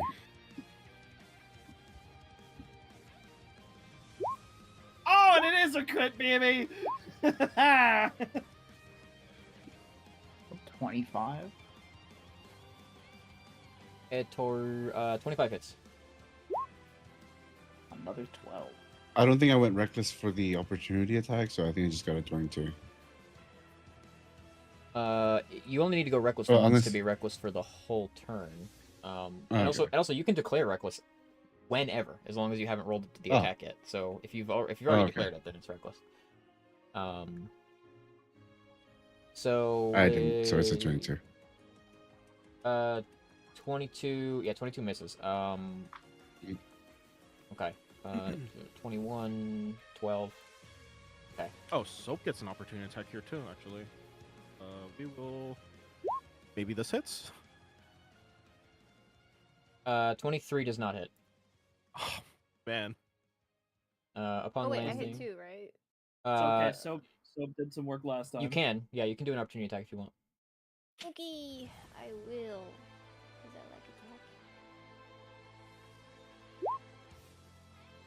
18 misses. Thank God 18 misses, because you have Sentinel, and that would have prevented Sappy from moving. Oh, yeah, wait, but do I hit twice? Because No. later disaster strikes twice. An opportunity attack is one Nice. attack. Okay. Can my sword go with him? I suppose it can, yeah. Why not? Okay, Sappy arrives and is going to do its... Well, first it's going to roll to recharge. It does. Uh-oh. It's going to do its full round of attacks on Heiki. 1. It's 19. Is Blade of Disaster following him too? Yeah, it's impaled in its chest. Embedded. 45 points to Heiki. And then it is going to laser beam. With Heiki Oh, it in also its has to mouth. save. Did it save this turn against the Flesh of Stone? Nope. You remind me. Oh? It fails. Oh. That's 2. Does Flesh to Stone really do nothing while it's progressing? Let's make a concentration. In the failed save, its flesh begins to harden. Creature... It's restrained. It actually is turned to stone. Oh. It lands there, like, chomps on Heiki, and then, like, you watch as its body begins to slow, and it, like this, it has this very distorted look where, like, the head twists and it continues to try to move, and then stone creeps up its arms and up its neck, and, like, energy begins to burst out of, like, holes and pores on its neck until it reaches all the way up to the face, and Heiki pushes itself out of the jaw that stops moving, and it turns to stone. Oh. Hurry up! Get Now's our back! chance! It will save one more time on its next turn. It will actually keep saving. It needs to fail one more save to permanently be turned to stone.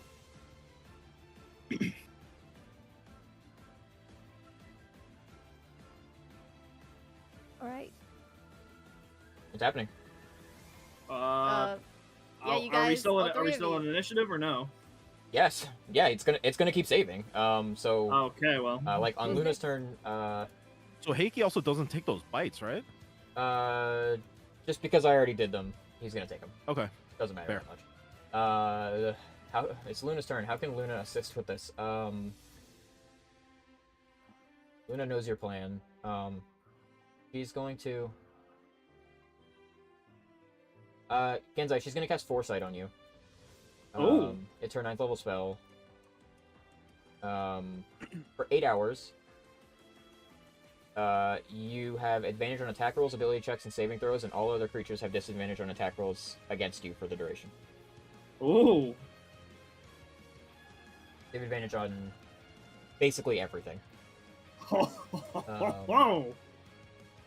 That's her like combo spell with Shin, because Shin has the thing that does that too. That is. She's gonna hold. As a bonus action, she's gonna hold it in case, like, if damage starts happening, she's gonna, like, use a healing spell. Fluffles, what you got? Alright, let's see if it's...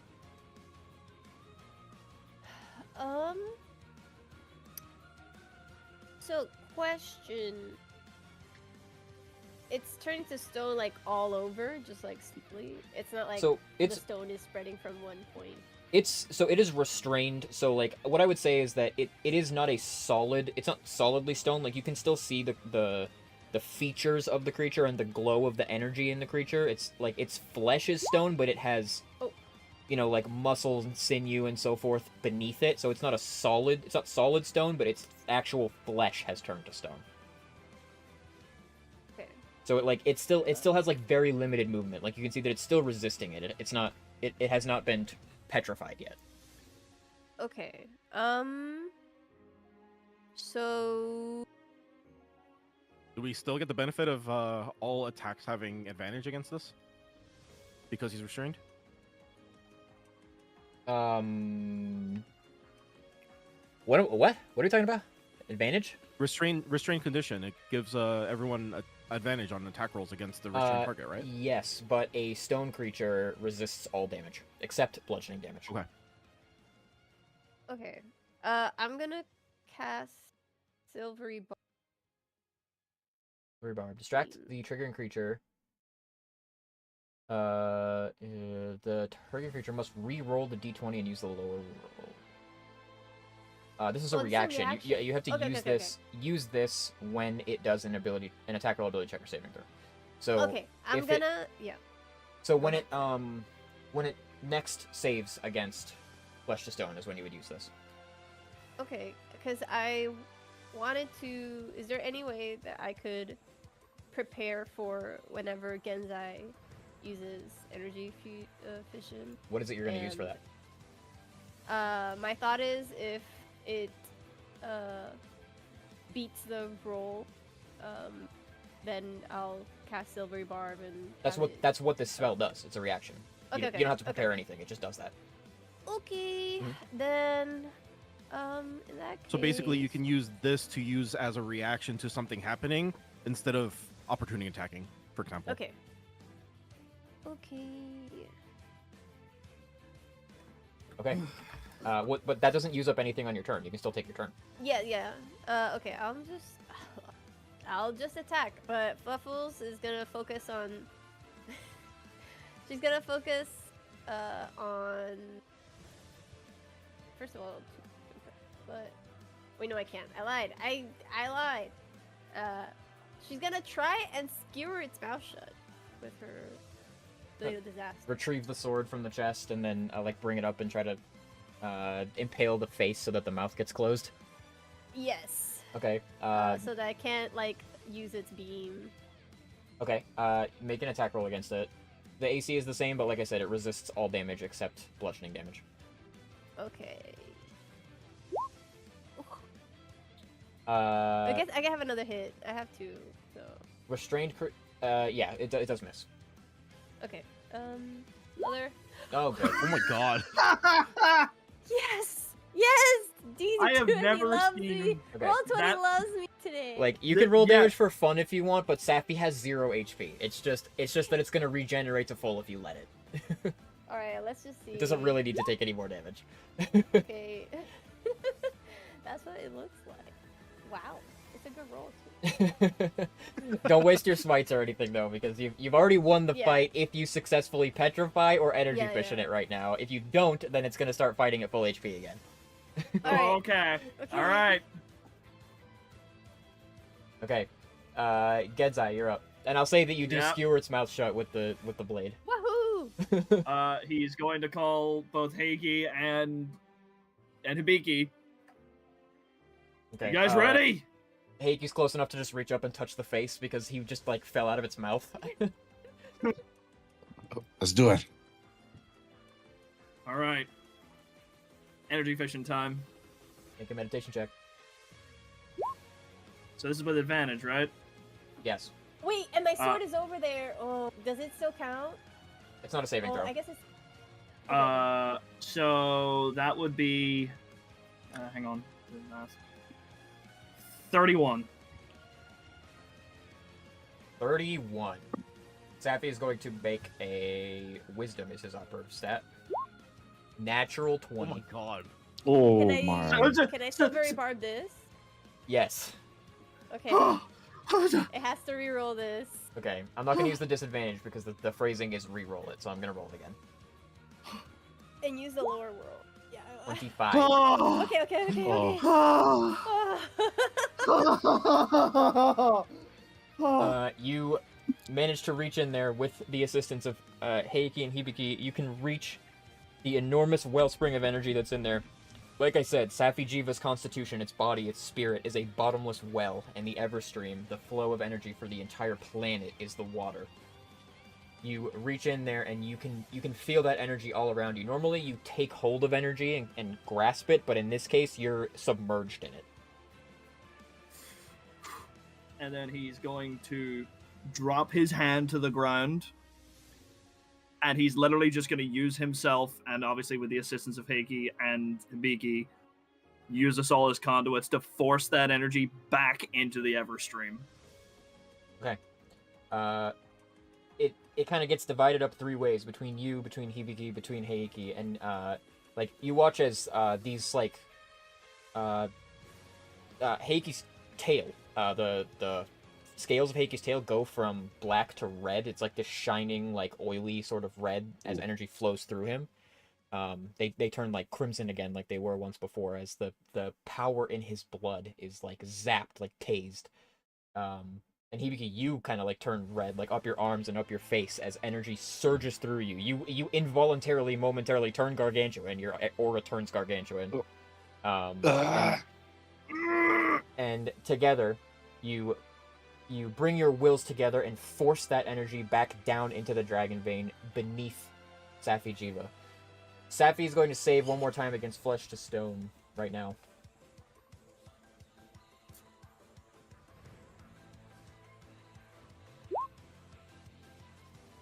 No good. With a 24. He does not immediately turn to stone. However, energy leaves his body. It surges out of him, and you can see like the glowing veins under the stone begin to fade, and you can feel power like rapidly leaving the body of the creature. And though it can't really react to it, you can sense, Genzai, that like the wounds that it has sustained and the damage that you've dealt to it, it will begin to have an impact on it now. It will no longer regenerate by consuming the Everstream. You sense that there's very little life left in this thing, while you are presently like denying it its what's the word I'm looking for? Lifeline, life support. Yeah. It will not last long in the state that it's in. Yeah, Gen keeps that flow going. This is it! You gotta finish it now! Berixis. I don't really have much that I can do here, but I will just have Soap run up and go for a round of attacks. Hopefully he can at least finish this off. Okay. Nope. Yes. 29. 29 hits. 12 damage, plus 2d10. Okay. 2d10.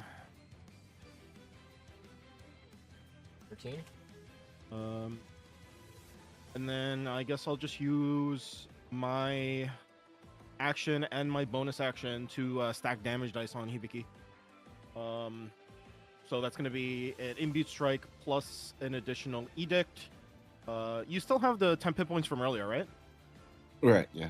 Yeah, so I guess in that case, I'll give you... I don't know if any of this is necessary, but...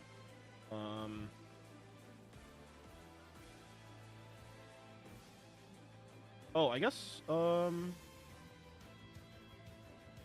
yeah, I guess I'll just give you, like, block, so you take, you can add my charisma mod to any saving throw you need to make. Which Okay. probably unnecessary, but, you know, it is what it is. It's all good. Okay. On Heiki's turn, he is going to just spend it. He's going to spend the meter. It makes a strength saving throw.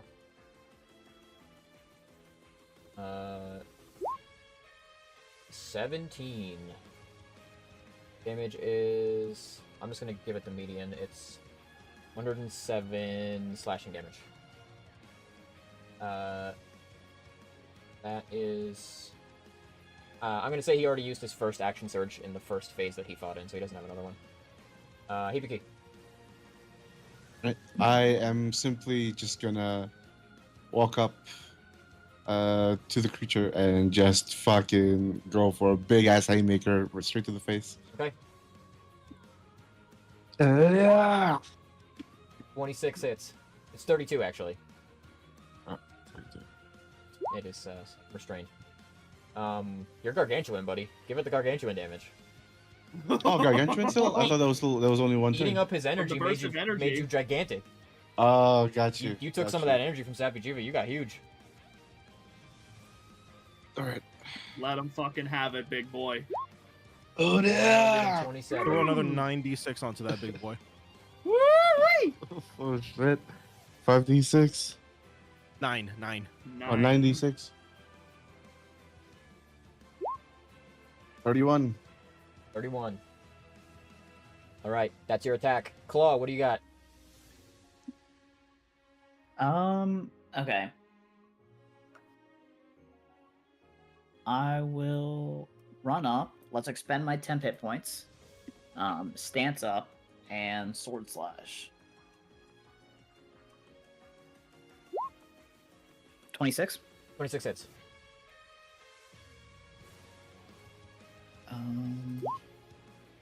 That's 12 and then 37.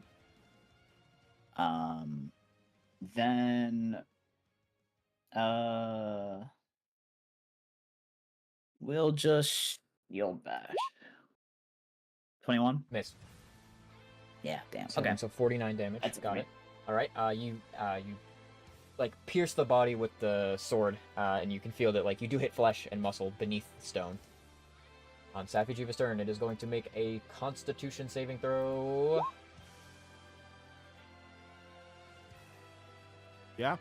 Safijiva ceases struggling, moving, or attempting to free itself from being petrified. The body entirely stops moving and is turned to solid stone. Woohoo! Is it done? Oh, I think we did it. It looks done. I don't really need that one. That's a little too much. Come on. Not so dark.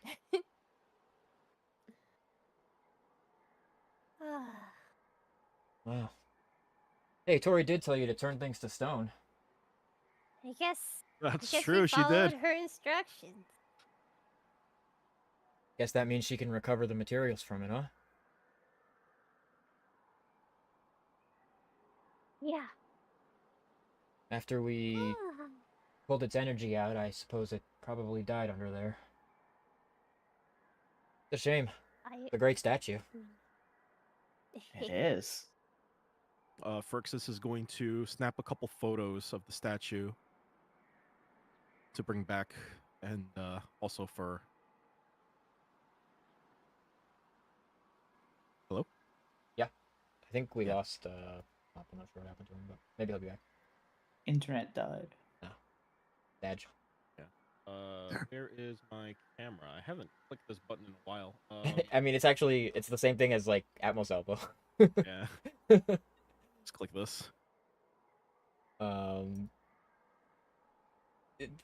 So we're not gonna cheat anymore. So it is actually 16. But Yep. you get a great photo of the statue. I mean, it's an advantage, right? Because it's a restrained creature. I don't know. Question mark. Yeah. Whatever. It's 24. Well, I'll give it 24. You get a great photo of everybody posing up next to the perfect like 1-to-1 detail statue of Safijiva. It at the heart of the Everstream, which is a place that almost nobody ever sees in their lifetime. So. That's a keeper. That's a great photo. Damn. If Pump's not back in the next like 2 minutes, we're just gonna hard end here because I need him for. I need Oh him. no! Oh. Oh no! Oh no. It's okay. It'll be a time. With Tori's assistance, you will actually get to carve Safijiva. She'll use Yay!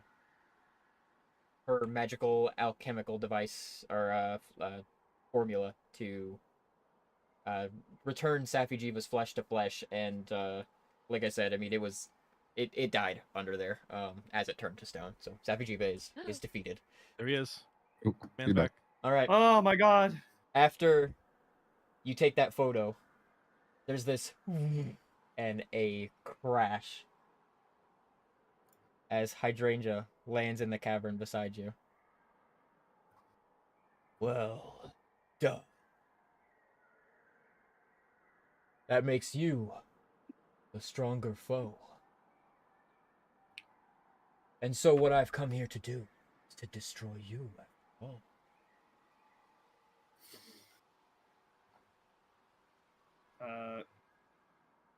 Gen is going to stand up.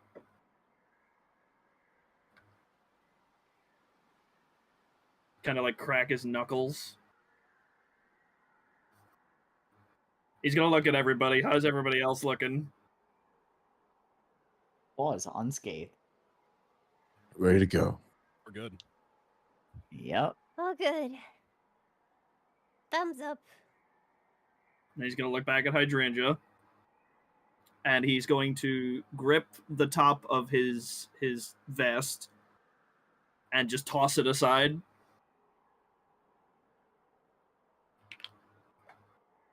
Let's do this.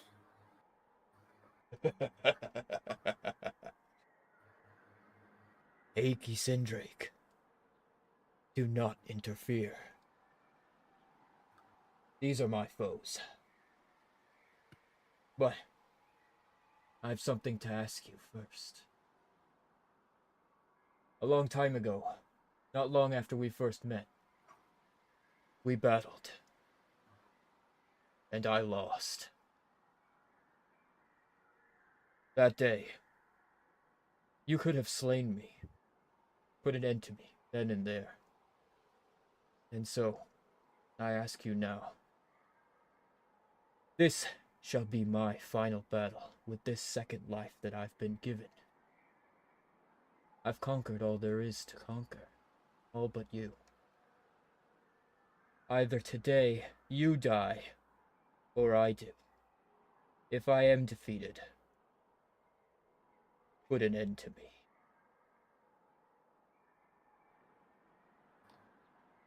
I'll respect your wish. One way or another, this ends today. Then have at you.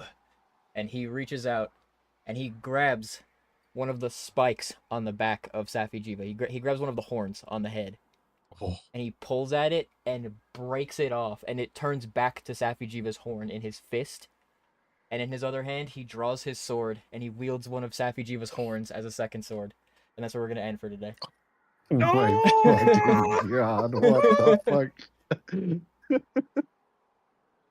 Next time on Hunt for the Oh. Starry Sky, the final confrontation with Hurricane Hydrangea. Well done, guys. You defeated Safijiva. That was cool. That was, like, super cool. You guys used, like, so much of your shit today, and it was awesome. That was Yeah. great. Crazy. Super I cool. finally got to use Flesh to Stone. I know, and it It worked! worked. It actually worked. Like, It it worked, worked. like, with no, like, roll fudging whatsoever. Safijiva with, like, a plus 14 to Constitution actually failed 3 of those. It was like he failed, what, 3 out of 5 of them? Like, that's fucking crazy. It worked. The universe wanted it to happen. Yeah. Technically, I True. could have About used ti- legendary about resistance, time. but who wants to do that? No, I mean, listen, it was about time. It has never worked until this moment, and it was such a critical moment for it to Sick. work. It was super Yeah. sick. Mhm. It was perfect. All right. Thanks everybody for coming out. Thanks so much for the raid. It was Tales of the Time Arc. But I know that the name of the individual who runs that channel is like Tales, right? Or Tails Tales. I'm not sure if I'm saying that right. Tally's Tales. That's how I'm supposed to be saying that. Appreciate the raid. Thank you. I appreciate it. Hope you guys enjoyed. We're Hunt for the Starry Sky. We're doing Dungeons and Dragons 5th edition based on Monster Hunter because I super duper love Monster Hunter more than anything. Thank you so much, Jack, for the plug. Chat was funny today, by the way. There were a few times that I couldn't keep it together because chat made me laugh. You guys were funny. You guys had some funny stuff, some funny input. And I always appreciate that. Safijiva defeated. Next time, Hurricane Hydrangea has been a thorn in the side of my homies here for a while. Although he's like loosely a homie too. But Yeah, that's the bestie. You know, listen, we love to see him, and it's about time that, you know, his long journey be put to a rest. So obviously, you know, gotta As throw we the know. fucking vest aside, put the dukes up, and fucking put an end to this. As we know, Hunt for the Starry Sky has been Hunt for the Starry Sky. Hydrangea has been around. He was a hunter 1,000 years ago. He was the most prolific hunter 1,000 years ago who fell in one of the most prolific battles in history. And he was resurrected by a not friend and made into kind of like a tool of the bad guys. And he just seeks battle. He seeks the greatest battle of all, which is us. So next time we'll find out what happens with Hurricane Hydrangea. Appreciate you. Thank you so much for the raid, and I hope you guys had a great session. I'll check out the channel as soon as we're finished here. Thanks everybody. We will see you next week. Please take care, stay safe, be good people. I'm dropping a video soon. Keep an eye out for that. It'll be out very soon. Take care, everybody. Bye-bye. Bye. out. Bye. Bye.